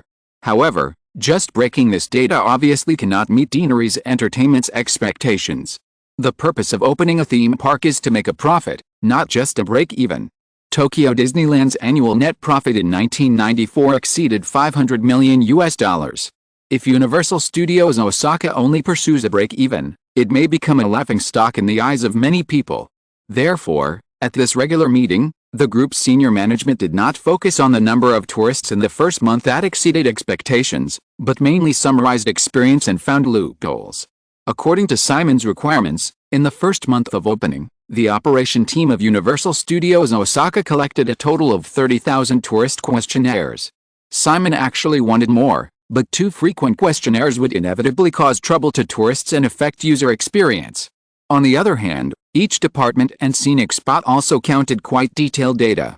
Finally, it was summarized into 3 parts: highlights, disadvantages and expectations. In the first month of opening, the biggest highlight of Universal Studios Osaka surprised everyone, which was the sales of peripheral products in the studio's internal stores. In order to welcome the opening of Universal Studios Osaka, Deaneries Entertainment specially customized a large number of new peripheral products, many of which are limited editions that are exclusive to the Japanese market at least, involving Pixar animation series, DC Movie Universe series, Jurassic Park series and other core IPs of Deaneries Entertainment. In the first month, with 970,000 visitors, Universal Studios Osaka's ticket revenue was 7.1 billion yen, which is equivalent to $68 million according to the recent exchange rate. The peripheral products, which should have been the icing on the cake, had sales of 8.3 billion yen in the first month, which was higher than the ticket revenue, equivalent to $77 million. Because of the popularity, many limited edition peripherals were out of stock.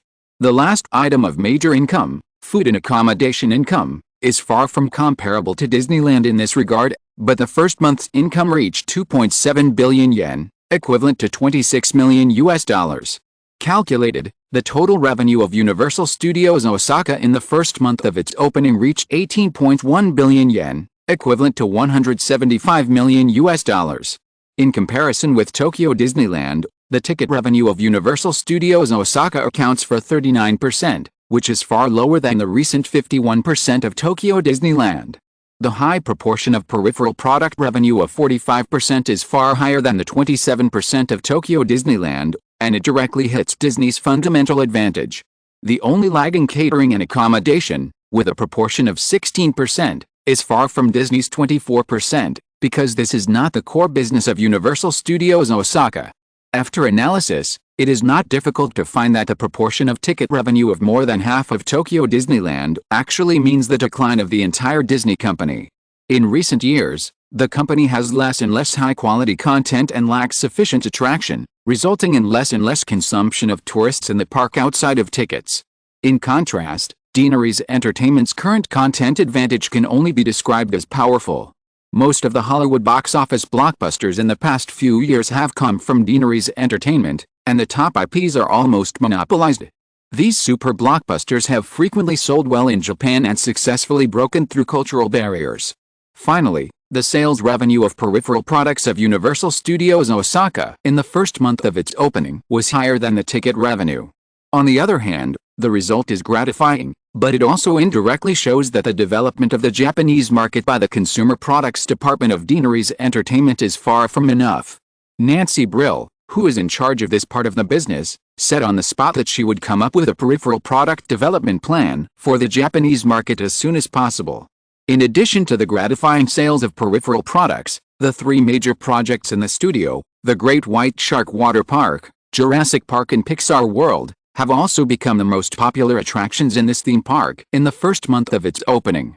All of this actually means that content is the foundation of a movie theme park. Deanery's Entertainment can only maintain the long-term attraction of Universal Studios to tourists by continuously launching high-quality movies.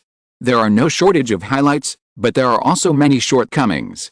According to tourist feedback and team evaluation, the biggest flaw of Universal Studios Osaka should be that it is too small. This is the result of Simon's original insistence on a conservative construction strategy.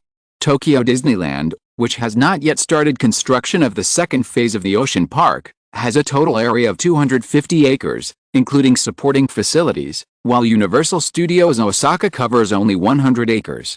This inevitably leads to relatively crowded attractions inside Universal Studios Osaka, which in turn reduces the length of time tourists stay in the studio. Because the area is too small and the flow of people is too concentrated, the queues at many popular attractions are very serious, which also reduces the tourist's experience. Unfortunately, this shortcoming cannot be made up in the short term. After all, theme parks in Japan are mainly aimed at Japanese tourists. The potential number of tourists in the Kanto Circle, where Tokyo Disneyland is located, has reached 30 million, while there are only 10 million potential consumers in the Kansai Circle where Universal Studios Osaka is located. If Universal Studios Osaka is built according to the specifications of Tokyo Disneyland, the tourist experience will definitely be greatly improved. However, it will be a long time before Deanery's Entertainment can recover its costs. Simon's plan is to operate it for 3 years in advance, and then decide whether to expand the studio based on the specific situation after 3 years. After all, the biggest role of Universal Studios is not only to make a profit, but also to promote the Deanery's Entertainment brand. As long as it is not a long-lasting pit like Disneyland Paris, it will definitely be more beneficial than harmful to Deanery's Entertainment if the scale is appropriately expanded. At present, we can only choose to make up for the defects that can be improved. Fortunately, the other shortcomings, such as the performance programs that are somewhat out of the understanding of Japanese audiences, the small size of the internal restaurants that cannot meet the needs, and the details that some attractions are not friendly to children, can all be improved. This is also in line with the original plan of the park. Even the most successful Orlando Disney World at this stage was actually loss-making at the beginning. The key is to continuously improve the visitor experience according to the needs after opening, and not to stand still. Of course, projects like Disneyland Paris have no possibility of reversal due to the serious mistakes in the initial site selection and the complete loss of control of the construction scale. When this theme park opened, even with the opening effect, the number of visitors in the first month was less than half of the expected number. In comparison, the situation of Universal Studios Osaka is much better. Even though it encountered earthquakes and terrorist attacks, the sluggish environment forced the operating team to lower expectations, and the report card for the first month of opening was still quite gratifying, rather than the empty footlight Disneyland Paris. Finally, there is the expectation option in the questionnaire survey. This survey is mainly for the evaluation of future expansion. Then it was found that the most anticipated new project for visitors to Universal Studios Osaka was actually the roller coaster. Disney parks in North America and overseas have corresponding Indiana Jones roller coaster projects, which are very popular. In the initial plan, Universal Studios Osaka actually had a similar roller coaster project called Space Fantasy Train, but it was not a real roller coaster, but an indoor simulation experience, which was cut due to safety technology and other reasons. Moreover, there is another reason for not building a roller coaster. Roller coasters are actually standard equipment in amusement parks. There is no shortage of amusement parks around the world. If a large roller coaster project is also set up in Universal Studios Osaka, it is likely to give the audience the impression that this is an amusement park rather than a theme park. Universal Studios will try its best to cater to the needs of tourists, but it will never be without persistence. It is fundamental to protect the group culture of Deanery's entertainment as much as possible. If you lose your cultural characteristics, you will really become an ordinary amusement park. However, after discussion, including Simon himself, everyone felt that it was very necessary to restart a roller coaster project. A plan was brainstormed on the spot to set up a roller coaster attraction that travels through the dinosaur world in Jurassic Park. Of course, this would inevitably mean additional investment. During the construction process, the popular Jurassic Park attractions would need to be closed, so it could only be put on the plan for the time being and could not be implemented in the short term. After discussing Universal Studios Osaka, the next step was Universal Studios Europe, which was planned to be built in Rome, Italy. Since the site selection has been completely finalized internally, it can actually be accurately named Universal Studios Rome. Just like the now renamed Disneyland Paris, there is no need to give it a big name. Universal Studios Rome is also easier for tourists to associate with the location of this Universal Studio. Although it turns out that Universal Studios Osaka is slightly smaller in scale, Simon will not be blind to Universal Studios Rome, and has no intention of enclosing 5,000 acres of land like Disneyland Paris. Of course, compared with Universal Studios Osaka, Universal Studios Rome will definitely be larger. After all, Italy is not as expensive as Japan. In addition, due to the gap in economic development, both land expenditure and construction costs will be much lower. With the same cost of $2 billion, it is not a problem to double the area in Italy. The regular meeting ended at 12 noon. Simon and Amy had lunch together and returned to the office. Girl A also sent Deanery's entertainment stock price information after the stock market closed on the East Coast. While holding a discussion meeting today, media on various platforms in North America have widely released performance information about Universal Studios Osaka's first month of opening. Deanery's Entertainment has lowered its initial annual tourist forecast of 10 million to 8 million, and this will definitely not be announced to the public. The focus of public publicity is the opening of 970,000 tourists in the first month, and the news that Universal Studios Osaka will break through the break-even line of 7 million tourists in the first year and achieve profitability. The highlight of the studio's internal store's peripheral products is definitely not missed. Anyone who has a little knowledge of the industry knows that this part of the income is not distributed according to the proportion of the studio's shareholding, but Deanery's Entertainment takes the lion's share, so it is definitely a pleasant surprise. The failure of Disneyland Paris and the poor environment in Japan in the first half of the year have made the market very pessimistic about the opening prospects of Universal Studios. Now, in the first year of opening, Universal Studios Osaka can achieve a break-even while reaping partial profits, without the need for Deanery's and Japanese shareholders to provide additional funds, which is the biggest benefit for this theme park. In addition, Universal Studios has made a good start, which has also reduced the market's concerns about Simon's insistence on building Universal Studios Europe. Therefore, as of the close of the East Coast at 4 p.m., Deanery's Entertainment stock price rose by 0.7% in a single day, and its market value also hit a new high of $141.9 billion, continuing to lead the pack in IAO ahead of several other Hollywood studios. Deanery's Entertainment's investigation of the three major old TV networks in the United States has been completed. The group's market value hit a new high. This afternoon, Simon formally discussed the acquisition of ABC with Amy Pascal. Chapter 814 Hot Sale. After the discussion on Monday afternoon, Amy Pascal began to contact the heads of the three major public television networks. This was of course his smokescreen. Simon's real goal has not changed. In the face of Deaneries Entertainment's acquisition intention, the three major television networks gave a very positive response. Jack Welch, chairman and CEO of General Electric Group, the parent company of NBC, quickly called Simon directly after Amy contacted him.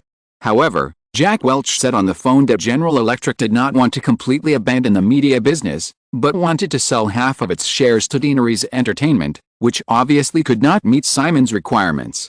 Larry Tisch, the actual controller of CBS, wanted to talk to Simon in person. Simon was less interested in CBS than NBC. The two sides only had 2 phone calls. Larry Tisch gave a quote during the second call, which was equivalent to a 50% premium on CBS's current market value, completely treating Simon as a fat sheep. Not only that, the circle soon spread the rumor that Deaneries Entertainment was interested in acquiring CBS, which led to a significant rise in CBS's stock price. Simon was happy to see this kind of confusing remarks, but his impression of Larry Tisch dropped to the freezing point. It was a violation of the rules to quietly release the news before the merger agreement was reached. The ultimate goal still had to fall on ABC. At the Melisandre party after the Oscars in late March, Simon had a contact with Warren Buffett, the major shareholder of Metropolitan ABC Group. Buffett was not opposed to selling ABC, but this veteran investor was obviously quite entangled between the cash and stock trading models, and tried to open a debt-to-equity plan that Simon could not accept at all. In the past month or so, driven by the overall bull market trend of the U.S. stock market, the share price of Metropolitan ABC Group has reached a market value of nearly $17 billion. Similarly, affected by the good news of the opening of Universal Studios Osaka, the market value of Deaneries Entertainment Group has also exceeded $140 billion. The stock prices of both parties have created their own new highs, and in the eyes of the capital market, they are also somewhat inflated. Given Buffett's cautious investment style and the imminent passage of the capital gains tax reform bill, it is increasingly likely that this veteran investor will choose to cash out Metropolis ABC. An all-cash acquisition will not dilute the Westeros family's holdings in Deaneries Entertainment, which is also the result Simon most hopes to see.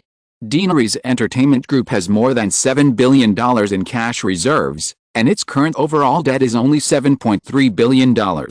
Relative to its market value, its debt ratio is only 5%.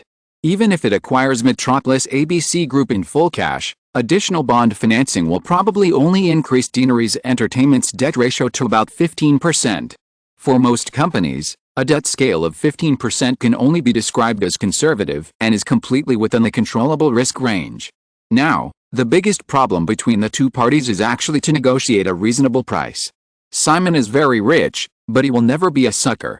Since it is a goodwill acquisition, the premium Simon can accept is about 30%. If it is as high as Larry Tisch, Simon would rather talk more with General Electric. In addition to not wanting to let go, Jack Welch's sincerity and cooperation is still very strong. In the midst of the busyness, the 1995 summer season officially opened. On Friday, May 12th, the first blockbuster movie of this summer, Crimson Tide, was released. This submarine war movie, co-produced by Jerry Bruckheimer, Tony Scott, Denzel Washington and other well-known Hollywood filmmakers, cost $53 million. The producer Disney prepared 2,383 screens for the movie. From this point of view, confidence is obviously insufficient. Also released at the same time was The Edge of Time, a biographical novel adaptation movie from New World Pictures. The movie starred a young little Leonardo DiCaprio and the young Mark Wahlberg at that time, telling a story of decadent youth about skipping classes, taking drugs, basketball and drug addiction. This low-cost youth film, which cost $7 million to produce, is similar to Gus Van Sant's Cowboys a few years ago, which was a big hit at the box office and in good reviews. The film has many handsome men and beautiful women, and passionate spending that young people in their rebellious period like to see. Although the film critics did not have a good reputation during the preview stage, New World Pictures still gave 516 screens for the opening, trying to make a long run in this upcoming summer season. Speaking of which, After completing the promotion of The Edge of Time, Leo has joined the crew of the modern version of Romeo and Juliet. This is also a project of New World Pictures. Australian director Baz Luhrmann made his mark in Hollywood 3 years ago with Dancing Heroes. Subsequently, this director, who obviously likes to take his time, prepared for this new film for a full 3 years. During this period, he also participated in the creation of stage plays for a period of time. Recently, he finally started shooting his new film. It was precisely with the box office success of this modern version of Romeo and Juliet that Leo successfully became a popular young actor and got the role of Titanic. Simon does not intend to change this. As the summer season begins, two dark horse films from the first half of the year, This Man from Earth and Toy Story 3, are still sticking to North American theaters. In the box office week from May 5th to May 11th, This Man from Earth, which was released for the 11th week, received another $2.53 million in a single week, and the cumulative box office has reached $229.31 million. The film is expected to be completely withdrawn before the release of Jurassic Park 2 on June 2nd, and the total box office in North America is about $235 million. $235 million is slightly lower than the earlier expected $250 million. The reason is that Toy Story 3 is too strong, which squeezed out the box office potential of This Man from Earth of about $15 million. Toy Story 3, which opened on April 7th, is in its 5th week of release. Compared with last week, the box office fell by 23%, and continued to earn $14.69 million, with a cumulative box office of $143.45 million. There are still 3 weeks until the release of Jurassic Park 2 on June 2nd. According to the steady decline of about 20% for several weeks in Toy Story 3, the film's domestic box office is still expected to exceed $200 million. Simon was in San Francisco on May 12. After completing the employee stock ownership plan, Egret's IPO is ready and can submit a prospectus to the SEC at any time, so Simon no longer needs to pay too much attention. This time it is mainly for Tinkober. This electronic product company founded by Simon and Seagull has been developing rapidly in recent years with the help of the internet. In the past 1994, Tinkober's shipments of digital cameras reached 7.16 million units, a high growth of 159% compared with 1993. Including other products such as portable flash drives such as iDisk, the annual revenue reached $2.19 billion and the net profit was $270 million. Unconsciously, this new concept technology company, which was not very prominent at the beginning, has grown into an electronic product giant that cannot be underestimated in the industry. Among the series of products released on April 8, after careful preliminary market research, the Tinkober team finally gave up the strategy of squeezing out 300,000 pixels for the latest Item 50, and upgraded it to 500,000 pixels. However, the originally planned 150 meters storage capacity for 3,000 photos was also reduced to 120 meters storage capacity for 1,000 photos. Because according to the questionnaire survey data, many potential users feel that the capacity of 3,000 photos is a bit too exaggerated and can't be used up at all. 1,000 photos not only shows the product advantages of the latest micro hard drive version of Item 50, but also does not make users feel that the performance is excessive, which seems just right. Increasing the sensor resolution and reducing the storage capacity also balances the various costs of the new Item 50 to the greatest extent. Moreover, the Item 50 still maintains a retail price of $499, which is very attractive to users of the old version of Item. As a transitional floppy disk version, Item 40 still uses a 300,000 pixel sensor, and Tinkober has also lowered the price to $449. As another flagship product, iPlayer 10 uses a 500 M micro hard drive, which is also the most expensive core component of this digital music player. According to the MP3 audio format launched by Egret, iPlayer 10 is enough to store 100 to 150 songs, with a content length of 500 minutes, equivalent to 8 hours.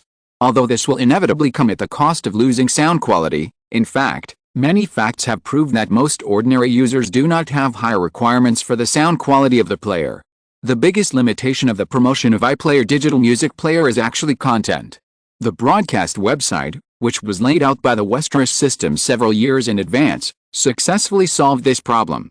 At the same time as the release of iPlayer 10, Deaneries Entertainment provided 300,000 genuine music to the broadcast website, including popular records of popular groups such as Backstreet Boys and Guns N' Roses in recent years, as well as all the singles released by Simon over the years. Although 300,000 legitimate songs are still pitifully few compared to the scale of music copyrights in the entire European and American music circles, and in fact, they are not all that Deaneries records owns. However, the legitimate film review resources such as audiobooks, talk shows, educational courses, etc. on the broadcast website have largely made up for the lack of music resources. Not only that, the difficulty of cracking iPlayer is actually very low. This actually means that users can easily obtain various pirated music from the internet platform. Western people have a very wide habit of paying for legitimate music. As long as there is something to sell, many people are actually willing to spend money to buy legitimate resources. Of course, if the legitimate resources cannot be found, then it is a pity. Once iPlayer was released, the industry quickly noticed this problem, and some record companies even threatened to initiate a lawsuit. Simon's attitude towards this is just to fight back. With the case of Sony winning the VCR lawsuit in the past, it is actually difficult to win this kind of lawsuit. Simon's personal attitude is that he will not condone piracy for the promotion of iPlayer. He hopes that through the rapid popularization of this product, major record companies will be forced to agree to sell their own music on the broadcast website. The internet is a rather wild open platform. If you don't want this field to be overgrown with weeds, the best way is to carefully cultivate various useful crops. That's the truth. The press conference was held on April 8th, and the official sales started on April 15th. As of May 11th, it was exactly 4 weeks. Excluding the marginal products such as ICOM 40s and iDisc 20 used for transition, the two main products of Tinkerbell this year, the micro hard disk version of ICOM 50 digital camera and the digital music player iPlayer 10, have been extremely popular in the market. Because the early production capacity is still in the process of climbing, especially the iPlayer 10, out of caution, the Tinkerbell team did not prepare too much stock, so they chose to start another hunger marketing on the Amazon online mall flagship store that has already officially settled in. It must be said that this simple and crude marketing model is still very effective. Coupled with the follow-up reports of many media, the two new products have become more and more popular in the market. The result of being too popular and frequently out of stock in the market has even led to frequent robberies of the two electronic products in North America recently. The same price of $499 is mainly aimed at the middle class with relatively affluent families. After all, only these families have matching personal computers and internet access. ICOM is highly dependent on PCs. Before the emergence of iPlayer, there were no frequent robberies. However, iPlayer 10 is lighter than Sony's portable Walkman, but it can hold hundreds of songs at a time. Moreover, even if there is no internet access at home, you can easily download all the music you can imagine in internet cafes that have spread all over North America. Such a magical device is simply a dream for many music lovers. You know, in the New York blackout in 1977, many audio equipment stores were looted the most, and to a large extent, it led to the rise of hip-hop music. Okay. That's right, most of the robbers were black people. This time is no exception. For the iPlayer released by Tinkover, not only can you grab it for your own use, but also, because of the shortage of supply, the purchase price on the black market is also quite considerable, which has led to frequent robberies specifically targeting this product. As a brother in distress, ICOM has also been implicated. They are all products of the same company and are said to be very powerful, so it is definitely right to grab it. There was even a murder case in Chicago because of this. A couple was listening to music on the shore of Lake Michigan with iPlayer 10 and taking pictures with the latest ICOM 50. Perhaps it was too conspicuous. Even in the daytime when people were coming and going around, they were robbed by two black youths.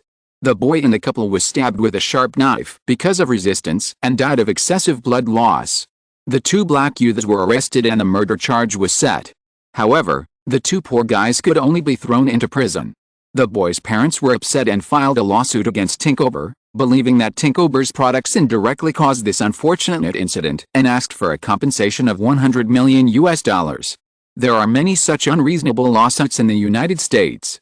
While Tinkover was actively responding to the lawsuit, it had to remind users through some media to keep a low profile when using the iSeries products, which became a hot topic for a while. These episodes did not affect the hot sales of the two new products at all. In the first week of sales, ICOM 50 achieved a weekly sales of 320,000 units in the North American market alone, including pre-orders.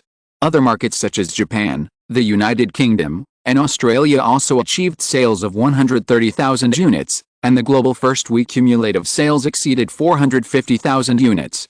This was even when some important markets such as France and Germany were not able to open sales at the same time. iPlayer 10 is temporarily limited to the North American market. In the first week, the first batch of 100,000 iPlayer 10 stocks were sold out. Starting from the second week, Tinkober put 200,000 iPlayer 10 units on the market every week, but it still could not meet the demand. As of May 11th, in 4 weeks, the global total sales of ICOM 50 had reached 1.53 million units. The shipment volume of iPlayer 10 players in 4 weeks has reached 700,000 units.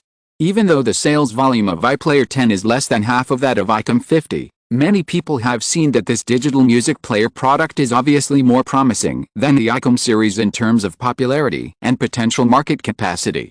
iPlayer 10 has not only caused frequent robberies in North America, but also most of the iPlayer 10 resold in the second-hand market is even higher than the official price.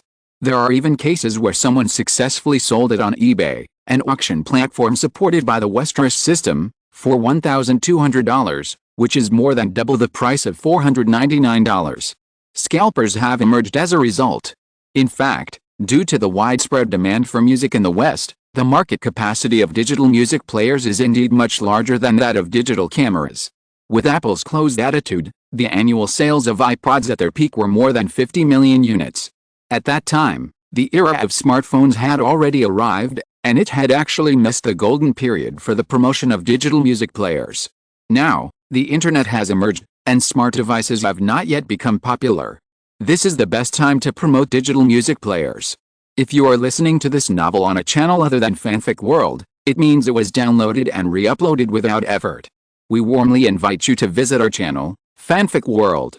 There you will find the original version of this story and many other novels of various genres. We look forward to seeing you dive into a world of incredible novels. Chapter 815, IPO Still Needed. A row of luxury villas with high specifications were built along the bay in the north of Ygritte Park. These luxury villas were basically divided up by the senior executives of the Westeros system in the Bay Area, and Simon naturally had no shortage of them. After attending the summary meeting of Tinkerbell in the morning, and spending an hour in Tinkerbell's laboratory to check the research and development progress of a series of new products of this electronics company, Simon and Miss C came to the villa nearby for lunch at noon. Miss A had already prepared in advance. When Simon and Claire arrived, a large group of women including Miss D, Little Jenny, Alice, Waist Beauty, Leg Beauty, Chen Qing, Lin Su, etc. had gathered here, plus the maids who were responsible for Simon's daily life. Another country of women. Emmanuel Brandt, who came with Chen Qing and the other two women to eat, was even a little dazed when she saw the scene in the villa. The French girl was born in a wealthy family and had seen many luxurious families that employed 30 or 50 servants in a house. However, Simon Westeros's residence gave her a completely different feeling. After a while, I realized that unlike other wealthy celebrities, this villa was full of women, and all of them were outstanding beautiful women. Whether it was the letter girls or the maids in uniform, their appearance and figure were all above 80 points. This was completely unattainable for those ordinary wealthy families. For the rich, beautiful women were not a scarce resource. However, it was even more difficult to gather a room like Westeros, and at the same time, they were not ordinary vases with only appearance but no connotation. In the final analysis, beautiful women were proud. It was even more impossible for smart and beautiful women to be easily tamed by a man, let alone a bunch of them at a time. Perhaps only Simon Westeros could achieve this. This man, who had already stood at the top of the wealth pyramid of human society, had a fatal attraction to the opposite sex in terms of personal wealth and appearance and talent. Realizing this, and thinking about the various pioneering deeds of a young man who had emerged over the years, this French girl, who was full of aggression in both stunning appearance and strong personality, was led by Chen Qing to Simon, and for some reason she felt a sense of restraint. Simon had already noticed this French girl. Chen Qing's team took over Scober in 3 weeks, and the main developer of the acquisition plan was Emmanuel Brandt. So he was very impressed. Taking the initiative to extend his hand to the other party, Simon smiled and said, "Miss Brandt, it's nice to meet you. You have done a great job on the Scoper project." Emmanuel Brandt subconsciously reached out and felt her palm being held by a slightly rough, warm and powerful hand. The man in front of her was obviously looking at her again. Inexplicably, a warm current flowed through her body from that hand. She tried to think of a compliment or two, but found that the other party's actions could not be described in 1 or 2 words. In the end, she just said a little hesitantly, "Thank you, Mr. Westeros. I am also very happy to meet you." The two separated, and Simon just nodded slightly to Chen Qing and the other woman, and walked into the villa. Emmanuel greeted the girl C who came in with Simon. After the headquarters of Scoper moved into the Ygritte Park, the two sides have become familiar with each other. Several women were chatting, and a series of crisp giggles with coquettishness came from behind Emmanuel.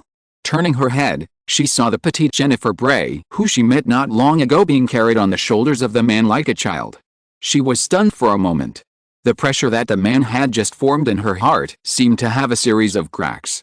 Claire noticed the change in Emmanuel's expression and suddenly said, "Let's go over there." Then she took the lead to chase after him.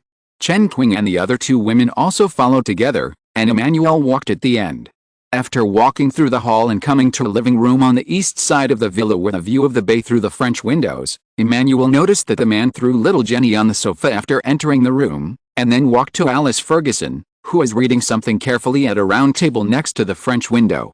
He was obviously a little rude and directly took away the file in front of the girl. In the midst of the dissatisfied protest, he and Alice gathered one hand together and sat down on the sofa, continuing to hug the girl. The hand was still moving restlessly, flipping through the file on its own. Soon, the little Jenny who had just been thrown away came over again and stuck to the other side of the man like a kitten.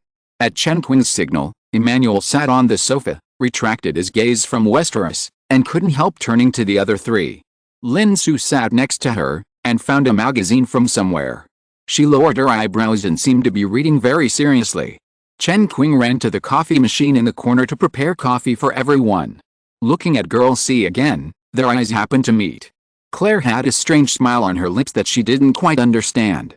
When she saw her looking at her, she gently put it away, as if nothing had happened. I couldn't help but glance at Westeros again. Only then did I realize that after Alice Ferguson's complaint just now, she didn't seem to be dissatisfied. She was quietly hugged by the man and whispered something to the other party.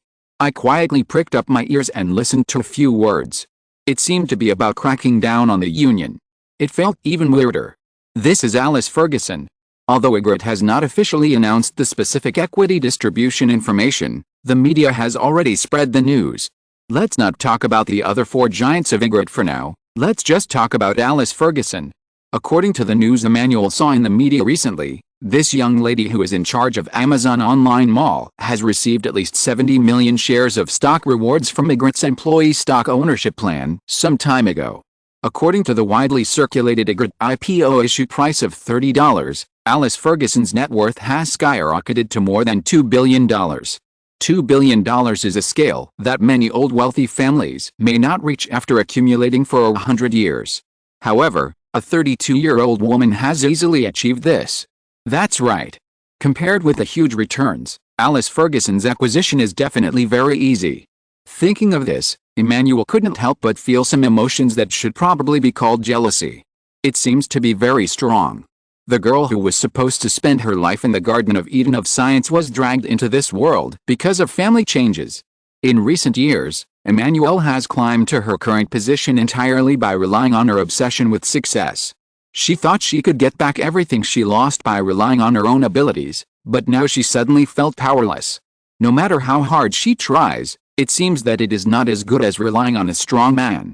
This is the case with Alice Ferguson, who leans on Westeros, Claire Gain, who founded Tinkerbell, Chen Qing and Lin Su, and all the other women in the villa. Just as she was thinking more and more radically, she heard the sound of high heels, and 3 other girls also walked in, talking and laughing. These were Girl D, Yasmin Gary, the Waist Beauty, and Nadia Orman, the Leg Beauty. After entering the door, the 3 girls also walked straight towards the man. Emmanuel continued to look at everything in front of her. She was as confident in her appearance as her mind. However, when she saw the Waist Beauty and the Leg Beauty, she couldn't help but feel a little guilty. Temperament needs to be cultivated. Emmanuel was not lacking in the self-restraint and pride of being born in a wealthy family, but when faced with two supermodels who have shone brightly in the fashion world in recent years, she was suddenly somewhat eclipsed. Perhaps because they were used to the flash, the two women naturally had an eye-catching and extroverted aura. Speaking of which, with Chen Qing's introduction, Emmanuel had actually seen these girls these days. It was nothing at first. The appearance of a certain man suddenly broke Emmanuel's inner balance. This sense of imbalance soon reached its peak at lunchtime. The girls were obviously competing openly and secretly to arrange seats at the long table in the restaurant. As a guest, Emmanuel could sit at the table, but she was squeezed into a position at the edge of Simon's side. She could neither communicate freely with Westeros nor exchange glances with the men. During the whole lunch, she could only listen to her and a group of girls talking and laughing about various topics without feeling any presence. At one point, she even thought maliciously, "You bitches won't have to share a big bed with Simon Westeros tonight. I'll squeeze you to death." After lunch, D-Girl took Jenny and Waist and Legs to leave first. Instagram had a meeting at 1 p.m. Since the website went online, Waist and Legs, who planned to gradually retreat behind the scenes, have been increasingly involved in the management of the company. It's not that they want to seize the power in D-Girl's hands, but mainly to accumulate experience. With the increasing valuation of Instagram, with only a small number of shares in their hands, Waist and Legs have become the supermodels with the highest personal wealth in the fashion industry. At present, the competition in the fashion circle is becoming more and more fierce, and the two big fairies have no intention of competing with those latecomers. Just accumulate some experience and do other things in the future. Simon promised the two girls that they could leave after 1 year with him, but the two big fairies did not do so. I don't know if it was because of Simon's subtle influence in private that the relationship between them became closer and closer, and they obviously had the tendency to form a pair of lesbians. Even if they still maintained intimacy, Simon became more and more like a third party between the two girls. In fact, women who enter the fashion circle are used to the world and will not trust people too much, and their personalities will become quite realistic. If it were in the past, the best choice for the two women would be to find a man with a relatively rich fortune to marry before their fame completely faded, so that they would have no worries about food and clothing for the rest of their lives. After all, it is difficult to make a living as a model for a lifetime. Now, according to the recent valuation of Instagram by some financial media, which has reached $2 billion, the 4% shares held by the two women are worth $80 million. For other new technology companies, if $80 million is still a bubble, Instagram, with its clear business model and amazing user growth rate, is the real deal. In addition to the accumulation of the two women over the years and Simon's gift, their respective net worth has exceeded $100 million. In the current era when the US dollar is still quite valuable, a net worth of over $100 million is already the top of the world pyramid. With such a net worth, it is difficult for the two women to find a man of equal status. Those with a higher net worth than the two women are basically middle-aged people. Those with lower net worth than the two women, with the eyes of the Waist and Legs, are not at all looked down upon, and they are also worried about being picked up by some gigolos and entangled. There are actually many such things in the fashion circle. In the 1980s, a well-known model who was very popular in the circle found an ordinary man, thinking that she had found love, and married him without any precautions, without even signing a prenuptial agreement. As a result, after the marriage, the man began to squander the wealth accumulated by the supermodel without restraint, and soon developed to the extent of domestic violence against the model, and even dragged the other party into drug addiction. The model's condition deteriorated due to drug addiction and was soon abandoned by the fashion circle. The accumulated wealth was also squandered by the man. Depression, drug addiction and long-term domestic violence eventually swallowed a whole bottle of sleeping pills and ended his life. On the contrary, a certain man still lived a very comfortable life afterwards, because he was very good at making women happy, and soon picked up another one, and is still active in the circle now. Of course, those who know a little about the man's background will not have too much contact with him. If ordinary people meet a scumbag, it will be a rough relationship. If men and women who have climbed to the top of the pyramid meet such a scumbag, it will definitely be the biggest disaster in their lives. This is a very unreasonable world. Many times, it is the scumbag who lives a comfortable life. These people do not care about morality, and the world's saliva is naturally useless. They take it for granted that they will get a lot of money from some unlucky people through marriage and other forms, and they will be complacent. In Simon's view, this is also another form of the law of the jungle. The fashion circle is originally a very open circle. Coupled with Simon's subtle and evil training, the waist and leg beauties gradually found that the other party was the most suitable one for them. Now they are almost inseparable. Even many media have discovered clues. It's just because the two women's public identities are Simon Westeros's lovers that they only make a little speculation and don't exaggerate too much. Simon is happy to see this happen. His woman did not leave to find other men, but became a pair of lesbians, and a pair of beautiful lesbians who are very pleasing to the eye. How great! In the Bay Villa, Dee and the others left, and Chen Qing and the other girls also said goodbye soon. Simon personally forced a workaholic who actually wanted to leave the most to take a nap. Hearing C say that there was something else to discuss, they waited for Alice to fall asleep, and then they went to the sunbathing terrace on the second floor of the villa. After Zoe served coffee and left, Simon, who was leaning on the sunbathing lounger, asked. C, who was hiding under the parasol and wrapped herself tightly, said, "Boss, I want to acquire broadcast. What do you think?" Simon quickly understood after hearing this. In fact, he had already thought about this problem. After 1 month of listing, the strong growth momentum of the digital music player iPlayer is obvious to all. In order to maximize its own advantages, it is natural for Tinkober to acquire broadcast, which is the source of iPlayer content. With Tinkober's high growth momentum, if this company goes public, its market value will definitely easily exceed the $10 billion mark. On the other hand, Broadcast has recently successfully transformed from an online radio website to an online audio sales platform, and its valuation has risen sharply again. However, due to its size, it is only around $2 billion, which is equivalent to Instagram. Moreover, with Westeros's shareholding in Broadcast, as long as Simon agrees, this matter will not be a problem. Simon is neither too in favor nor against this matter. There are benefits in any decision. Seeing the success of iPlayer, many electronic manufacturers will surely launch similar products in the future. If Broadcast is not handed over to Tinkerbell, as long as it is properly operated, this platform is likely to become the world's largest genuine audio resource website, providing resources for all types of digital music players in the future.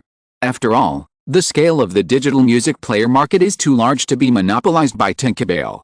Similarly, if Broadcast is handed over to Tinkerbell, it can also guarantee to the greatest extent that the company has an absolute leading market share in digital music players. There are both advantages and disadvantages. At this time, on the terrace of the villa, Simon first remembered another thing when he heard Claire mention it, and said to Miss C, "In this case, the first thing Tinkerbell has to do is to IPO." Chapter 816 Fundamental. Whether it is Tinkerbell or Broadcast, they are actually absolutely controlled by the Westeros system.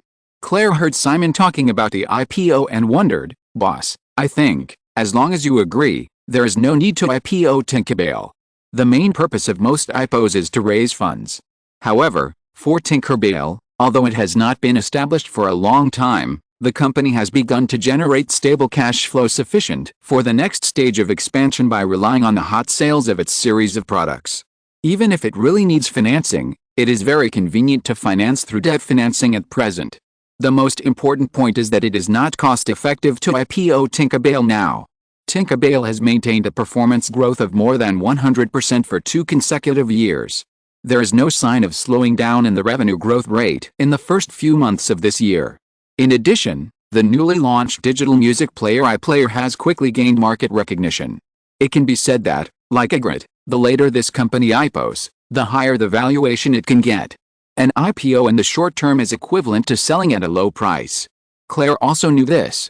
She mentioned Broadcast to Simon only because she hoped her boss would promote a private merger between the two companies.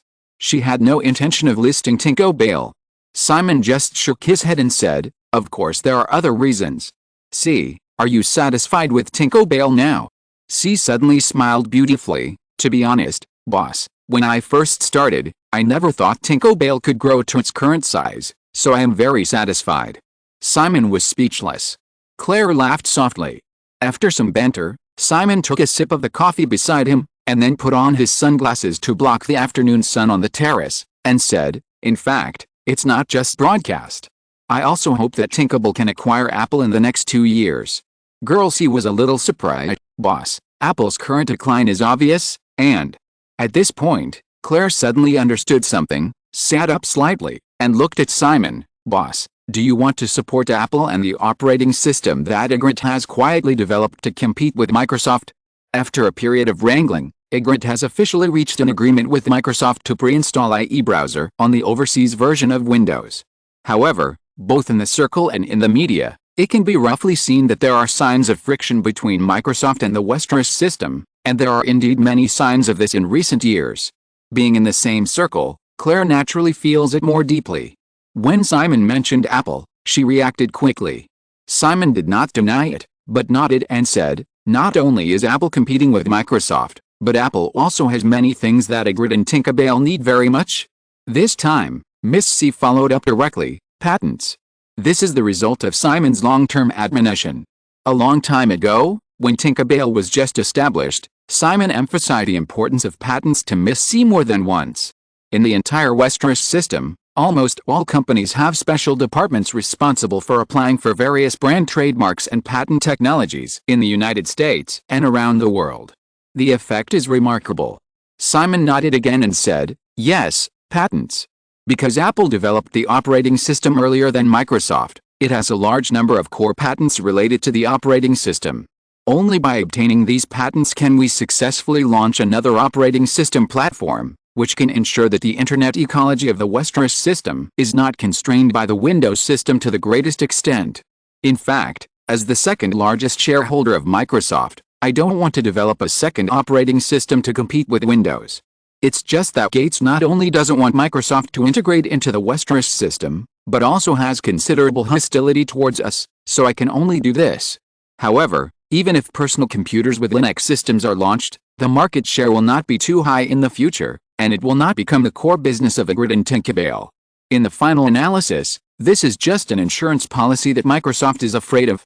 I want Gates to understand that if Microsoft cannot support the internet ecology of the Westeros system well, the result will only drive users to our Linux platform. C knew that her boss played a crucial role in the development of Tinkerbell. Over the years, Claire had almost blind trust in her boss after watching the rapid rise of the Westeros system. After listening to Simon's explanation, Claire said directly, so, boss, I will start preparing for the IPO in the near future.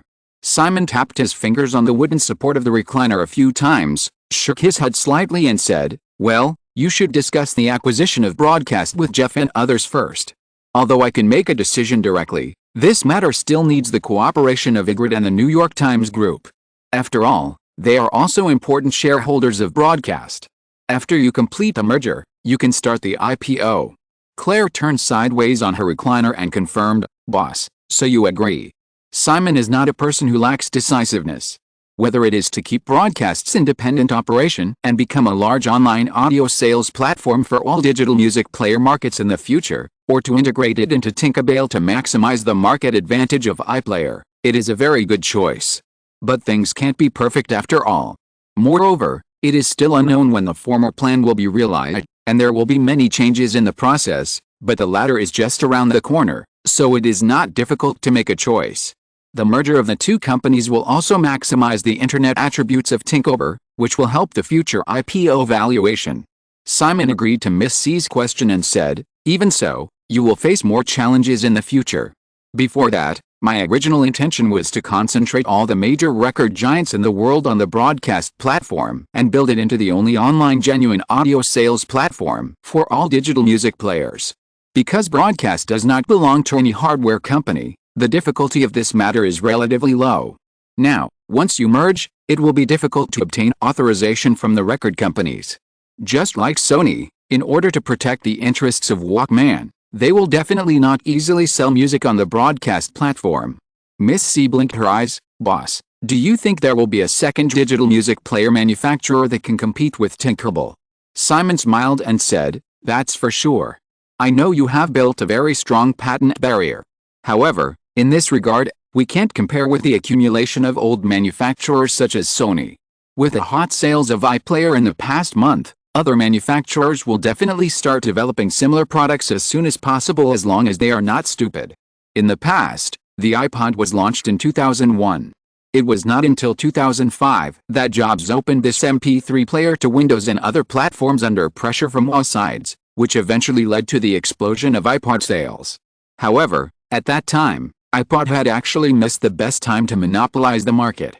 Major digital music player manufacturers around the world had already launched related products one after another, and there was an even larger market for copycat assembly. Moreover, the era of smartphones soon arrived, and traditional feature phones also began to integrate MP3 functions on a large scale, causing MP3 players to be quickly eliminated by the market.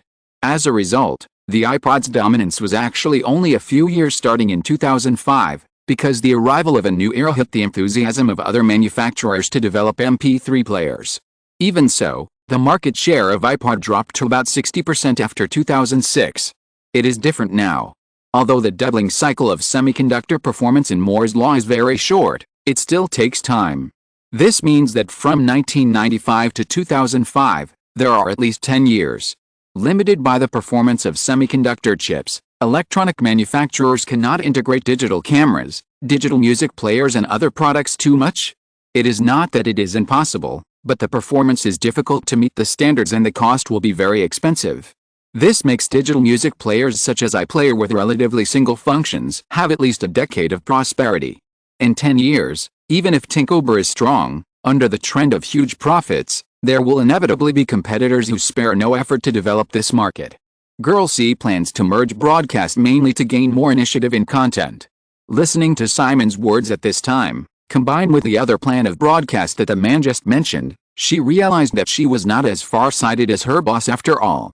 Simon looked at Miss C's expression and said, "In fact, there is one more thing. The popularity of iPlayer should be similar to the VCD that I plan to promote in China. It mainly relies on pirated resources. You should have felt this in recent times. In fact, it is better to hand over broadcast to you. This will shut up those record companies to the greatest extent. Of course, everyone should know this and never say it out."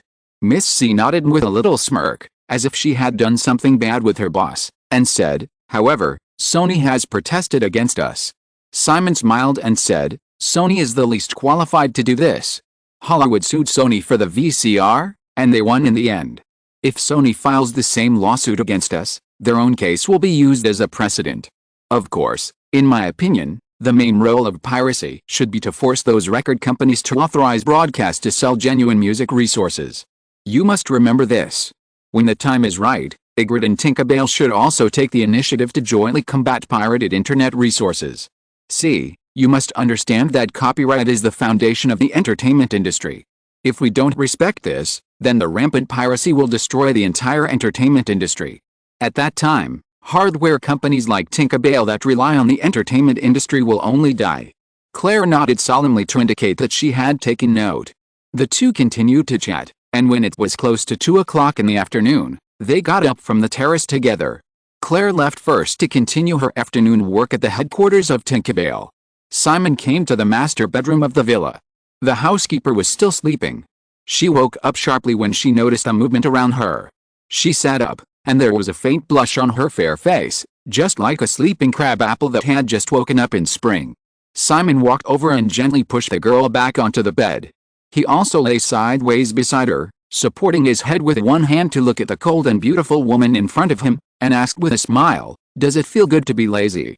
Perhaps because she had just woken up, the housekeeper's temperament was less impetuous, but more charming. She slightly turned her head to look at Simon, and her tone was soliciting. "I should go to work." Simon couldn't help it, and leaned over to kiss the girl on the lips, just a little, and then said, "We'll do it together later." Alice just hummed lightly and continued to look at the man who was so close. Because of Simon's personal instructions, and Claire's accomplices, the housekeeper's daily working hours are now controlled within 10 hours, and she is required to rest on weekends. Although this work rhythm still exceeds the normal working hours of most Westerners, it is no longer a big deal in Silicon Valley.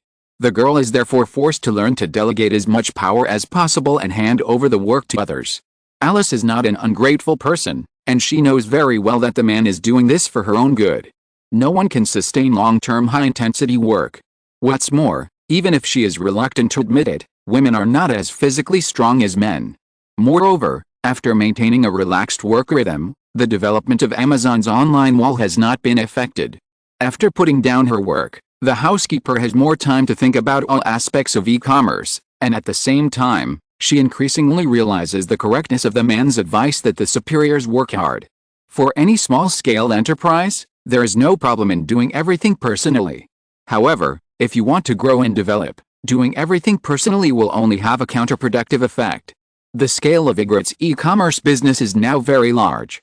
If more work cannot be handed over to professionals as much as possible, the result of this part of the business will either collapse or stop. During this period, Alice received the stock bonus she deserved and suddenly had a huge fortune of more than $2 billion, far exceeding the boldest goal she had ever set. Instead, she began to feel a little confused. On the big bed in the bedroom, after looking at the man for a moment, Alice finally asked softly, "Boss, you already have so much, why are you still working hard?" Simon was slightly stunned, and then smiled again. "Let's talk about life, I like this." After saying that, he simply kicked off his leather shoes and changed himself to a more comfortable position. Alice rolled her eyes lightly, but still moved to the side, but her eyes were still inquiring. Simon lay down beside the girl, feeling the good smell of women, reaching out and stroking the girl's smooth face, and asked with a smile, "Do you feel that you already have so much money and feel confused in life?" Alice hesitated slightly, but nodded gently. However, just when she was waiting for the man to give a long speech, the result was that the other party's heavy body pressed directly on her. Before she fell, she only heard a hateful guy say that he preferred men and women to talk about the last step of life. It was not until 4 o'clock in the afternoon that the two finally left the Bay Villa and came to the nearby Ygritte headquarters to start work. The housekeeper still got an answer from Simon. "When you feel confused about life, set a goal for yourself, for the next year, or a month, or a day, or even an hour, and then try to achieve it, and go back and forth. Moreover, this goal does not have to be the so-called hard work in progress. It can be any sudden idea in your mind. Drink a glass of water, fold a paper airplane, read a poem, clean up your desk, learn a painting technique, and go on a trip. Perhaps in the long future, when you recall the past, you will feel that your life is at least very fulfilling. Just like ants. Work diligently for the instincts in your genes for a lifetime, and when death comes, there will be no regrets. In the final analysis, on the vast scale of the universe, there is no difference between the life of a human being and the life of an ant. When you encounter confusion and perplexity, instead of thinking about life in vain, it is better to live a more fulfilling life. Chapter 817 Small Gift. Simon stayed in San Francisco until Saturday afternoon, returned to Los Angeles, spent the weekend with his wife and children, and set off again on Monday to the East Coast. Today is May 15th. The spring season of television is basically over. May is the month when major television networks and production companies finalize the production plan of television programs for the new year. As the center of the television industry on the East Coast, various television program promotion meetings are held in various places in New York during this period so that large and small production companies can promote their own television programs to television stations. Since the acquisition of ABC has been launched, if nothing unexpected happens, this merger will be completed in the second half of the year. Therefore, Deanery's Entertainment's television department must start to prepare for the rainy day and ensure that after taking over ABC TV network, it can smoothly transition in the shortest time, instead of experiencing several years of turmoil before stabilizing the situation like Tom Murphy and Warren Buffett did in the past. The core of a television network is always content. Therefore, this May is crucial. Simon set off for the West Coast on Monday morning. While he was still on the plane, another piece of news that was released on both online portals and traditional media after discussing it with Ygritte management last week has attracted widespread attention and discussion. This story still has to start from Washington. Before we knew it, it was mid-1995, and the early campaign for the 1996 U.S. presidential election had already begun. Since taking office as president, despite all the troubles and scandals, Clinton has basically tried his best to fulfill his election promises. The problem is still the economy. With the recovery of the U.S. economy, the unemployment rate in the Federation has continued to decline over the past 3 years, from nearly 8% before Clinton took office in 1992 to about 5% at this stage. Not only that, The rise of the new technology industry has become a highlight of the Clinton administration's governance that it has spared no effort to promote. In order to warm up for next year's election, the White House plans to organize a gathering of new technology industry leaders in Washington in the near future, mainly to publicize the great success of the Federation in this field to the outside world. After last year's midterm elections, Simon does not intend to interfere too much in next year's presidential election. However, with a tacit understanding that the Westeros system and the Clintons have formed for a long time, it is impossible for the new round of presidential elections not to provide any help to each other, and it is inevitable to give the White House some small gifts occasionally. Taking advantage of the upcoming gathering of new technology industry leaders, Ygritte officially announced the operating data overview of the Ygritte outsourcing platform for exactly half a year on Monday. 6 months after its launch, the number of people who activated their membership on the Ygritte outsourcing platform by completing at least one paid outsourcing task reached 1.67 million, and a total of 12.29 million outsourcing orders were completed, with a total of $127 million in remuneration. After the data was released, the dazzling and even somewhat dazzling data directly destroyed many conservative arguments that the overdevelopment of the internet industry would affect real employment. Even if the average remuneration received by each activated member from the Ygritte outsourcing platform in half a year was only $76, however, such a part-time platform that has only been online for 6 months has brought more than 12 million job opportunities to more than 1 million people in a short period of time. This alone is enough to show the huge potential of the new technology industry to change human society. Not only that, Ygritte also deliberately exaggerated some details. The most important one is that more than 90% of the 1.67 million activated members are in the United States, and the same is true for the 12.29 million outsourcing orders. Moreover, in just half a year, if it is just relying on the natural development of the industry, it is definitely impossible to have an average of more than 60,000 outsourcing orders per day. This is actually the result of the deliberate promotion of the entire Westeros system, including temporarily keeping most of the outsourcing orders in the United States, instead of using cheap overseas labor as much as possible according to the previous plan to minimize costs. In short, this is a disguised subsidy plan jointly organized by many companies in the Westeros system. It is still a subsidy.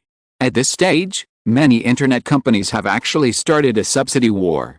In order to attract users, Simon knows the many benefits of doing so and understands that this is the inevitable cost of promoting the rapid development of the industry. However, compared to giving it away for free, it is definitely better to get rewards through certain labor, which can achieve the best results. Things that are obtained for free are often not cherished. Therefore, the Ygritte outsourcing platform jointly promoted this disguised subsidy plan with many new technology companies in the Westeros system. In terms of specific implementation, after Ygritte screens user data, the system will automatically select eligible users and proactively send outsourcing task invitations to the target via email, such as image classification and tagging, web page information editing, or product information entry. Generally speaking, any user who can use a computer can basically complete it easily. After completing a paid task, the relevant user will automatically activate the outsourcing platform account. On the other hand, Ygritte has made a small restriction on the withdrawal details after paying the remuneration. The minimum withdrawal limit for users is $100. However, in these 6 months, the average user actually only received $76 from the Ygritte platform, and most people did not meet the withdrawal standard. Although it is impossible to withdraw cash, users can use the money to buy any product they want on Ygritte's related software stores, game malls, online malls and other platforms. Users can also pay for the network fees of America Online, or pay for the videotape rental fees of Blockbuster, etc. Therefore, most of the remuneration paid by Ygritte through issuing outsourcing orders has returned to its own hands. The final result of the implementation of this plan is that many web pages, images, audio and other files that require manual editing, such as search engines, online shopping malls and even peripheral broadcast websites of Ygritte, can be completed quickly and at a low cost. Especially search engines. Ygritte's search engine team has been continuously optimizing its own search algorithms for several years, so as to allow users to obtain the best quality content as much as possible and maximize the user experience. However, the algorithm can be continuously optimized, and machines will never have the automatic classification and recognition capabilities of humans. This requires manual labeling and classification of massive amounts of information, including web pages, pictures, audio, video, etc. After the labeling is completed, the search engine team will further optimize the system algorithm through the marked content. The ultimate goal is to train the system's automatic recognition capabilities, which is artificial intelligence. This is the inspiration that Simon provided to the Ygritte search engine team based on the fragmented information in his memory. In fact, staying away is similar to early education for children. Teach children basic knowledge through the digital characters on some building block cards. When these marks appear anywhere else, children can recognize them. At this stage, many companies have tried to develop search engines, and many websites have also launched search functions. However, through more advanced search ideas and huge capital investment, Ygritte's Google search engine has already taken the lead and quickly formed a monopoly effect without anyone noticing. Among them, the basic marking work on Ygritte's outsourcing platform, which has been subsidized and burned a lot of money, has contributed greatly. Not only that, this plan has also added millions of new users to Ygritte's online payment tool IPay, because activating IPay is a prerequisite for users to receive tasks. In the process of issuing tasks, the system gives priority to users who are active enough but have not opened IPay. Finally, because the rewards received by most users do not meet the withdrawal standards, coupled with Ygritte's deliberate guidance, these people often choose to consume on platforms such as iStore, Steam, Amazon, Broadcast, etc. In addition to recovering most of the funds, they have also developed a large number of potential consumers in the field of e-commerce. Online shopping is easy to become addictive, which is something that Simon has proven in his memory. Now, as long as you have experienced the first time, you will naturally start the second, third, and fourth time. When the rewards paid by the outsourcing platform cannot meet the consumption needs, users will naturally open their wallets. Ygritte tracked the dynamics of relevant user accounts, and the results obtained also proved this point. In short, through this plan, Ygritte not only obtained more than 1 million cheap laborers, helped many new technology companies under the Westeros system to complete a lot of work, completed the further optimization of search engines and other businesses, but also developed its own online payment and e-commerce businesses, killing two birds with one stone. Now, the implementation results of this plan have become a major highlight in the development of the new technology industry. Even though many media have keenly discovered the problems and pointed out that the average salary of $76 per person for half a year cannot change anything at all, this is just the beginning. An emerging field can develop to such a scale in half a year and support hundreds of millions of people in the future. Who dares to say that this is impossible? What's more, this is just the tip of the iceberg of the large number of job opportunities that the rise of the new technology industry in recent years has brought to society. It is not difficult to imagine that at the upcoming gathering of leaders of the new technology industry, as long as the president types out this string of data during his speech, it will be enough to cause cheers and applause. When Ygritte released the news in the morning, the White House Facebook official account, which keeps up with the trend of the times, immediately reposted the relevant news, and did not forget to mention the many efforts made by the president in recent years to promote the new technology industry. Moreover, influenced by this obviously good news, after the opening of the East Coast stock market in the new week, the Nasdaq technology sector once again showed a significant upward trend. The topic of Ygritte's IPO has once again become the focus of attention of all media because of the news about the outsourcing platform. Both the capital market and the general public are increasingly looking forward to Ygritte's listing. Capital is for the pursuit of profits. The public is curious about how high Ygritte, a technology giant that has already reached a valuation of $100 billion during its IPO, will reach after it is actually listed. Simon left Los Angeles at 9 o'clock in the morning and arrived on the East Coast. Because of the time difference, it was basically time to get off work here.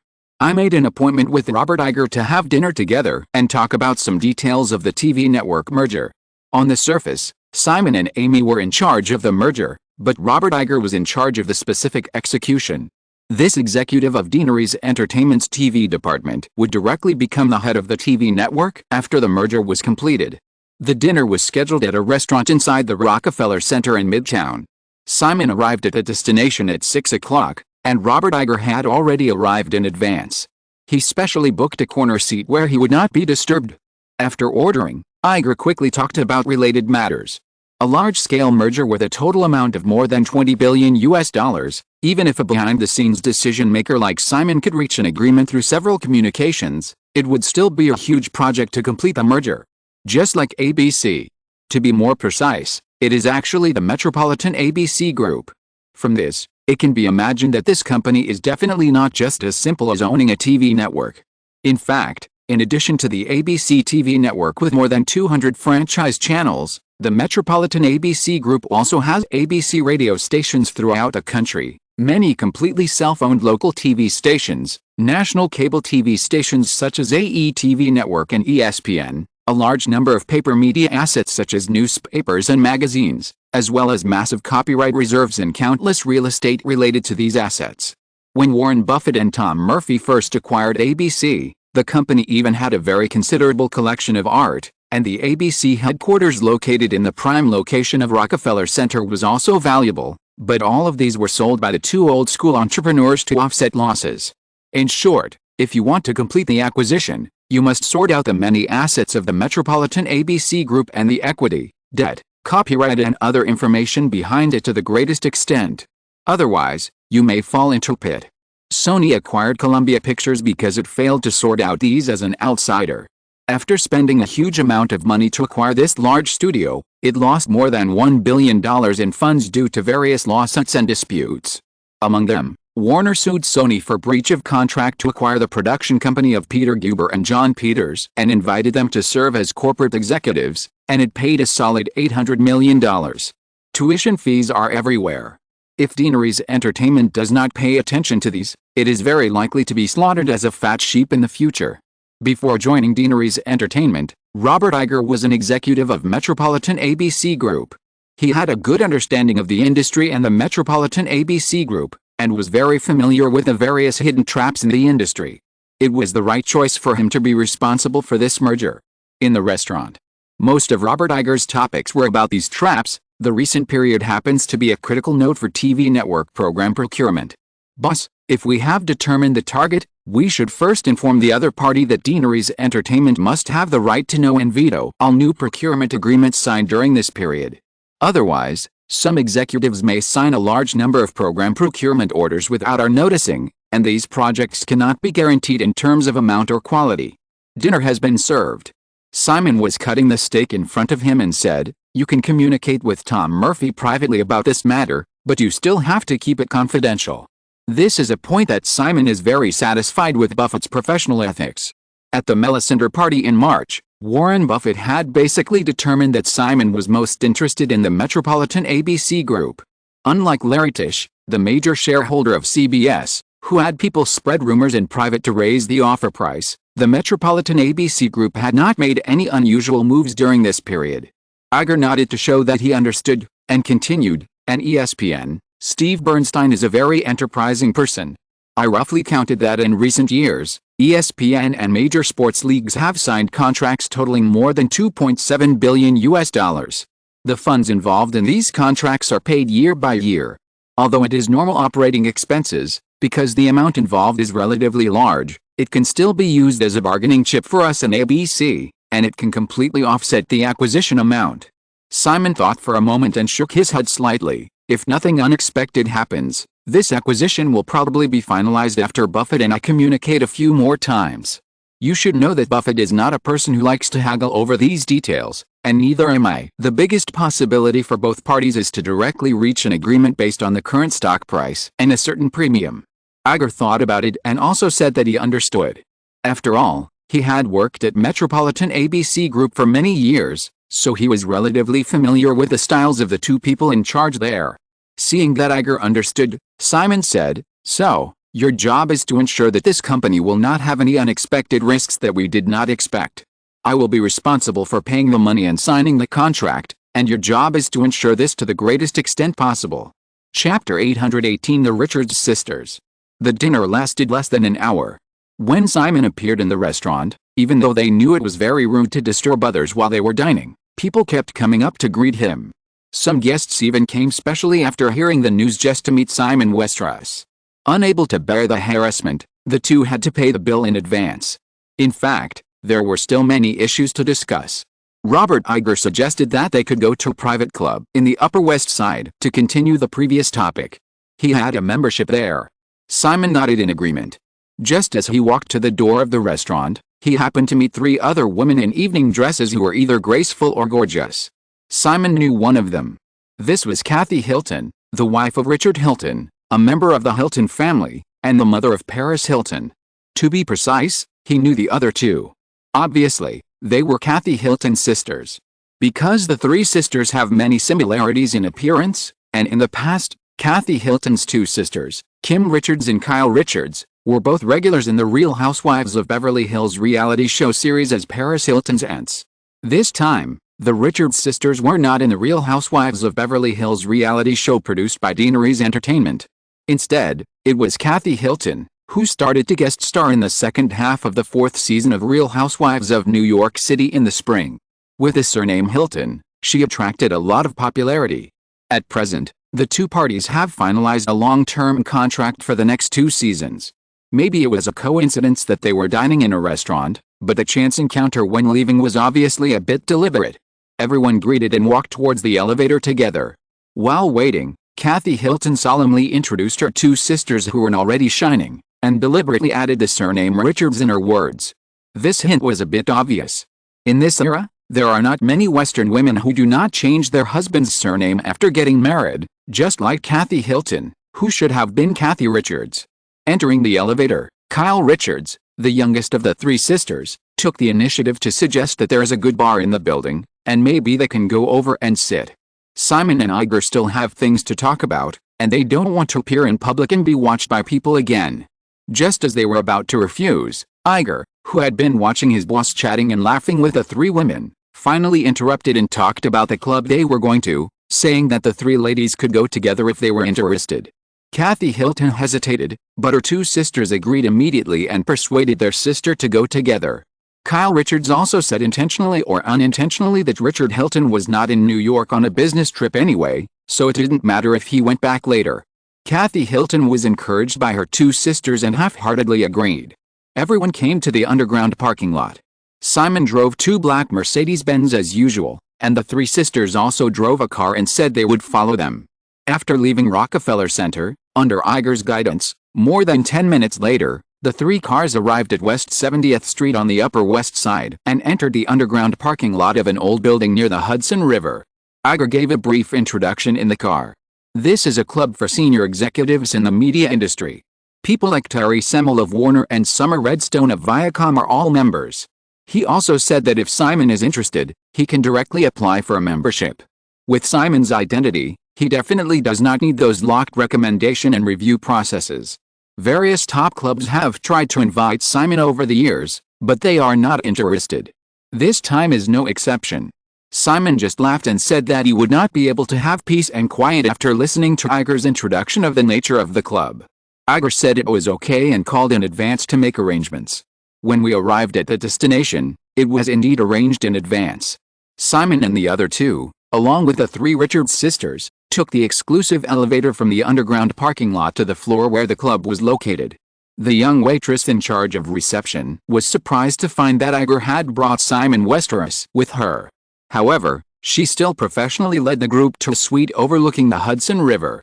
At first glance, it looked like an apartment, but it was very spacious. The living room was probably more than 150 square meters. The furniture was clearly designed for gatherings of more than 10 people. There were also billiard tables and small bars around. There was a large and eye-catching gambling table by the window with an excellent view. After giving some instructions and sending the waiter away, there were only 5 of them left in the room. The 3 Richards sisters thought it would be a lively club, but they didn't expect it to be like this. They looked a little strange. Fortunately, Kyle Richards quickly relaxed and took the initiative to walk to the bar, saying that he could mix drinks for everyone. He also asked Simon what he wanted to drink. With this interruption, the atmosphere became lively again. After ordering a cocktail, Simon knew that he could not discuss business. He wanted a quiet place, and he did not expect this kind of scene. He was a little amused and said to himself, "I never thought that Iger, who looks so decent on weekdays, would have such a side in private." However, the subordinates should not be blamed for observing their boss's words and taking the initiative to match him up. After getting the drinks, everyone simply sat down at the gambling table and played 21 points. The bet was the wine in the glass. At the same time, they talked about various topics.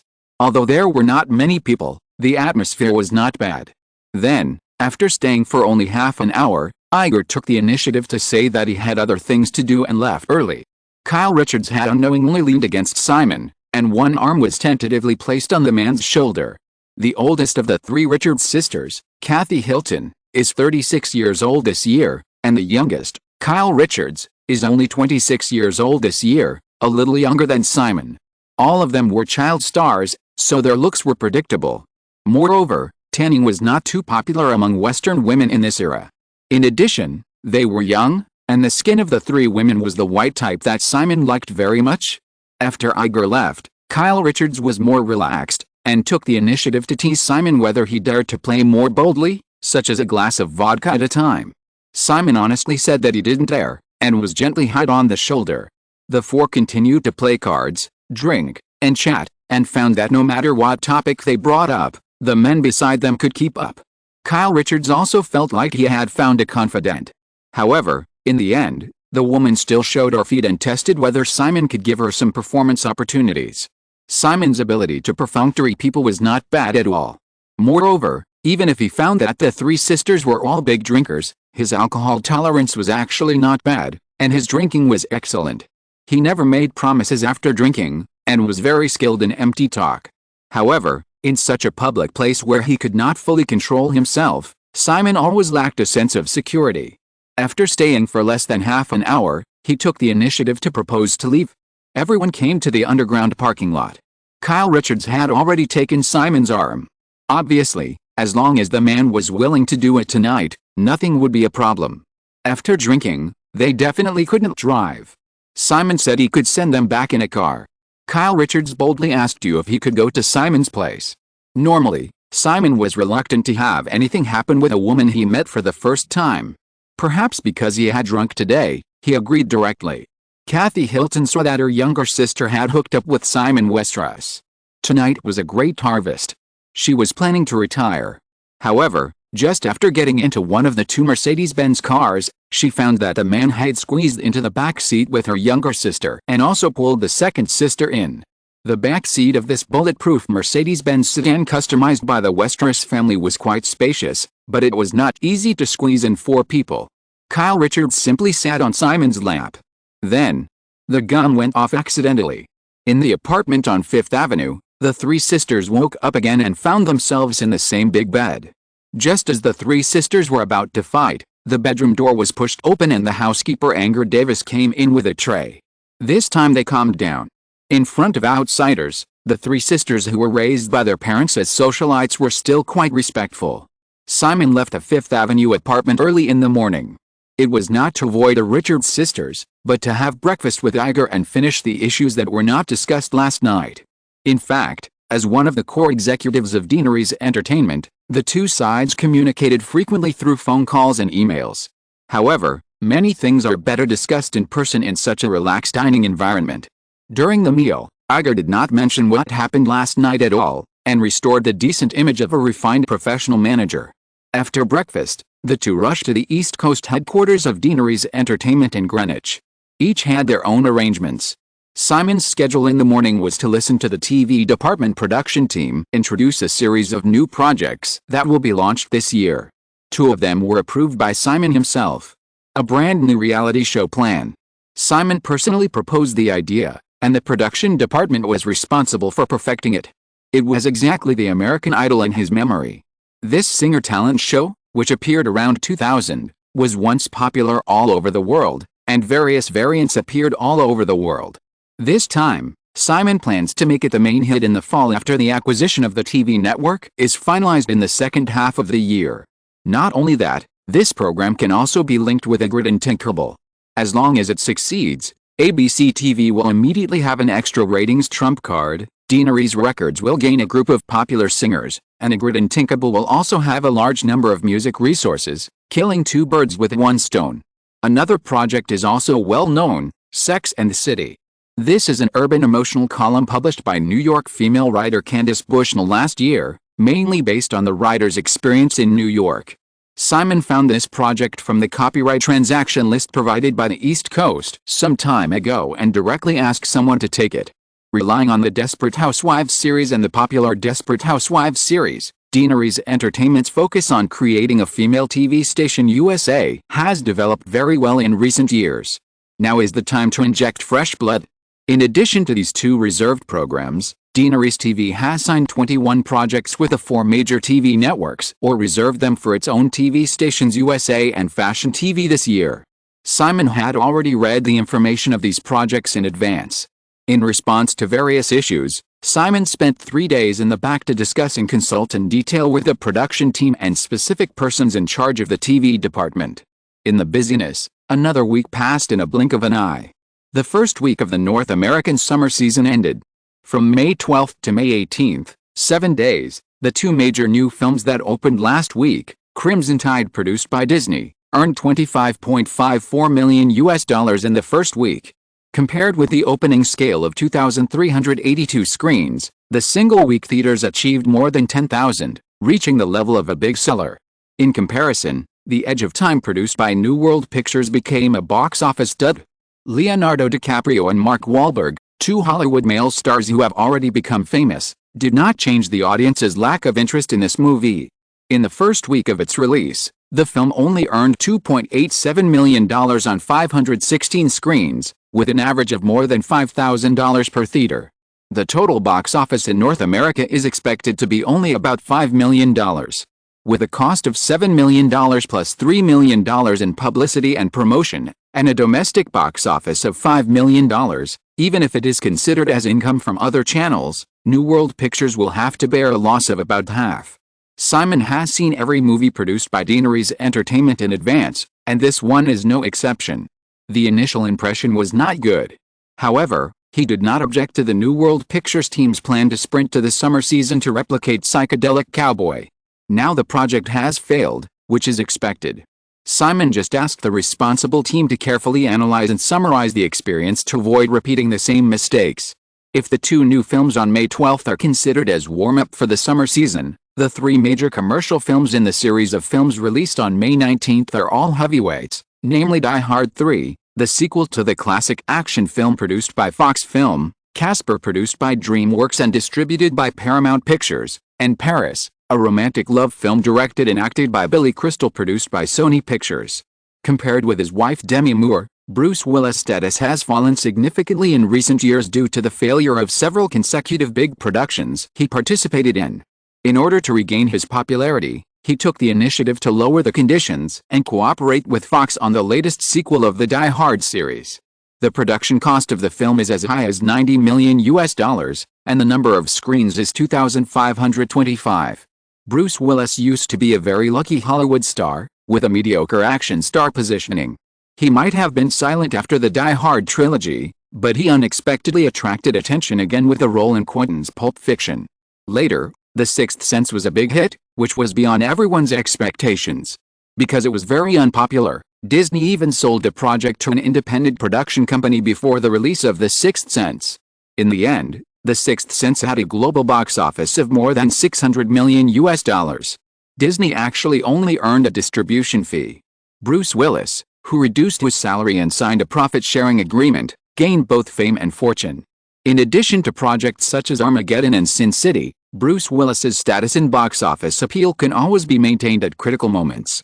However, this time, both Pulp Fiction and The Sixth Sense have been launched in advance by Simon and handed over to others.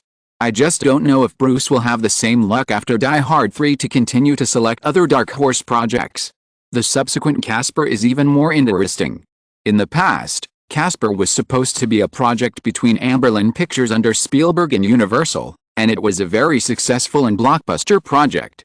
After Spielberg and the other 2 established DreamWorks in advance, they parted ways because of the disagreement over the cooperation on Jurassic Park, although they still owed a film contract left over from the Universal era. Because the agreement was very free at the time, Casper became the first blockbuster produced by DreamWorks and distributed by its partner Paramount Pictures, with a production cost of $50 million.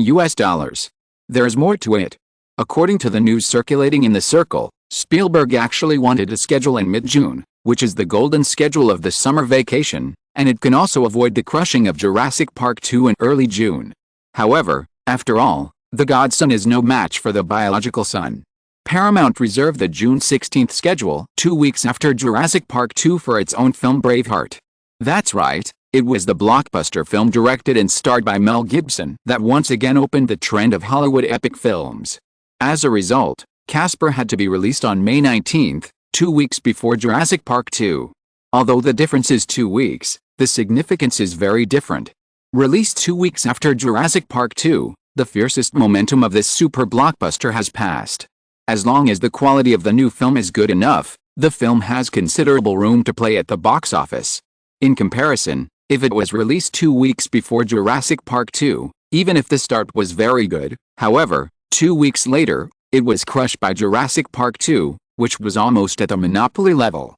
The popularity of all the old films would drop significantly, and the box office would inevitably be severely impacted. This kind of box office and popularity drop is difficult to recover, and it is bound to affect the film's domestic box office performance. Another point is that as a family movie, the genre of Casper tends to take a long-term approach, rather than a super popcorn movie like Die Hard 3, which has enough time to play in 2 weeks.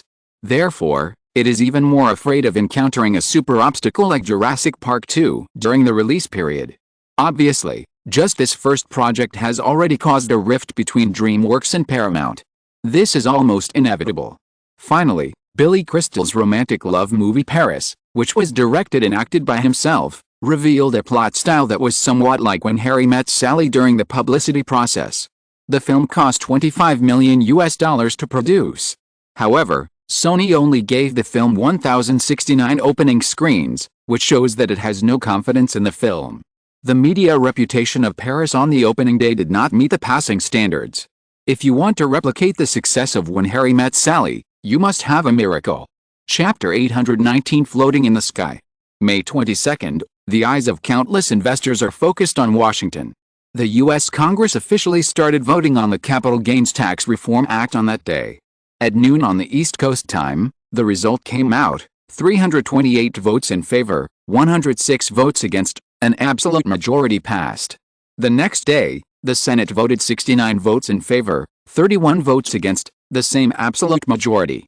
According to the U.S. Constitution, a bill that is approved by more than 2/3 of the Senate and the House of Representatives can still automatically take effect, even if it is vetoed by the President.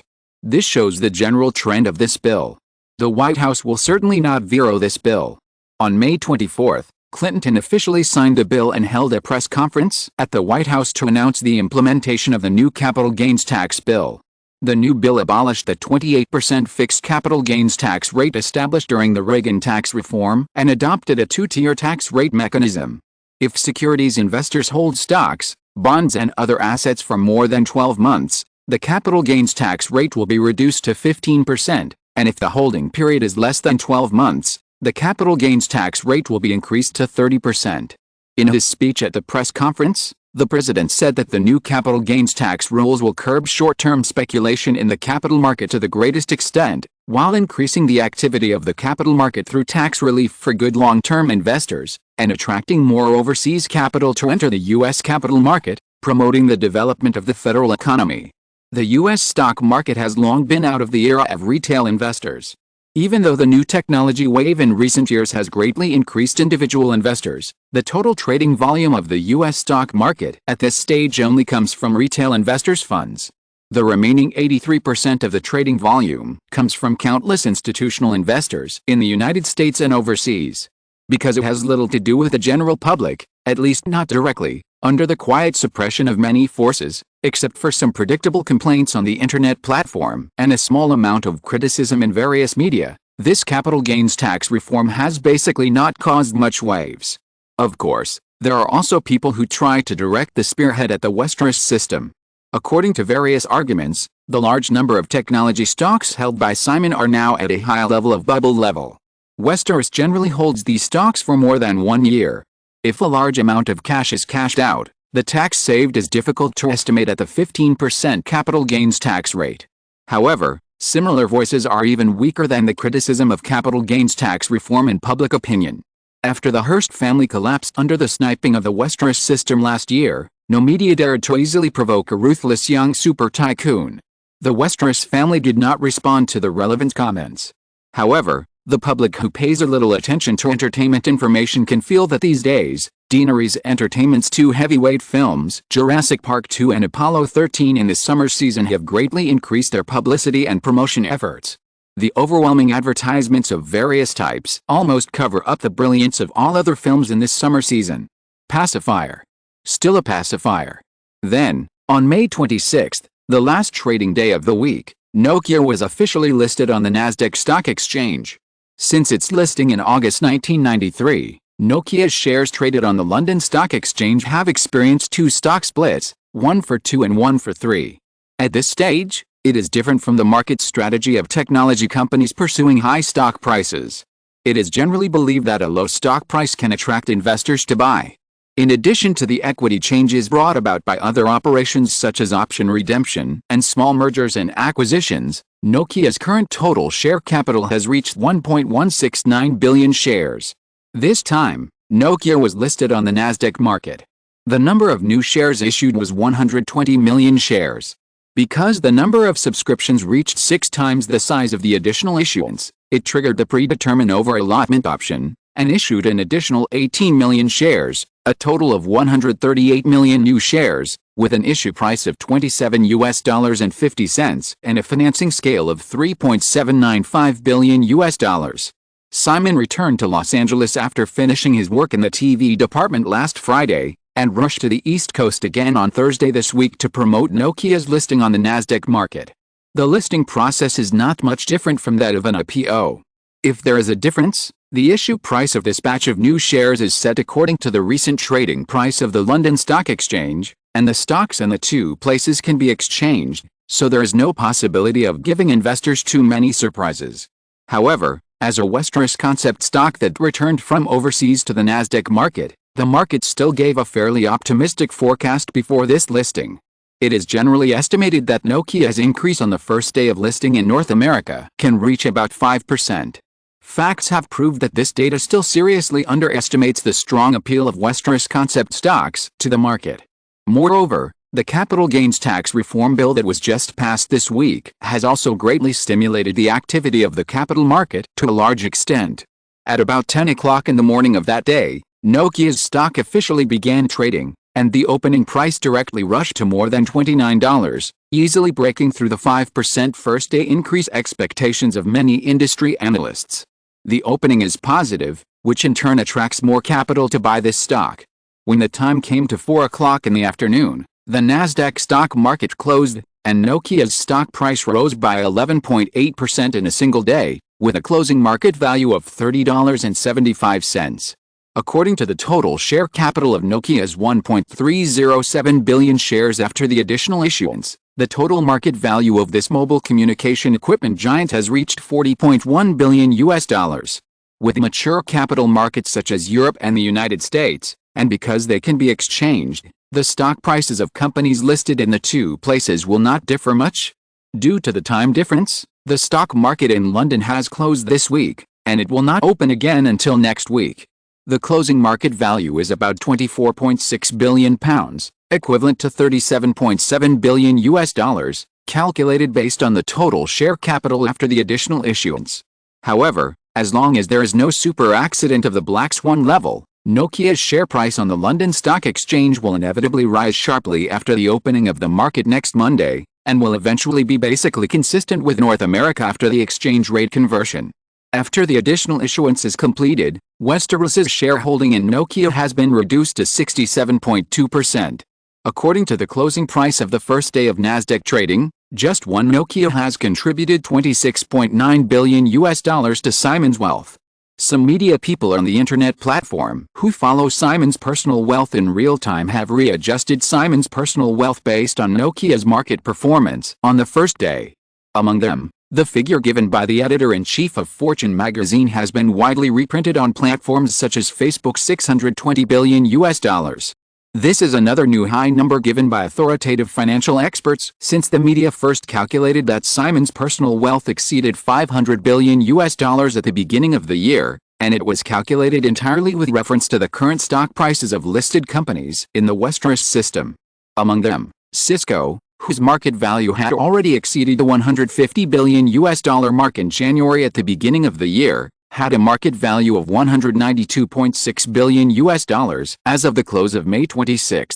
The overall increase in more than 4 months was close to 30%, and it was only one step away from becoming the first company with a market value of $200 billion in the U.S. stock market. In addition to Cisco, the shares of other core companies in the Westeros system have also continued to set new highs. For Ygritte, which is about to go public, the editor-in-chief of Fortune magazine still has a very conservative valuation of $100 billion. Even so, Simon Westeros' current net worth has reached $620 billion. Not to mention the US 400 richest list, even the global wealth list, most of the other rich people on the list have a net worth less than a fraction of Simon's huge wealth of $620 billion. Numbness. It can only be complete numbness. Whether it is $500 billion or $620 billion, it is beyond the thinking scope of most Americans who happen to be not very good at math. The complaint of a popular blogger on Facebook is probably the actual feeling of many spectators who pay attention to this matter. Let Simon Westeros float in the sky like God, and we live our own lives. Some people also fan the flames through online platforms. We should start a revolution against Simon Westeros. He should not have so much. Blah blah. Then, some users with fierce words were banned for spreading hate speech. And it was a comprehensive ban. Realizing that a large user base is the foundation of its own development, Ygritte has been protecting user accounts more and more strictly in recent years. Simon often pays attention to this matter personally. The security expert team employed by Ygritte's network security department is even stronger than the network security team of most sensitive government departments. At the same time, with a continuous expansion of Ygritte's business territory, the value of Ygritte accounts is getting higher and higher, because a commonly used account often opens up a series of services such as email, payment tools, instant messaging, social networking sites, online shopping malls, and many off-site authorized logins. Therefore, many users simply cannot bear the consequences of having their accounts blocked. The news spread, and the argument that wanted to defeat Simon Westeros fell by more than half. Neither the capital gains tax reform nor Nokia's listing in North America has affected the pace of the North American summer season. After the release of 3 new films last week, the North American film market began to see a small climax. A box office week from May 19 to May 25. Fox Films action blockbuster Die Hard 3 starring Bruce Willis took in $29.88 million in the first 7 days of its opening, easily topping the box office champion of the week. However, compared with a $90 million production budget and $40 million investment in publicity and distribution, this result is far from Fox's expectations. It is more than $10 million less. The industry had previously generally predicted that the first week box office performance of Die Hard 3 should reach between $40 million and $50 million to be qualified. Such box office performance might have broken the record in the 1980s. When the North American film market entered the saturated full-scale release era with the first week limit exceeding $100 million, for a blockbuster like Die Hard 3, if it did not reach $40 million in the first week, it would not even be qualified. Considering that Jurassic Park 2 will be released on June 2, Die Hard 3 earned $29.88 million in the first week. It is estimated that the total box office in North America may be only about $70 million. The most important domestic box office can only recover a fraction of the investment of $130 million. The overseas prospects are even more unpredictable. You know, the overseas performance of the Jurassic Park series is stronger than that of North America. It is not just the size of the North American film market that is limited, but also the global market. Therefore, it is inevitable that one will rise and the other will fall. DreamWorks Pictures' Casper is second only to Die Hard 3, with $25.71 million in its first week. Although slightly lower than Die Hard 3, considering the family-friendly nature of the film, the domestic box office should also be around $70 million. Fortunately, the production cost of Casper was only $50 million, and with the same $70 million in domestic box office revenue, DreamWorks and Paramount are very likely to recover the cost and achieve profitability through global distribution. However, due to the gap between the two parties in the allocation of schedules, Spielberg is definitely not satisfied with the box office performance of Casper. Another new film last week, Paris, a romantic love movie directed and starred by Billy Crystal, only had a box office of $6.23 million in its first week. It was expected to be tepid, and the box office performance was not as good as Toy Story 3, which was released in its seventh week. Affected by several new films, the box office of Toy Story 3 fell by 35% in the seventh week, earning another $7.19 million, with a cumulative box office of $161.72 million, $160 million in 7 weeks. Considering that Jurassic Park 3 will be released soon, the domestic box office of Toy Story 3 is likely to stop at between $170 million and $180 million. Unfortunately, it cannot break the previously predicted domestic box office of $200 million. Of course, with a production cost of $40 million, it only earned more than $170 million in North America. Toy Story 3 is still one of the most successful movies of 1995. In addition, The Man from Earth, which Simon wrote himself, continued to earn $2.25 million on 431 screens in North America in the past week, with a cumulative box office of $231.56 million. It is estimated that there will be about $5 million of box office space after further reducing the number of screens. It also failed to reach the initial target of $250 million. In general, the success of The Man from Earth and Toy Story 3 exceeded Deaneries Entertainment's expectations. However, it was precisely because the two films were too successful that internal competition was formed during the relatively limited market capacity in the first half of the year, causing the box office to shrink to a certain extent compared with expectations. The situation between Die Hard 3 and Casper in the past week was basically the same. On May 26, the day Nokia was listed on the Nasdaq, a new box office week began. There were mainly two new films that opened in North American theaters: The Bridges of Madison County, produced by Warner Brothers and directed by Clint Eastwood, and The Untold Story starring Keanu Reeves, a Sony science fiction film. Neither of the two films is considered a blockbuster, and, placed a week before Jurassic Park 2, it is obvious that they were not taken seriously by the studio. However, for Simon, The Bridges of Madison County is very famous. As an early Hollywood romance film that flowed into China, this film with a very poetic translation name is talked about with relish both in terms of plot and controversial values. The Undisputed, starring Keanu Reeves, tells a science fiction story that takes place in the future. The idea of using modified cyborgs to remember and transmit data is similar to Keanu's later The Matrix, but The Undisputed itself has no highlights. The film cost only $26 million to produce, and was thrown by Sony as cannon fodder before Jurassic Park 2. The result is probably not much different from Billy Crystal's Paris last week. Speaking of which, after expelling Peter Guber and John Peters to completely control Columbia Pictures, Sony has launched a large number of films in the past 2 years, which can be said to be repeated failures. Every time it fails, there will be rumors in the circle that Sony intends to withdraw from Hollywood. Unfortunately, it has not come true for the time being.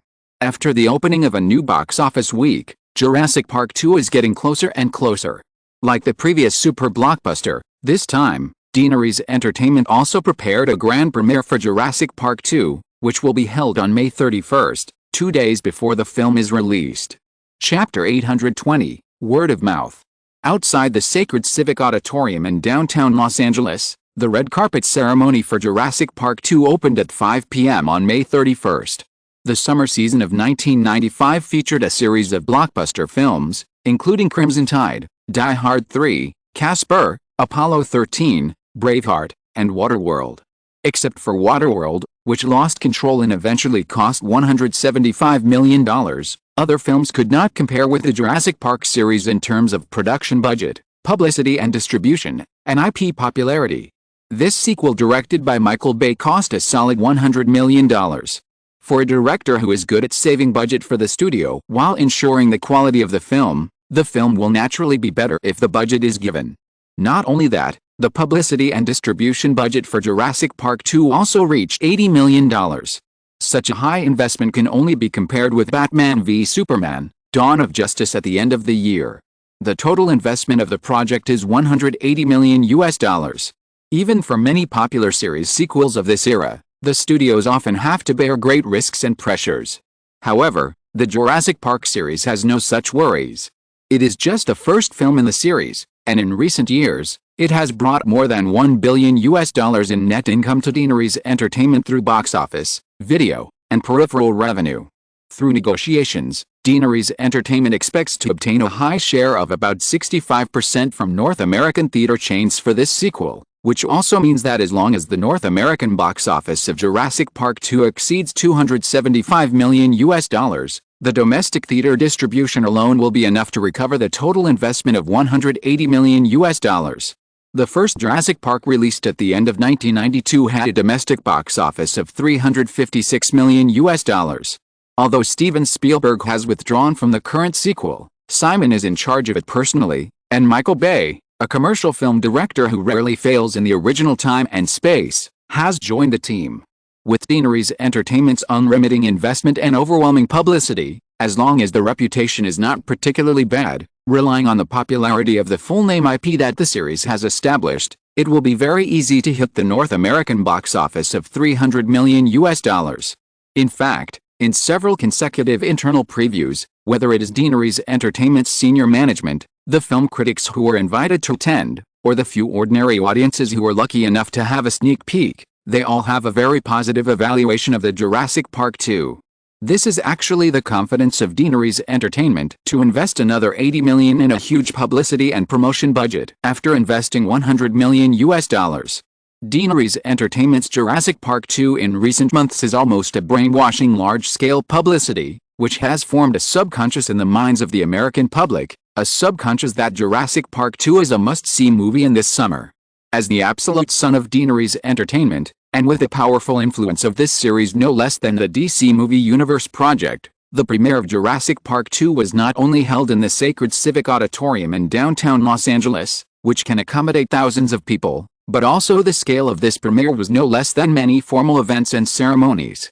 Starting at 5 o'clock, the red carpet of the premiere began to appear like water, and the screams of the fans watching almost never stopped. About 10 minutes after the red carpet ceremony started, a white extended courtesy car stopped at the entrance of the red carpet. Kathy Hilton got out of the car with her husband Richard Hilton's arm, and immediately felt a hot atmosphere on the scene. The screams of the fans even made the woman's heart beat faster. Looking around, there were dense crowds on both sides of the red carpet. Looking beyond the crowd, you can also see a huge 1-to-1 Tyrannosaurus Rex model standing on a small square on one side, which was ferocious and shocking. It must have cost a lot to transport this big guy to downtown Los Angeles.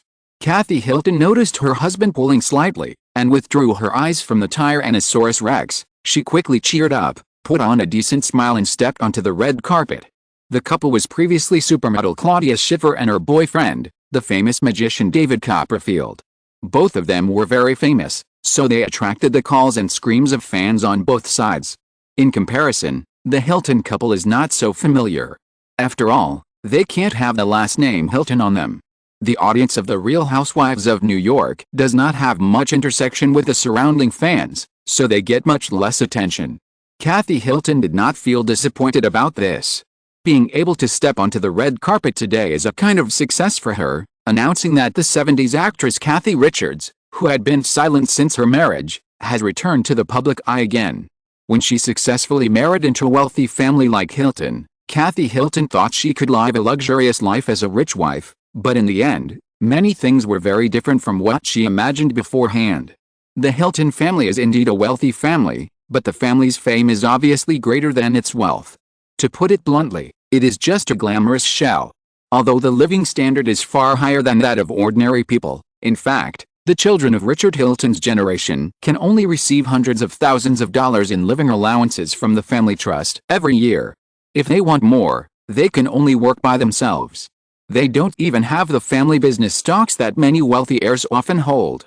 When Conrad Hilton died, except for the hundreds of thousands of dollars in cash left to a few close relatives, all other stock assets were donated to the Hilton Family Foundation and other charitable organizations, causing Richard Hilton's father, Baron Hilton, to fight a lawsuit for this inheritance for nearly 10 years.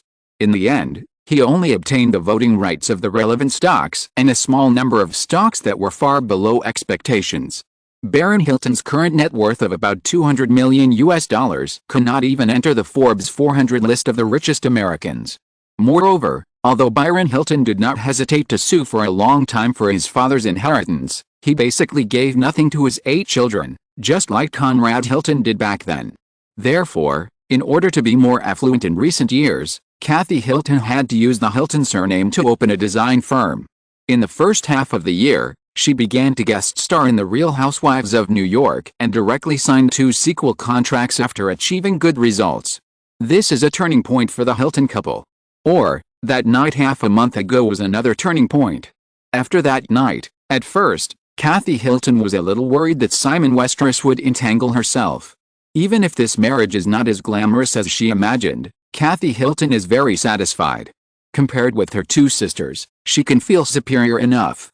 Therefore, she definitely does not want the news of that night to spread and change her current life. Simon Westeros is just playing around, and this is clear. Kathy Hilton is very realistic. She knows that her age does not allow her to stay with him like those young lovers in Westeros, let alone replace Westeros' marriage. It is the wisest thing to keep what she has. After more than a week of anxiety, nothing happened. Not only did not the slightest news of what happened that night spread in Manhattan, but most importantly, Simon Westeros never contacted them again. Only then did she realize that a certain guy obviously did not take what happened that night to heart at all. What a jerk. Realizing this, Kathy Hilton's mentality changed. On the other hand, her 2 sisters were even more anxious than her. They called every few days to test whether Westeros had dated them again, and tried to ask for the man's contact information. God knows, she didn't have Westeros's contact information, and was questioned by her 2 sisters for this, thinking that she was hiding something. Until this premiere. Beforehand, it was the 2 sisters who instigated it, thinking that they could see Simon Westeros again at the premiere or the after party. It was impossible that there would be no news after that day. Her initial reaction was to refuse, but she didn't expect that her younger sister Kyle was a little anxious, and hinted that if she didn't help, she couldn't guarantee that she would say anything. What could she say?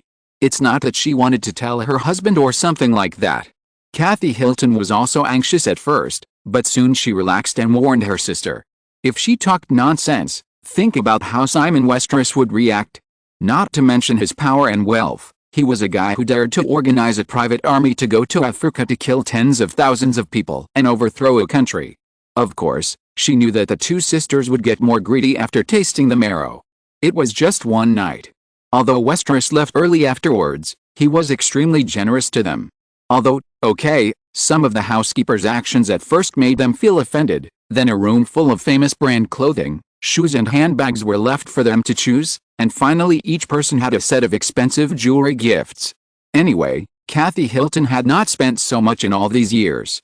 At that time, she matched her clothes inside and out, plus a limited edition Hermes platinum bag and a set of diamond necklaces. Kathy Hilton quietly checked and converted it, and the total value was more than $300,000. The 2 sisters got no less than her. In just one night, Westeros gave away $1 million, which was more than their family's total income in the previous year. Many ordinary people may not have seen so much money in their lives. How could such a generous guy not recruit women? Faced with the constant instigation of his 2 sisters, his heart actually began to loosen. Unable to contact Westeros, Kathy Hilton found Robert Iger, who knew the insider that night. Then, the tickets for the premiere were not a problem, and the invitation to the after-party was also successfully obtained. However, there was only one ticket for the red carpet. Because the red carpet ceremony was to be broadcast live on the Egret portal, a large-scale press release would be arranged afterwards. It was also a kind of publicity. If any cats and dogs were allowed to step on the red carpet, it would be a bit of a self-degradation. Robert Iger certainly would not say words like cats and dogs. This was Kathy Hilton's own understanding. Looking at the supermodel Claudia Schiffer and the famous magician David Copperfield in front of the couple, and hearing the shots of Brookie coming from behind, it should be the beautiful baby Brooke Shields who became famous at a young age. Obviously, after careful calculation, the couple is not qualified to step on this red carpet. It is obviously a favor given by Robert Ang for the sake of Westeros. Of course, it is only a favor for one person. The 2 sisters who want to step on the red carpet more can only bring their 2 daughters to enter the auditorium through the general audience channel. This time they come together as a family. Paris and Nikki are already on summer vacation. After tonight, her husband will return to the West Coast to continue working, and the three of them can stay here for a few days. I think the two Carolus sisters will be more jealous of her sister. Hate it. Hate it. Thinking about this, Kathy Hilton's smile was still impeccable. Facing some cheering and screaming fans, she would gently wave her hand. Finally, she crossed the red carpet and signed her name on the huge poster. Then she and her husband came to the media area and took some simple photos. Then, letting go of her husband's arm, Richard Hilton walked away tactfully, leaving all the flashes to his wife. After posing for a long time, Kathy Hilton reluctantly left until Brooke Shields approached. She was led by the staff to the backstage of the auditorium for a short rest. This was a special treatment for red carpet guests. Some people would change their clothes here. Kathy Hilton's Versace dress could be used as an evening dress until the after party, so she didn't have to worry about it. In fact, she couldn't afford it. It was still very expensive to hire a small team for this purpose, and she didn't have the full support of the agency like those popular supermodels or Hollywood actresses. In order to save money, she didn't even sign with an agency. She had been an actress before, so she had experience in these things. The only other preparations for this visit were to say hello to a photographer in the red carpet area, so that she could get some good photos to post on her Facebook and Instagram. This was a suggestion from Deanery's Entertainment when she participated in The Real Housewives of New York in the first half of the year. It was best for all the main characters to be on these two social platforms. Kathy Hilton even learned some computer skills for this purpose. The unspoken rule of the red carpet ceremony is that the more important the guests are, the later they will appear. The red carpet ceremony was planned to last for an hour, but the Hilton couple was scheduled to appear 10 minutes after the ceremony began. It can be seen that Kathy Hilton was not dissatisfied with their treatment. Entering the backstage in advance was just the opportunity to socialize. In the following half an hour, the couple really met a lot of people, but Simon Westeros never showed up. It was not until nearly 6 o'clock that they came to the hall and found that the Westeros couple arrived on time and went directly into the hall. If they hadn't paid special attention and found that the Westeros couple were surrounded by several main creators of Jurassic Park 2 and talking, they would not even have noticed that the couple appeared tonight, and perhaps they hadn't walked the red carpet just now. Simon Westeros now has the confidence to not care about these. The Hilton couple's seats are relatively far back, together with the Richards sisters and their two daughters. Obviously, they have no chance to interact with Westeros. After finding her seat and sitting down, Kathy Hilton noticed that the screen of tonight's premiere was a bit exaggerated. After listening to her two daughters chattering about the discussion they just heard, she learned that it was called IMAX. Finally, she turned her attention to tonight's movie. She began to look forward to it. At 6 o'clock, the lights in the hall dimmed and the movie started on time. After the opening, the movie started with a fierce chase scene. Several military helicopters fought against a large group of pteranodons that escaped from the cages on Dinosaur Island. Simon's shot was based on the Jurassic World in his memory, which was the scene where the pterosaurs attacked tourists. However, the scale of the pteranodons this time was not as overwhelming as in Jurassic World. There were only about a dozen of them. The plot setting was that the pterosaur tribe attacked the town and the government had to use helicopters to kill them. Just looking at the shocking picture display effect on the huge screen, there were waves of uncontrollable exclamations in the Sacred Citizen Auditorium. Moreover, just in opening, the audience felt a completely different picture and lens style from the first Jurassic Park. Spielberg is a very old-school filmmaker, so even a special effects blockbuster like Jurassic Park, because of long-standing habits, the lens picture is inevitably conservative and classical. People who have seen Spielberg's movies probably have some experience. Even the 2008 Indiana Jones 4 still gives people a feeling of a movie in the 1980s. In comparison, Michael Bay is completely a representative of a new generation of filmmakers. Whether it is cool shots or sharp editing, they are more in line with the era of CG special effects blockbusters that has quickly arrived. In the Sacred Citizen Auditorium, in a short opening, Michael Bay showed his own lens style to the fullest. Pteranodons hoisted the townspeople into the air, the airborne snipers and primitive dinosaurs faced off, the helicopter guns roared and the pteranodons dodged and swerved. There were even air-to-air missiles, as well as burning, collisions, and explosions. Fierce explosions. How could the explosion bay not explode? Just 7 minutes into the show, Many viewers had already decided to watch it again after the premiere. Of course, it would seem to be even better if it could be watched on a huge IMAX screen like tonight. However, most people also realized that this seemed unrealistic. This is indeed the case. IMAX technology has been around since the early 1970s and is widely distributed in science and technology museums around the world for playing various popular science documentaries. The company has been trying to bring IMAX to the film market for many years, but it has never made any progress due to the high costs involved. Until last year, Deaneries Entertainment quietly bought the Canadian company and injected funds to start further research and development of IMAX filmization, mainly to break through the length limit of traditional IMAX films and the technology of converting 35mm film to IMAX film. The premiere of Jurassic Park 2 is an experimental public appearance. There is still a long way to go before it can be promoted on a large scale. However, this appearance alone, combined with the super special effects blockbuster Jurassic Park 2, has brought obvious shock to the audience. At this time, in the Sacred Citizen Auditorium, just after the opening, feeling the frequent exclamations of the audience, the executives of Deaneries Entertainment and the Jurassic Park 2 team on the scene have completely confirmed the reputation of this sequel in the media. Chapter 821 High concept is the way to go. The opening scene of the helicopter formation fighting against the Pteranodon comes from the foreshadowing at the end of the first Jurassic Park. When the protagonists who had gone through hardships left by helicopter, a group of pteranodons escaped from their cages and flew to the world outside the island due to the serious damage to the infrastructure on Dinosaur Island. The timeline of the sequel is parallel to reality and is set 3 years after the Dinosaur Island incident. In 3 years, these ancient creatures that have no natural enemies in the sky of modern society have rapidly multiplied and attracted more and more attention.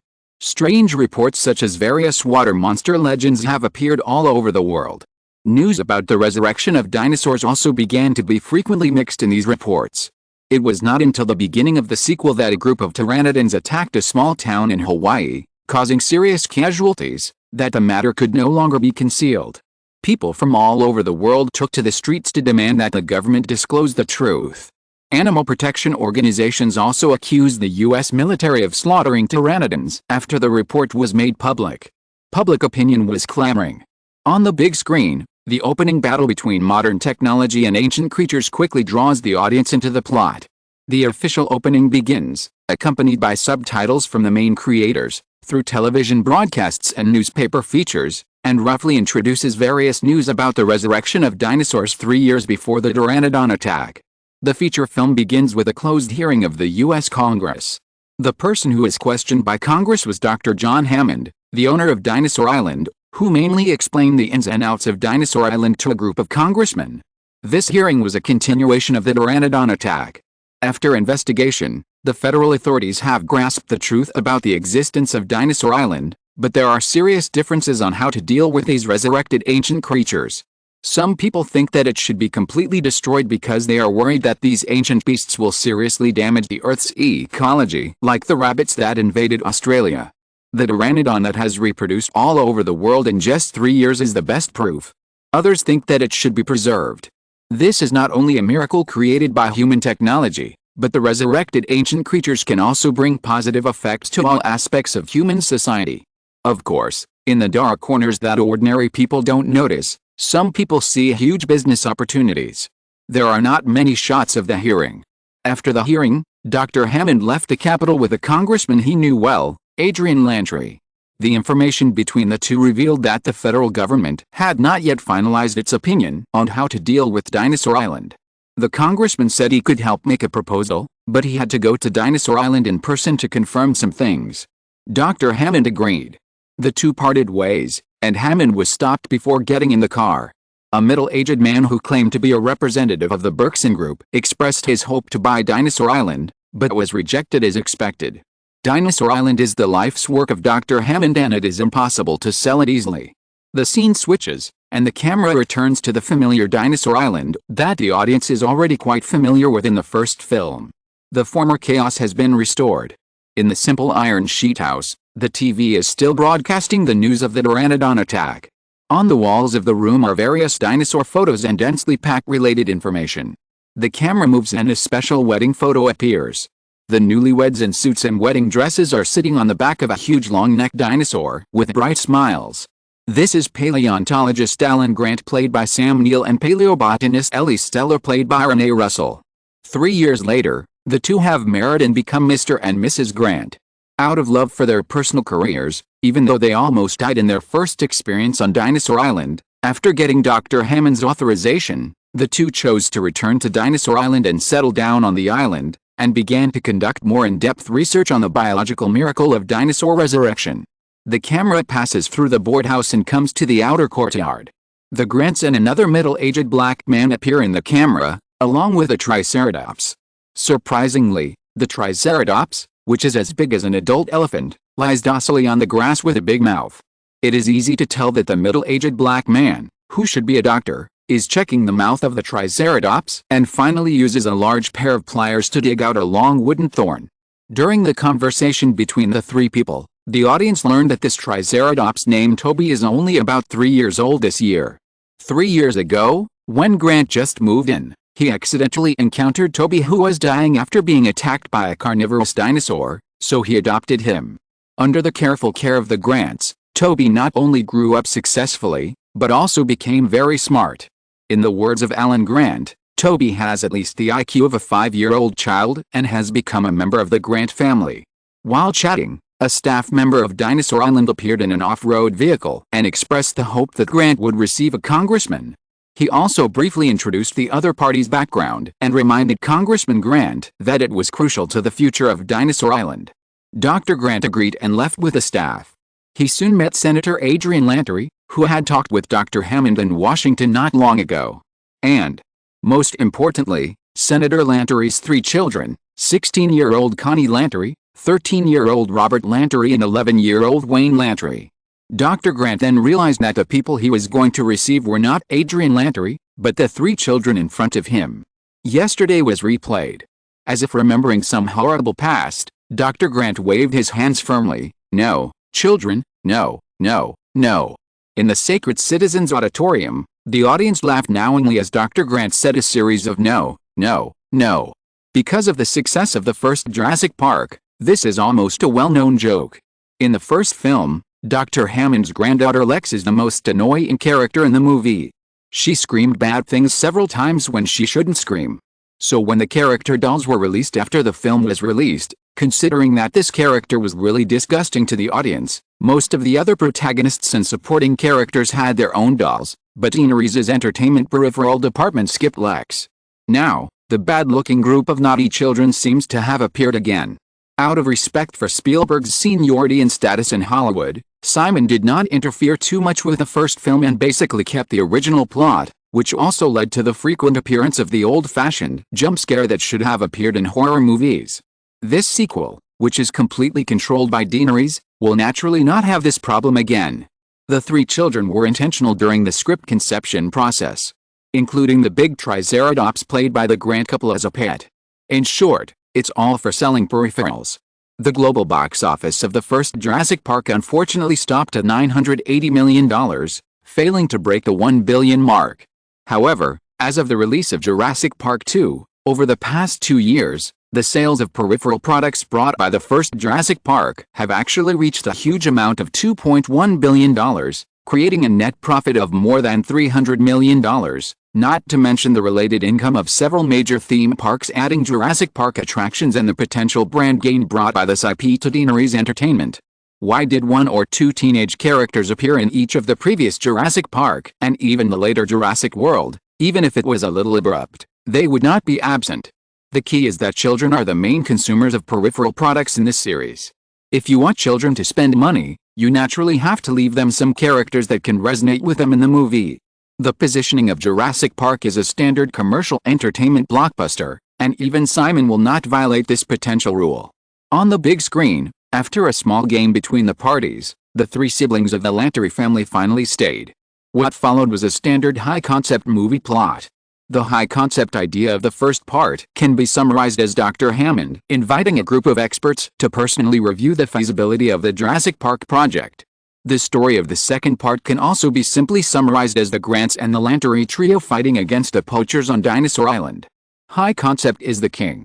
For commercial films, Details can be added and advertisements can be implanted, but in any case, the most important thing is to give the audience a simple and smooth complete story.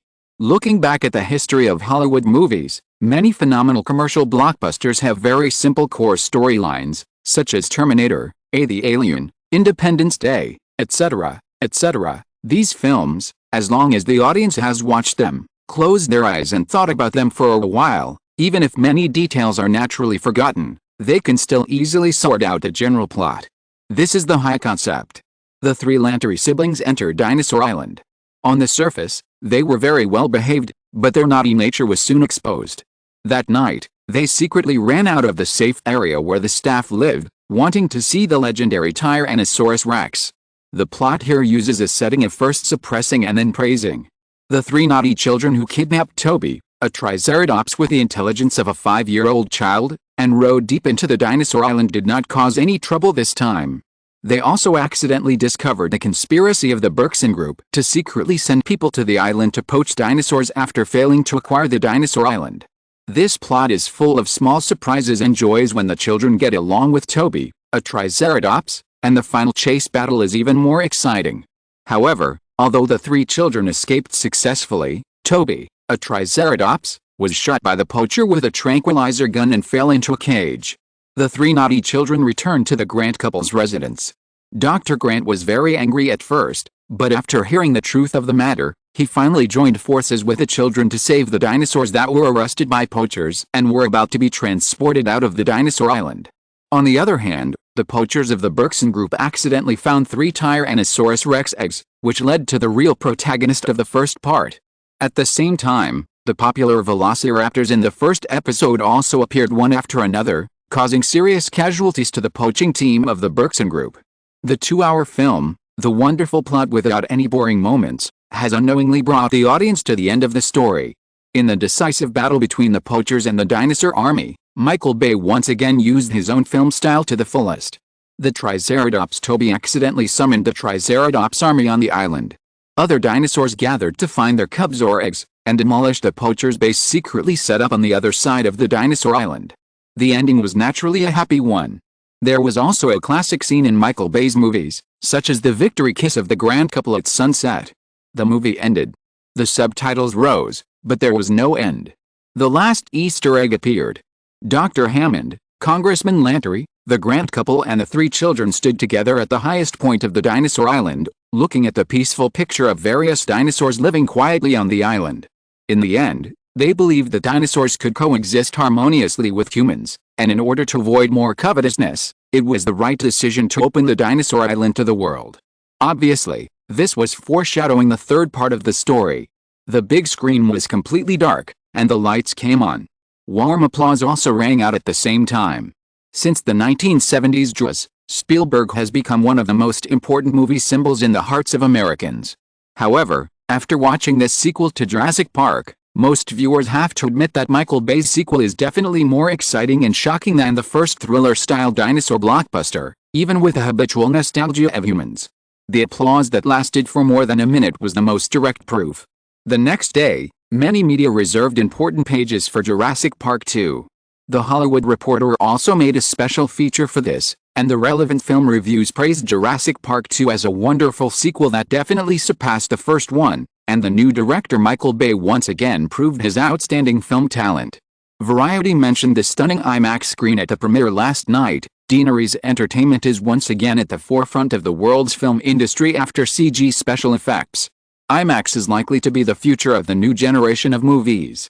While giving an unreserved positive review of the film, the Los Angeles Times also turned its attention to the red carpet ceremony of the premiere, pointing out that just from the red carpet lineup yesterday afternoon, Deaneries Entertainment already has an unparalleled strong appeal in Hollywood.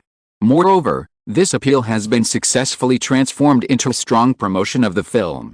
No one can deny that the carpet-style promotion with almost no dead ends has deeply imprinted the brand of Jurassic Park in the minds of a large number of people. In this era when film promotion is becoming more and more important, this strength alone gives Deaneries Entertainment a powerful advantage that is difficult to match for all other studios. The first Jurassic Park released at the end of 1992 had a comprehensive media score of 9.3 points in the initial statistics. Even though sequels are naturally more susceptible to harsh criticism from critics, on the second day of the premiere, when the initial word-of-mouth statistics were released, Jurassic Park 2 still strongly scored a stunning score of 9.5 points, successfully surpassing the first film's reputation. Even the most demanding film critics could not criticize this sequel that not only inherited the essence of the series, but also gave enough innovation and was more exciting and skillful in the use of technology. Amidst the anticipation of the public, on June 2, Jurassic Park 2 was officially released on a large scale in North America, with 3,461 screens opening. Out of fear of Jurassic Park 2, except for a few local kittens with only a few dozen screens opening, this heavyweight blockbuster almost monopolized the most golden time of the summer season that opened on June 2. This alone shows that the trend of Hollywood becoming stronger by Deanery's entertainment has become more and more obvious. If you are listening to this novel on a channel other than Fanfic World, it means it was downloaded and re-uploaded without effort. We warmly invite you to visit our channel, Fanfic World. There you will find the original version of this story and many other novels of various genres.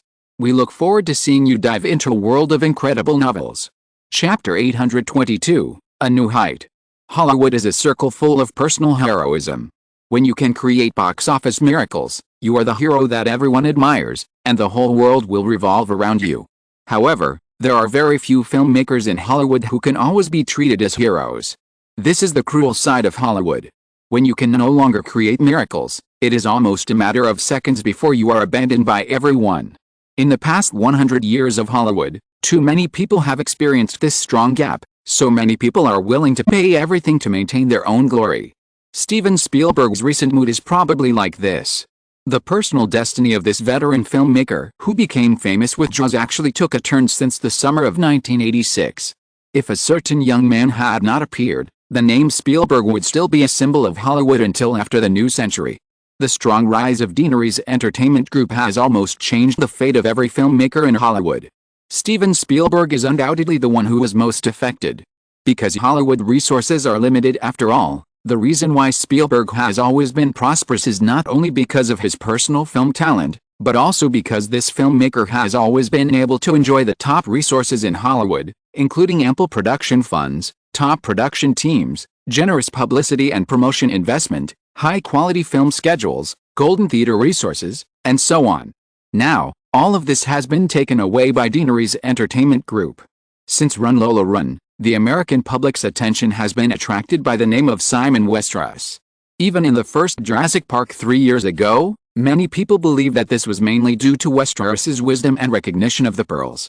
Instead, Spielberg, as a director and producer, was placed in second place, and later directly kicked him out. Since Jaws sent the 29-year-old Spielberg to the top of the Hollywood pyramid, this is the first time he has received such treatment in so many years. However, what makes Spielberg even more uncomfortable is the great success of Jurassic Park 2. When the first day box office of Jurassic Park 2 came out, Spielberg felt very bad. Including the midnight show, the first day revenue of $28.79 million was already the first week total box office of many blockbuster films, but for Jurassic Park 2, it was just one day's income. In the first 3 days of the first weekend, the cumulative box office of this phenomenal dinosaur blockbuster finally reached $83.16 million, directly surpassing the 7-day box office of $72.17 million in the first week of Jurassic Park 3 years ago. The industry generally predicts that Jurassic Park 2 will break the single-week box office record of $113 million in the first week of Batman: The Dark Knight Rises last year, and once again set a new opening box office record. There is almost no doubt about this. Therefore, even though he was very careful, on Tuesday, June 6, when he went to Paramount Studios for a meeting, Spielberg was still stopped by paparazzi who had been watching him for a long time and asked him what he thought about the box office of Jurassic Park 2. Several paparazzi were obviously prepared and deliberately stepped forward to block and bump into him. Spielberg, who had been well protected by Hollywood, had not been treated like this for a long time. Even though he finally suppressed his emotions and did not lose his temper on the spot, he was still photographed by paparazzi with a dark face getting into the car. The next day, the media reported that Spielberg left in anger after hearing the box office data of Jurassic Park 2.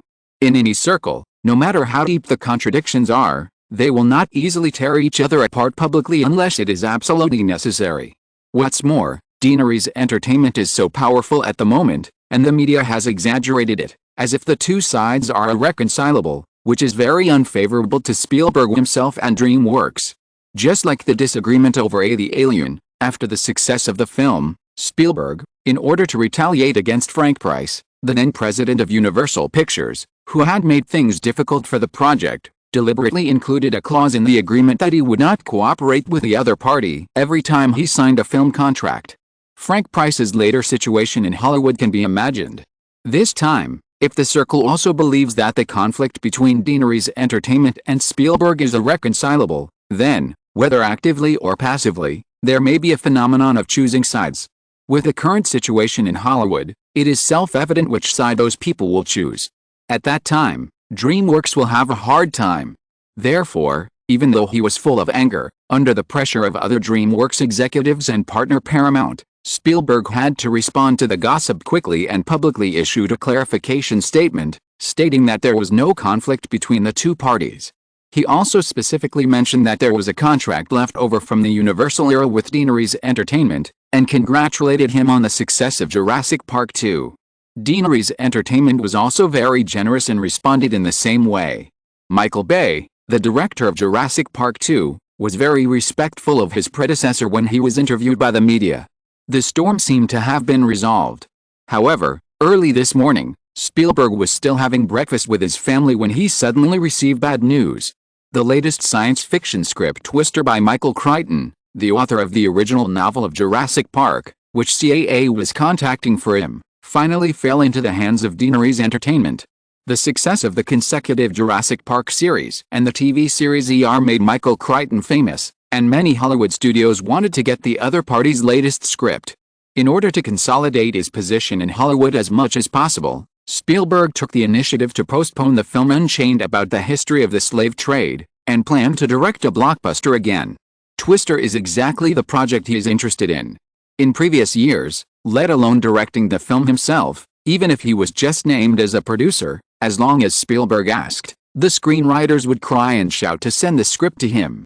All this glory has become a thing of the past in the blink of an eye. Obviously, even if DreamWorks and Paramount are willing to offer a higher price, Michael Clayton is still more willing to hand the project over to Deaneries Entertainment Group. Deaneries' strong technical background in special effects will undoubtedly make Twister perfectly displayed on the big screen. Michael Clayton's current status can already enjoy a higher profit share. If the project is handed over to Deaneries Entertainment, the hope of the film's success will be greater, and as a screenwriter, Clayton will get more. Spielberg doesn't know about the Matthew effect, but he deeply realizes that the resources he can get in Hollywood are getting less and less. CAA headquarters in Century City. Upon hearing the news, Spielberg rushed here from his mansion in Palisade to see if there is any room for recovery. Michael Clayton's agency contract is with CAA. As one of CAA's most important clients, Michael Ovitz personally received him, but Ovitz could do nothing about it. If it was the 1980s, Michael Ovitz could still make Twister a packaged project and have a lot of say in which studio to sell the project to, but now everything has changed. The rise of blockbuster movies with huge investments has allowed studios to regain the initiative in film production, and the powerful Deaneries Entertainment is an existence that CAA needs to try its best to make friends with. Just like this time, Michael Ovitz also tried his best to match Clayton and Spielberg to work together again, but Spielberg's appeal alone could not be compared with the entire Deaneries Entertainment Group. If Ovitz interfered and forcibly handed the script to Spielberg, he would not only offend Deaneries Entertainment, but also lose Michael Clayton, a gold medal client. Of course, Michael Ovitz is not a snobbish person who likes to change his mind according to the wind. After explaining the regret to Spielberg, Ovitz also introduced several good scripts of the same type that he had personally selected at the company early. The meeting lasted for an hour. After confirming that there was no hope of recovery, Spielberg could only leave temporarily with the scripts recommended by Ovitz. He also knew that the president of CAA had tried his best. Today is Friday, June 9th. Another box office week has begun. After personally sending Spielberg to the elevator, Ovitz returned to his office and finally had time to pick up the box office report for the past week. The box office of Jurassic Park 2, which everyone is most concerned about, is actually not news. In the past week, Deaneries Entertainment once again used a very wonderful marketing plan, announcing the single-day box office of the movie on the official Facebook account of Jurassic Park 2 every day. After careful study, Ovitz found that this marketing plan was absolutely brilliant. Ordinary people actually have the ambition to create miracles, but most people often cannot do this. Deaneries Entertainment's practice of announcing the single-day box office of Jurassic Park 2 every day is a good use of the public's subtle mentality of wanting to participate in creating a miracle together. After the first day box office is released, Jurassic Park 2 will take the initiative to create a new single-week box office record, which is just equivalent to a brand new box office miracle. At the same time, the public only needs to buy a movie ticket to participate and witness the emergence of this miracle, and they will almost involuntarily participate in it. Many fans who originally had no plans to watch the movie were infected by this topic atmosphere and were inevitably influenced to buy tickets to enter the theater. After all, no matter what, Jurassic Park 2 is a commercial blockbuster that is absolutely worth watching. Ovitz, who happened to be paying attention to the internet industry recently, also found that Deaneries Entertainment provoked this marketing event and further boosted the popularity of Ygritte's Facebook's social network. Kill two birds with one stone. Finally, in the first 7 days of its opening from June 2nd to June 8th, Jurassic Park 2 had an unstoppable box office trend. On the basis of the box office of $83.16 million in the first weekend, it was released for a full week and the cumulative revenue reached $129.13 million, which raised the first week record of $113 million set by The Dark Knight Rises last year by $16 million. In comparison, the series of new films in the past few weeks of this summer season, Die Hard 3, which had the best opening performance, had a box office figure of $29.88 million in the first week, which was only a fraction higher than Jurassic Park 2. What made other studios even more uncomfortable was actually the box office performance of other films under the impact of Jurassic Park 2 this week. The first-ranked Jurassic Park 2 had a box office of $129.13 million in its first week. However, the second-place Clint Eastwood and Meryl Streep starred in the new film, The Bridges of Madison County, which was well received by the audience, and the audience did not have much intersection with Jurassic Park 2. The box office fell by 36% in the second week, and the single-week box office fell from $15.8 million to $10.13 million. If there was no Jurassic Park 2, with a classic level of word-of-mouth of The Bridges of Madison County with a comprehensive media score of 9.0 points, the domestic box office is expected to have a very beautiful long-term trend, and the total box office is expected to reach more than $70 million. Now, judging from the second-week box office, even if the decline will slow down significantly next week, since the single-week box office has fallen into the $10 million range, it will probably only be able to earn about $30 million in the future. The cumulative domestic box office of the film should be around $55 million, at least shrunk by $15 million. In fact, the experience of The Bridges of Madison County is already very good. The production cost of this feature film is only $24 million, and the publicity and distribution is only $10 million. Warner Brothers can basically recover all its investment just by taking out domestic box office, and can easily achieve profitability through overseas and subsequent channels. Next, there is Casper, which ranks third on the list.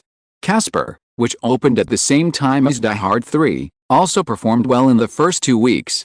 It took in $25.71 million in the first week and a 29% drop in the second week, earning $18.19 million. However, as expected, this summer family movie, which was expected to have a long-term box office, inevitably suffered a deep drop in the third week of its release when it collided with Jurassic Park 2, which was also aimed at audiences of all ages. The 52% drop in the box office caused Casper's single-week box office to drop directly to a low of $8.61 million. With a total of $52.51 million in 3 weeks, even if the subsequent decline slowed down, the domestic box office of Casper would only be around $70 million, considering the subject matter of Casper. The worst is Die Hard 3. Bruce Willis starred in this $90 million action blockbuster. After the first week of $29.88 million, the box office fell by 37% in the second week, earning another $18.79 million. Then, In the third week of its release, it was crushed by Jurassic Park 2. The box office of Die Hard 3 just in the past week plummeted by 56%, and the single-week box office was only $8.26 million. After 3 weeks of release, the cumulative box office of Die Hard 3 is $56.93 million. As a typical popcorn commercial film, the single-week box office has only $8.26 million. Even if the decline will slow down slightly in the future, Die Hard 3 will probably only earn about $15 million in the future, and the domestic box office is expected to be just over $70 million. The same $70 million domestic box office expectation as Gremlins is actually not too bad. However, the total production and publicity costs of Die Hard 3 of $130 million are too high. Even if the overseas performance is better, the global total box office is calculated at $200 million, and Fox will still not be able to avoid huge losses in the short term. If there is no Jurassic Park 2, both Die Hard 3 and Casper would have a good chance of breaking through the 100 million yuan box office club. Simon remembers that this is true.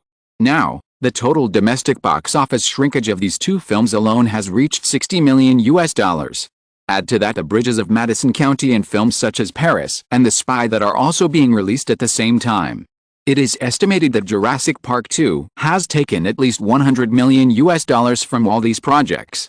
This does not include projects such as Braveheart and Pocahontas that will be released in the following weeks. The first week box office has reached $129 million. Coupled with a better reputation than the first one, it is only a matter of time before Jurassic Park 2's domestic box office exceeds the $356 million of the first part, and it is not impossible to even hit $400 million. You know, this summer season is not like last year's The Dark Knight Rises and Forrest Gump, which were both phenomenal. Deaneries Entertainment's other summer movie Apollo 13 is sure to be a big hit, but it's definitely not phenomenal. The domestic box office is expected to be $400 million. In addition to the gains from the film itself stimulating market demand, perhaps half of it is probably from the box office potential of other films. One rises while the other falls. It's still one rise while the other falls. Chapter 823 Prospectus. After receiving Spielberg and handling some other work, Michael Ovitz left CAA headquarters at 11 o'clock and rushed to Universal Studios Burbank on the other side of Beverly Hills. Today, I met Simon for lunch and discussed LinkedIn, a workplace social networking site that will be launched at the end of June. After the project was finalized in February and obtained venture capital from Margaret, Eisner has been mainly responsible for the project in recent months. Because they are neighbors and shareholders, the two friends often get together after dinner to discuss various details of the website. This lunch was an invitation from Eisner to Westeros, and it was finally determined to be held in the internal restaurant of Universal Studios Burbank, according to Simon's schedule. I left early for fear of traffic jams, and arrived at Universal Studios at only 11:40. I called Eisner and learned that he had also arrived early and was with Westeros in the Universal Cinema inside the studio. After parking the car at a parking lot near Kirk Douglas Boulevard in the north of the studio, Michael Ovitz walked to the Universal Studios with familiarity, looking at the tourists coming and going around. He was filled with emotion as he was impressed by the changes in the world. Looking back, Ovitz's first job in Hollywood was as a tour guide in Universal Studios. At that time, Spielberg was just a young man who skipped classes to work odd jobs in Universal Studios. Now everything has changed. After Deaneries Entertainment acquired MCA, the 200-hectare Universal Studios has become more and more like a pure theme park. Most of the office departments have moved to the Malibu Deaneries Studios. Even the Wisteria Street set and the Friends studio for Deaneries' popular Desperate Housewives are open to tourists regularly. The office space that was once reserved for many Hollywood big names has also become a popular attraction for movie fans. In the early years, Hollywood often reserved an office for famous filmmakers in the studio in order to make friends with them. Spielberg's Amberland Company even had a small building built specifically in Universal Studios. CAA's habit of keeping offices for its big names was actually inspired by Ovitz's experience as a tour guide at Universal Studios. Deaneries Entertainment still retains this custom. Now, in addition to Spielberg, who quietly moved the Amberland headquarters away, more big names have moved their offices into Universal Studios and Malibu Studios in recent years. Universal Cinema is located in the middle of the studio. It is actually a large multi-hall cinema for tourists. Unlike Disneyland, Universal Studios Burbank is more like a large commercial center. In addition to various attractions, the studio has restaurants, hotels, cinemas, shopping malls and even hospitals. Michael Ovitz came here and a staff member took him into a screening room in the theater that was under renovation. Entering the screening room, in the dim light, Ovitz first noticed the double image on the big screen in front of him, and vaguely distinguished that it should be a clip of Jurassic Park 2, 3D. This name flashed in Ovitz's mind at the first time.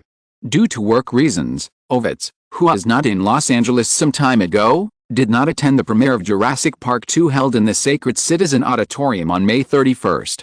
However, he later heard about the shocking effect of the film's premiere using IMAX playback. There are also rumors in the circle that Deaneries Entertainment will promote this new movie playback format in a big way. Ovitz, who likes to get to the bottom of things, immediately asked his assistant to find IMAX information afterwards. After studying it, he felt that it was not easy for IMAX to promote it because the cost of this playback system was too high. However, if the power of the entire Hollywood is gathered, it is not impossible. Now, seeing the 3D version of Jurassic Park 2 in this screening room of Universal Cinema, Ovitz realized that, just like the original CG special effects, Deaneries Entertainment is once again at the forefront of Hollywood in terms of film technology. The staff handed over a pair of 3D glasses, and Ovitz thanked them. He went to an empty seat in the middle of the theater and sat down. Taking advantage of the light in the screening room, he took a look at the 3D glasses in his hand. They were not the red and blue 3D that he had seen before. He put on the glasses and looked at the big screen. It happened to be a scene of a dinosaur army flattening the poacher base. The shocking feeling that came to his face seemed beyond description. Unfortunately, the big screen was obviously not playing the whole movie, but only a clip. In less than 5 minutes, the clip was played and the lights in the screening room were turned on again. Simon, Eisner and others were sitting in the front row. When the lights came on, Ovitz stood up and walked over to greet Simon, exclaiming, "Simon, I just saw the future of Hollywood, right?" "Of course."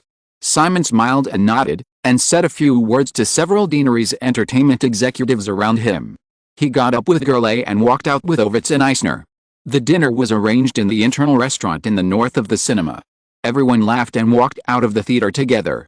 There were not many tourists at noon, so Simon still put on a pair of sunglasses and quickly got on an electric cart to the Northern Administrative District. Until they sat down in the restaurant, Simon and Eisner's topic was still around 3D and IMAX. Both 3D and IMAX actually have decades of history. The main reason why they have not been promoted is not the cost, but the fact that it is unnecessary. Before the 1990s, there were very few Hollywood science fiction blockbusters such as the Star Wars series. Even Star Wars, although it used a lot of new technology, was not known for its visual effects. It was mainly a brand new science fiction world created by George Lucas. In addition, most Hollywood movies are very traditional genre films. Whether it is Sylvester Stallone's Rambo series or Spielberg's Indiana Jones series, the viewing experience of such films on 2D and 3D screens will not differ much, and the same is true for IMAX and ordinary screens. Since there will be no subversive changes in the viewing experience, there is naturally no need to promote it. It is different now. As CG special effects technology becomes more and more mature, there are more and more visual wonders created by using a lot of special effects technology, such as the Jurassic Park series and the DC Movie Universe series. The viewing experience of these movies on 2D screens, 3D screens or IMAX is completely different. Therefore, now is the right time to start promoting technologies such as 3D and IMAX. The promotion of any new film technology is inseparable from content and channels. In the final analysis, it is still capital. For Deaneries Entertainment, which is currently leading the way in Hollywood, these are not problems. Even if other studios do not cooperate, Deaneries Entertainment is even enough to complete the reform of the film screening model on its own. Simon is actually planning to do this. The first person to eat crabs may take great risks. However, by recognizing the huge commercial potential contained therein, the pioneers can often reap more lucrative profits. No one knows the market potential of 3D and IMAX better than Simon. During the lunch, Simon was not completely frank with Eisner and Ovitz, but he did not hide his thoughts too much.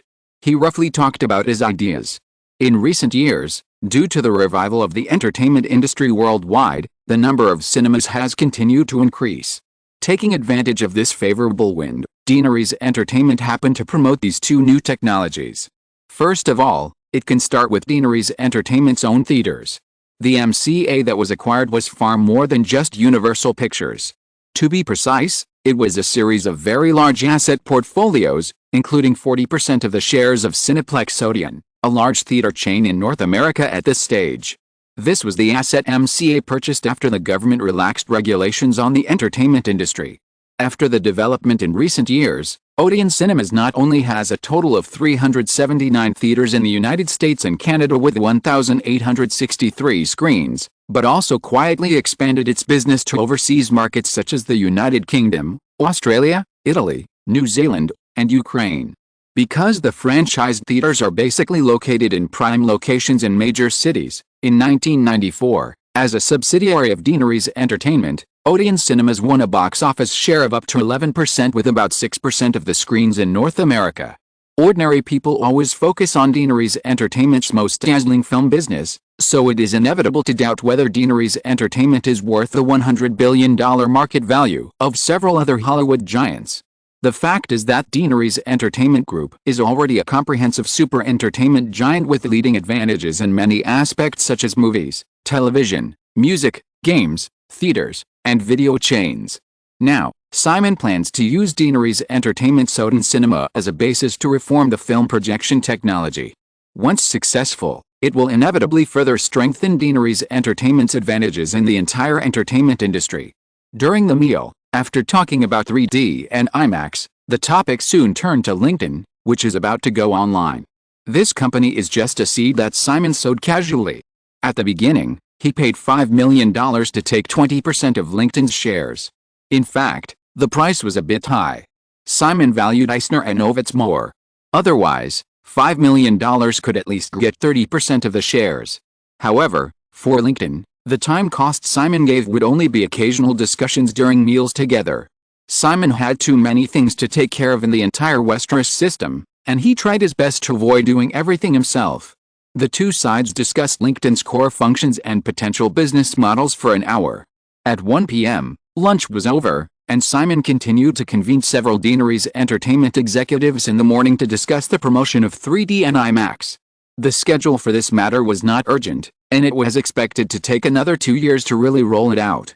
After completing a day's work, Simon set off for Europe in the evening and went to Italy to visit pregnant Sophia again.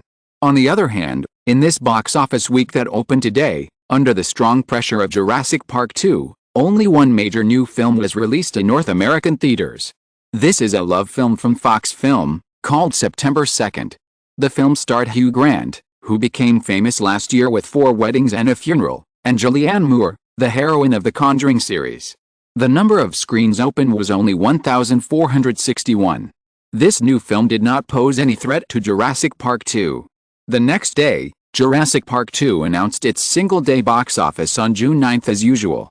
Compared with the $28.79 million on the first day of the film's opening last week, the film's first-day box office in the second week fell by only 39% year-on-year, continuing to earn $17.56 million. Because the box office on the first day last week still has data from the midnight show, judging from the box office data on the first day of the second week, the Deaneries Entertainment publicity and distribution team predicts that the decline of Jurassic Park 2 in the second week of its release is likely to be around 35%. The first week earned $129 million, and the decline in the second week not only did not exceed half, but it was able to maintain 35%. The possibility of Jurassic Park 2 breaking the $400 million threshold at the domestic box office has increased significantly again. The final second week box office from June 9th to June 15th was as expected, with a final decline of 36%, earning $82.63 million. 2 weeks after its release, the cumulative box office of Jurassic Park 2 easily exceeded $200 million, reaching $211.76 million, surpassing the third release during the Easter period, and only second to The Man from Earth released during the Valentine's Day period at the beginning of the year, temporarily ranking second in the annual list. Everyone also found that the 3 labels under Deaneries Entertainment Group, The Man from Earth by Highgate Pictures, Jurassic Park 2 by Deaneries Pictures, and the third by New World Pictures, temporarily occupied the top 3 places in the 1995 annual list. Counting the projects such as Broken Arrow, Rumble in the Bronx, The Brothers McMullen, and Under the Zipper that achieved good results in the first half of the year, Simon's original plan for the 3 labels under Deaneries Entertainment to gradually evolve into the 3 major Hollywood studios has unknowingly begun to take shape.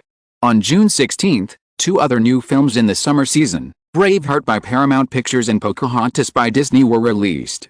Mel Gibson's epic film Braveheart, which he directed and acted in at a cost of $72 million, snatched the schedule of DreamWorks' Gremlins, but Paramount clearly did not have enough confidence in the film, and only gave it 2,055 screens in the first week. In comparison, Disney's Pocahontas opened on a higher number of screens, 2,569. Perhaps because it had just taken over Disney and was full of confidence, Vivendi Group spared no effort in supporting this Hollywood studio.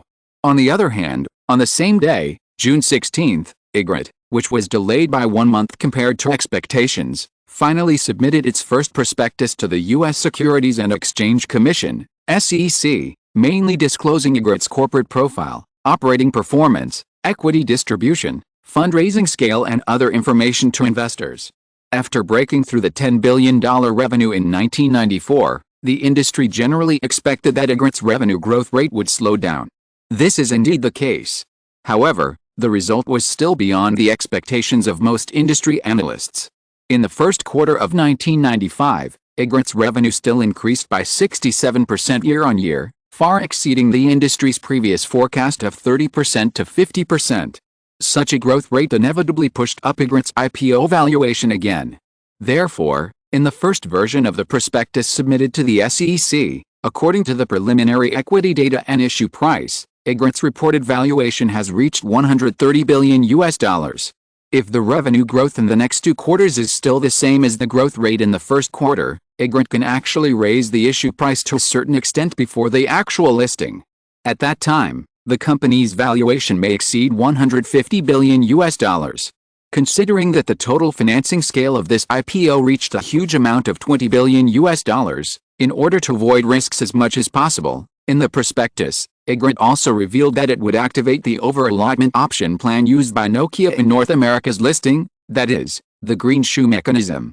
If the stock price is lower than expected after listing, Ygritte will use the funds raised from this listing to repurchase stocks equivalent to 15% of the IPO issuance volume to support the stock price and protect the interests of investors. The green shoe mechanism is actually two-way. If the market feedback exceeds expectations, Ygritte will continue to supply investors with 15% of the IPO issuance volume at the issue price, which is a kind of feedback, and Ygritte can also obtain more additional funds. After the IPO is successful, Simon's shareholding in Ygritte will be reduced to less than 60%. By transferring more than 40% of the shares, the Westeros system has basically completed the plan to integrate Ygritte into the US economy and even the global economy. Next, if someone wants to find trouble with this technology giant that still has many monopoly suspicions, the first thing to consider is whether the countless investors behind the company agree. Chapter 824, Take Down ABC. In East Hampton, at the end of Long Island, New York, a black Mercedes-Benz car drove into the Seaside Manor. The driver opened the door, and Warren Buffett put the prospectus of Ygritte, which he had been reading along the way, into his briefcase. After getting off the car, Girl A, who was wearing a black OL suit, was already waiting.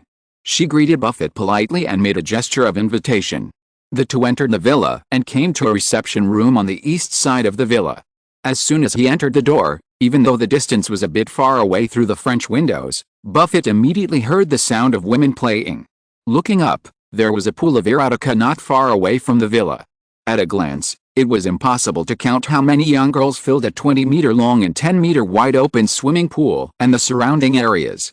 Even though he had never had a preference in this regard, looking at the situation not far away, Buffett's mood was inevitably a little fluctuating, and he couldn't help but sigh in his heart. It was really ridiculous for a young man who had obviously just climbed out of the pool to be wiped diligently by a group of girls. After leaving the swimming pool, Simon did not come directly to the reception room, but went to the next door.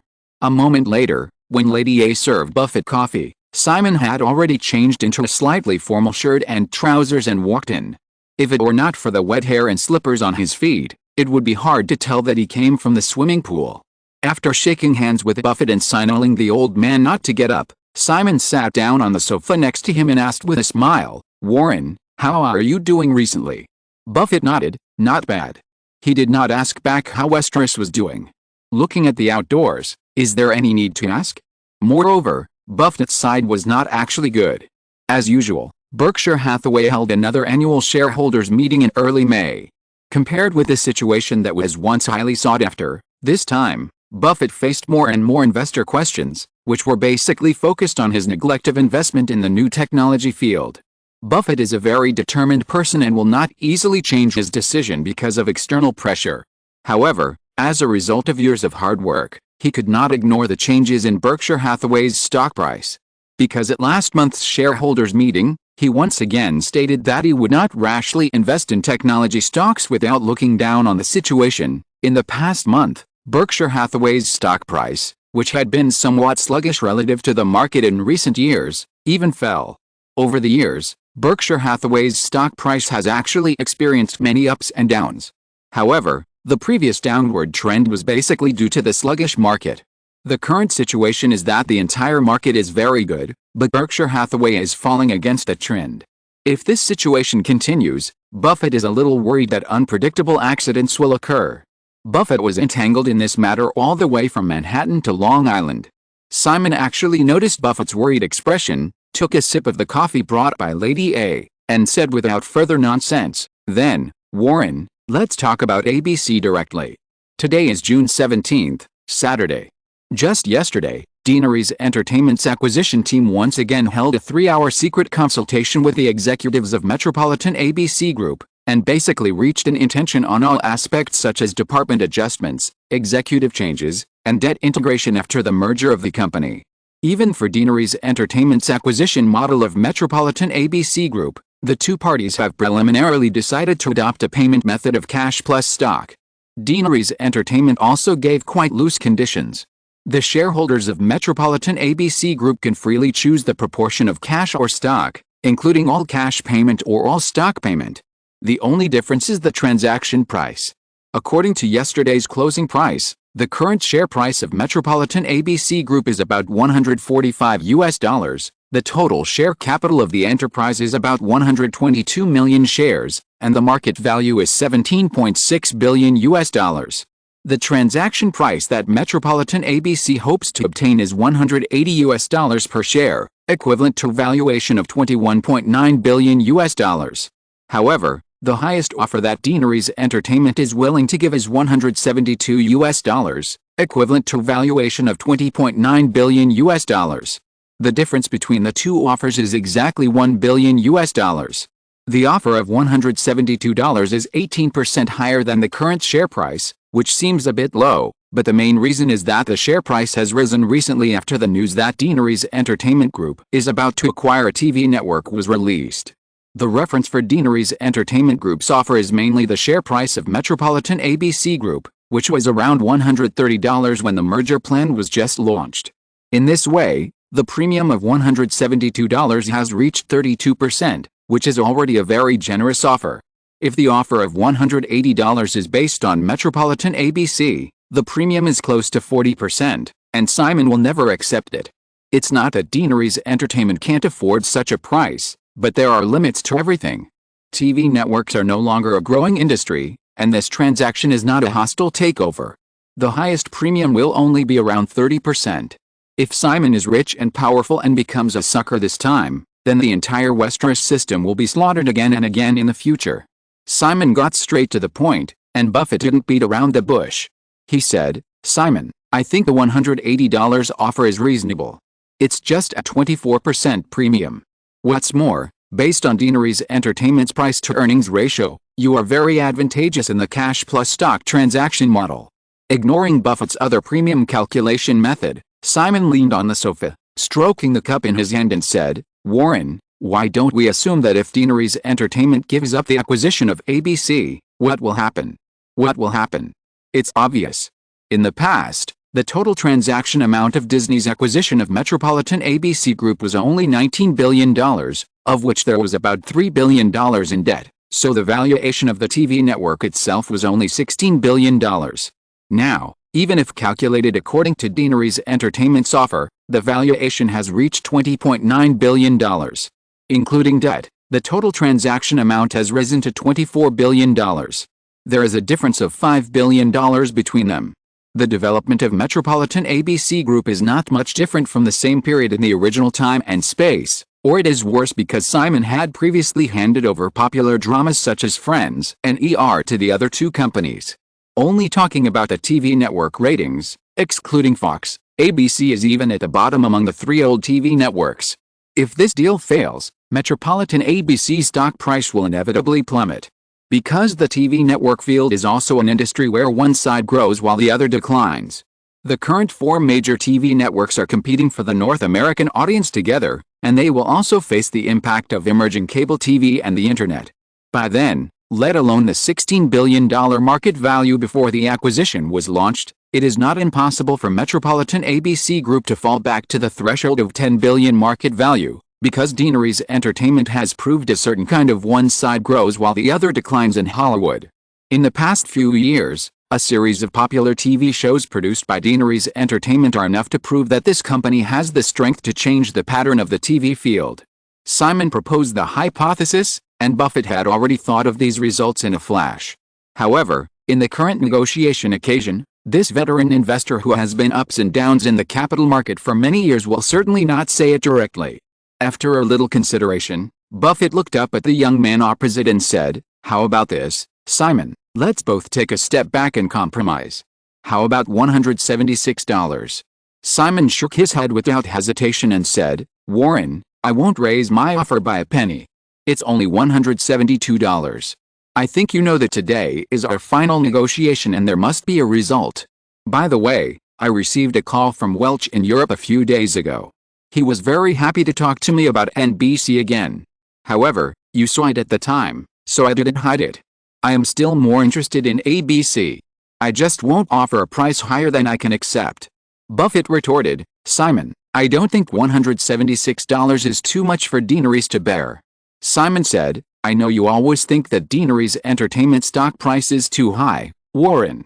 If I want to pursue profits, it is not difficult for Deanery's Entertainment to achieve a net profit of $4 billion in the current fiscal year. Calculated based on the market value of $156.2 billion at yesterday's closing, it is actually only 39 times the price-earnings ratio. What is the current price-earnings ratio of Metropolitan ABC? 41 times. If we exchange stocks, we will actually suffer a loss." "Simon, you are comparing assumptions with reality." Simon shrugged. Excluding assumptions, Deanery's net profit in the first two quarters of fiscal year 1995 was $1.73 billion, and the current public price-earnings ratio is only 45 times. Moreover, Deanery's is still maintaining high growth, and Metropolitan ABC has no growth potential. Buffett was speechless. After all, business negotiations are also based on strength. Buffett used to be able to give others an ultimatum, but this time, both Metropolitan ABC Group and Berkshire Hathaway are in a weak position. Now it is even a bit difficult to get off the tiger. Giving up this business would be a Waterloo-like disaster for both the Metropolitan ABC Group and Berkshire Hathaway, and the result would be unbearable. Buffett, who never liked to haggle with others, was silent for a moment and said again, $175, Simon, I can't give it any more. Only $172. Simon continued to stroke the coffee cup in his hand and said, "But, Warren, I can add another chip, or a kind of support, about Berkshire. Do you know that I have actually quietly purchased 4.9% of Berkshire's shares in recent years, and I can reach the 5% reporting standard at any time?" Buffett was a little surprised. He looked at Simon carefully for a few times, and confirmed that the young man opposite did not seem to be deceiving himself, and then said, "I remember that your wife is very pessimistic about my company." He smiled a little while saying this. This is an old grudge. Not only did Janet silence Buffett at a speech he gave in college in her early years, but she also joked in front of Buffett at a party at Hearst's house a few years ago that the old man's investment model was granted saving gold coins. Buffett was born in 1930 and is now 65 years old. He has been accumulating money tirelessly for almost his entire life since he started delivering newspapers in elementary school, and he wanted to invest every penny, which is how he has his current wealth.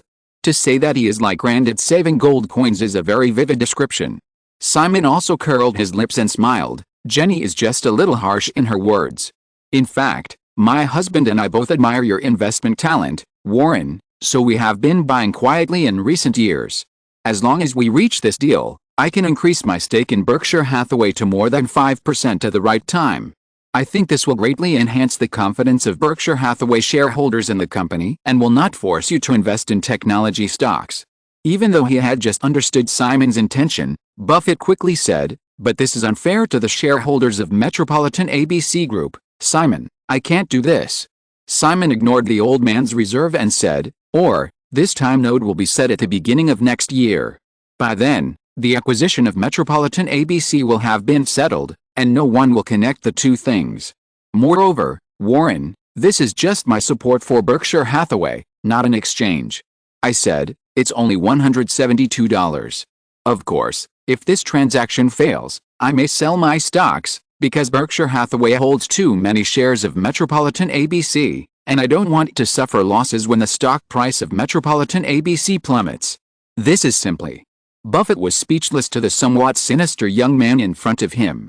$172, obviously there was really no room for maneuver. After pondering for a moment, Buffett said, "It would be best if it were April next year." Simon understood, no problem. Berkshire Hathaway's annual meeting has always been held in May. If Westeros suddenly becomes a major shareholder of Berkshire Hathaway with a shareholding of more than 5% in April next year, with some publicity and hype, plus a wave of stock price growth, the pressure Buffett will face at the annual meeting next year will definitely be much less. Seeing Simon's agreement, Buffett stood up and stretched out his hand to Simon. "Then, let's make a deal." Simon also put down the coffee cup in his hand, stood up and shook hands with Buffett symbolically, and said with a smile, "Deal." There were still a bunch of fiery fairies waiting in the swimming pool outside. Since the deal was done, Simon wanted to serve tea to see him off, but Buffett sat down again without any tact. "Simon, on the way here, I read Igrit's prospectus yesterday, and some of the details confused me." Simon had to sit down again and asked, "Warren, have you changed your mind and plan to subscribe to Igrit's shares?" Buffett shook his head. "I still don't plan to buy, I just want to know more." "Okay." Simon could only be patient and continue to chat with Buffett for another half an hour, and finally send him off. He called Robert Iger in Manhattan and told him that the deal had been done and the two sides could go further. Simon then walked through the glass door of the reception room to the outdoor swimming pool. The sun was no longer blazing at around 4 o'clock in the afternoon, but the atmosphere of the pool party was still hot. During this period, the new Victoria's Secret fashion show began to look for candidates, and Simon had always held the final decision on the list of angels in his own hands. For the fiercely competitive supermodel group in the fashion circle, this power is simply life and death. Last Friday, I left for Italy to see Sofia, and then I went around Ukraine, Russia, and Finland. I just returned yesterday. During the trip, I noticed the documents sent by Victoria's Secret. I decided to relax on a whim, so I had this party. There are more than 60 models in the swimming pool of this manor, all of whom were carefully selected from the lists provided by major agencies, and they are all newcomers who have never appeared on the Victoria's Secret Tea stage. Men like novelty after all. Simon is no exception. After lunch today, 2 Navy One-style customized Black Hawk helicopters on the West Coast made 2 trips back and forth to transport a large group of fairies. After the meeting with Buffett ended, until late at night, this seaside manor in East Hampton was in a carnival. End of this chapter. Thank you so much for reading until the end. Don't forget to give it a like. Looking for more exclusive content and immediate access? Subscribe to our Patreon. Remember, every like, subscription or donation encourages us to continue. Thank you all. See you in the next video.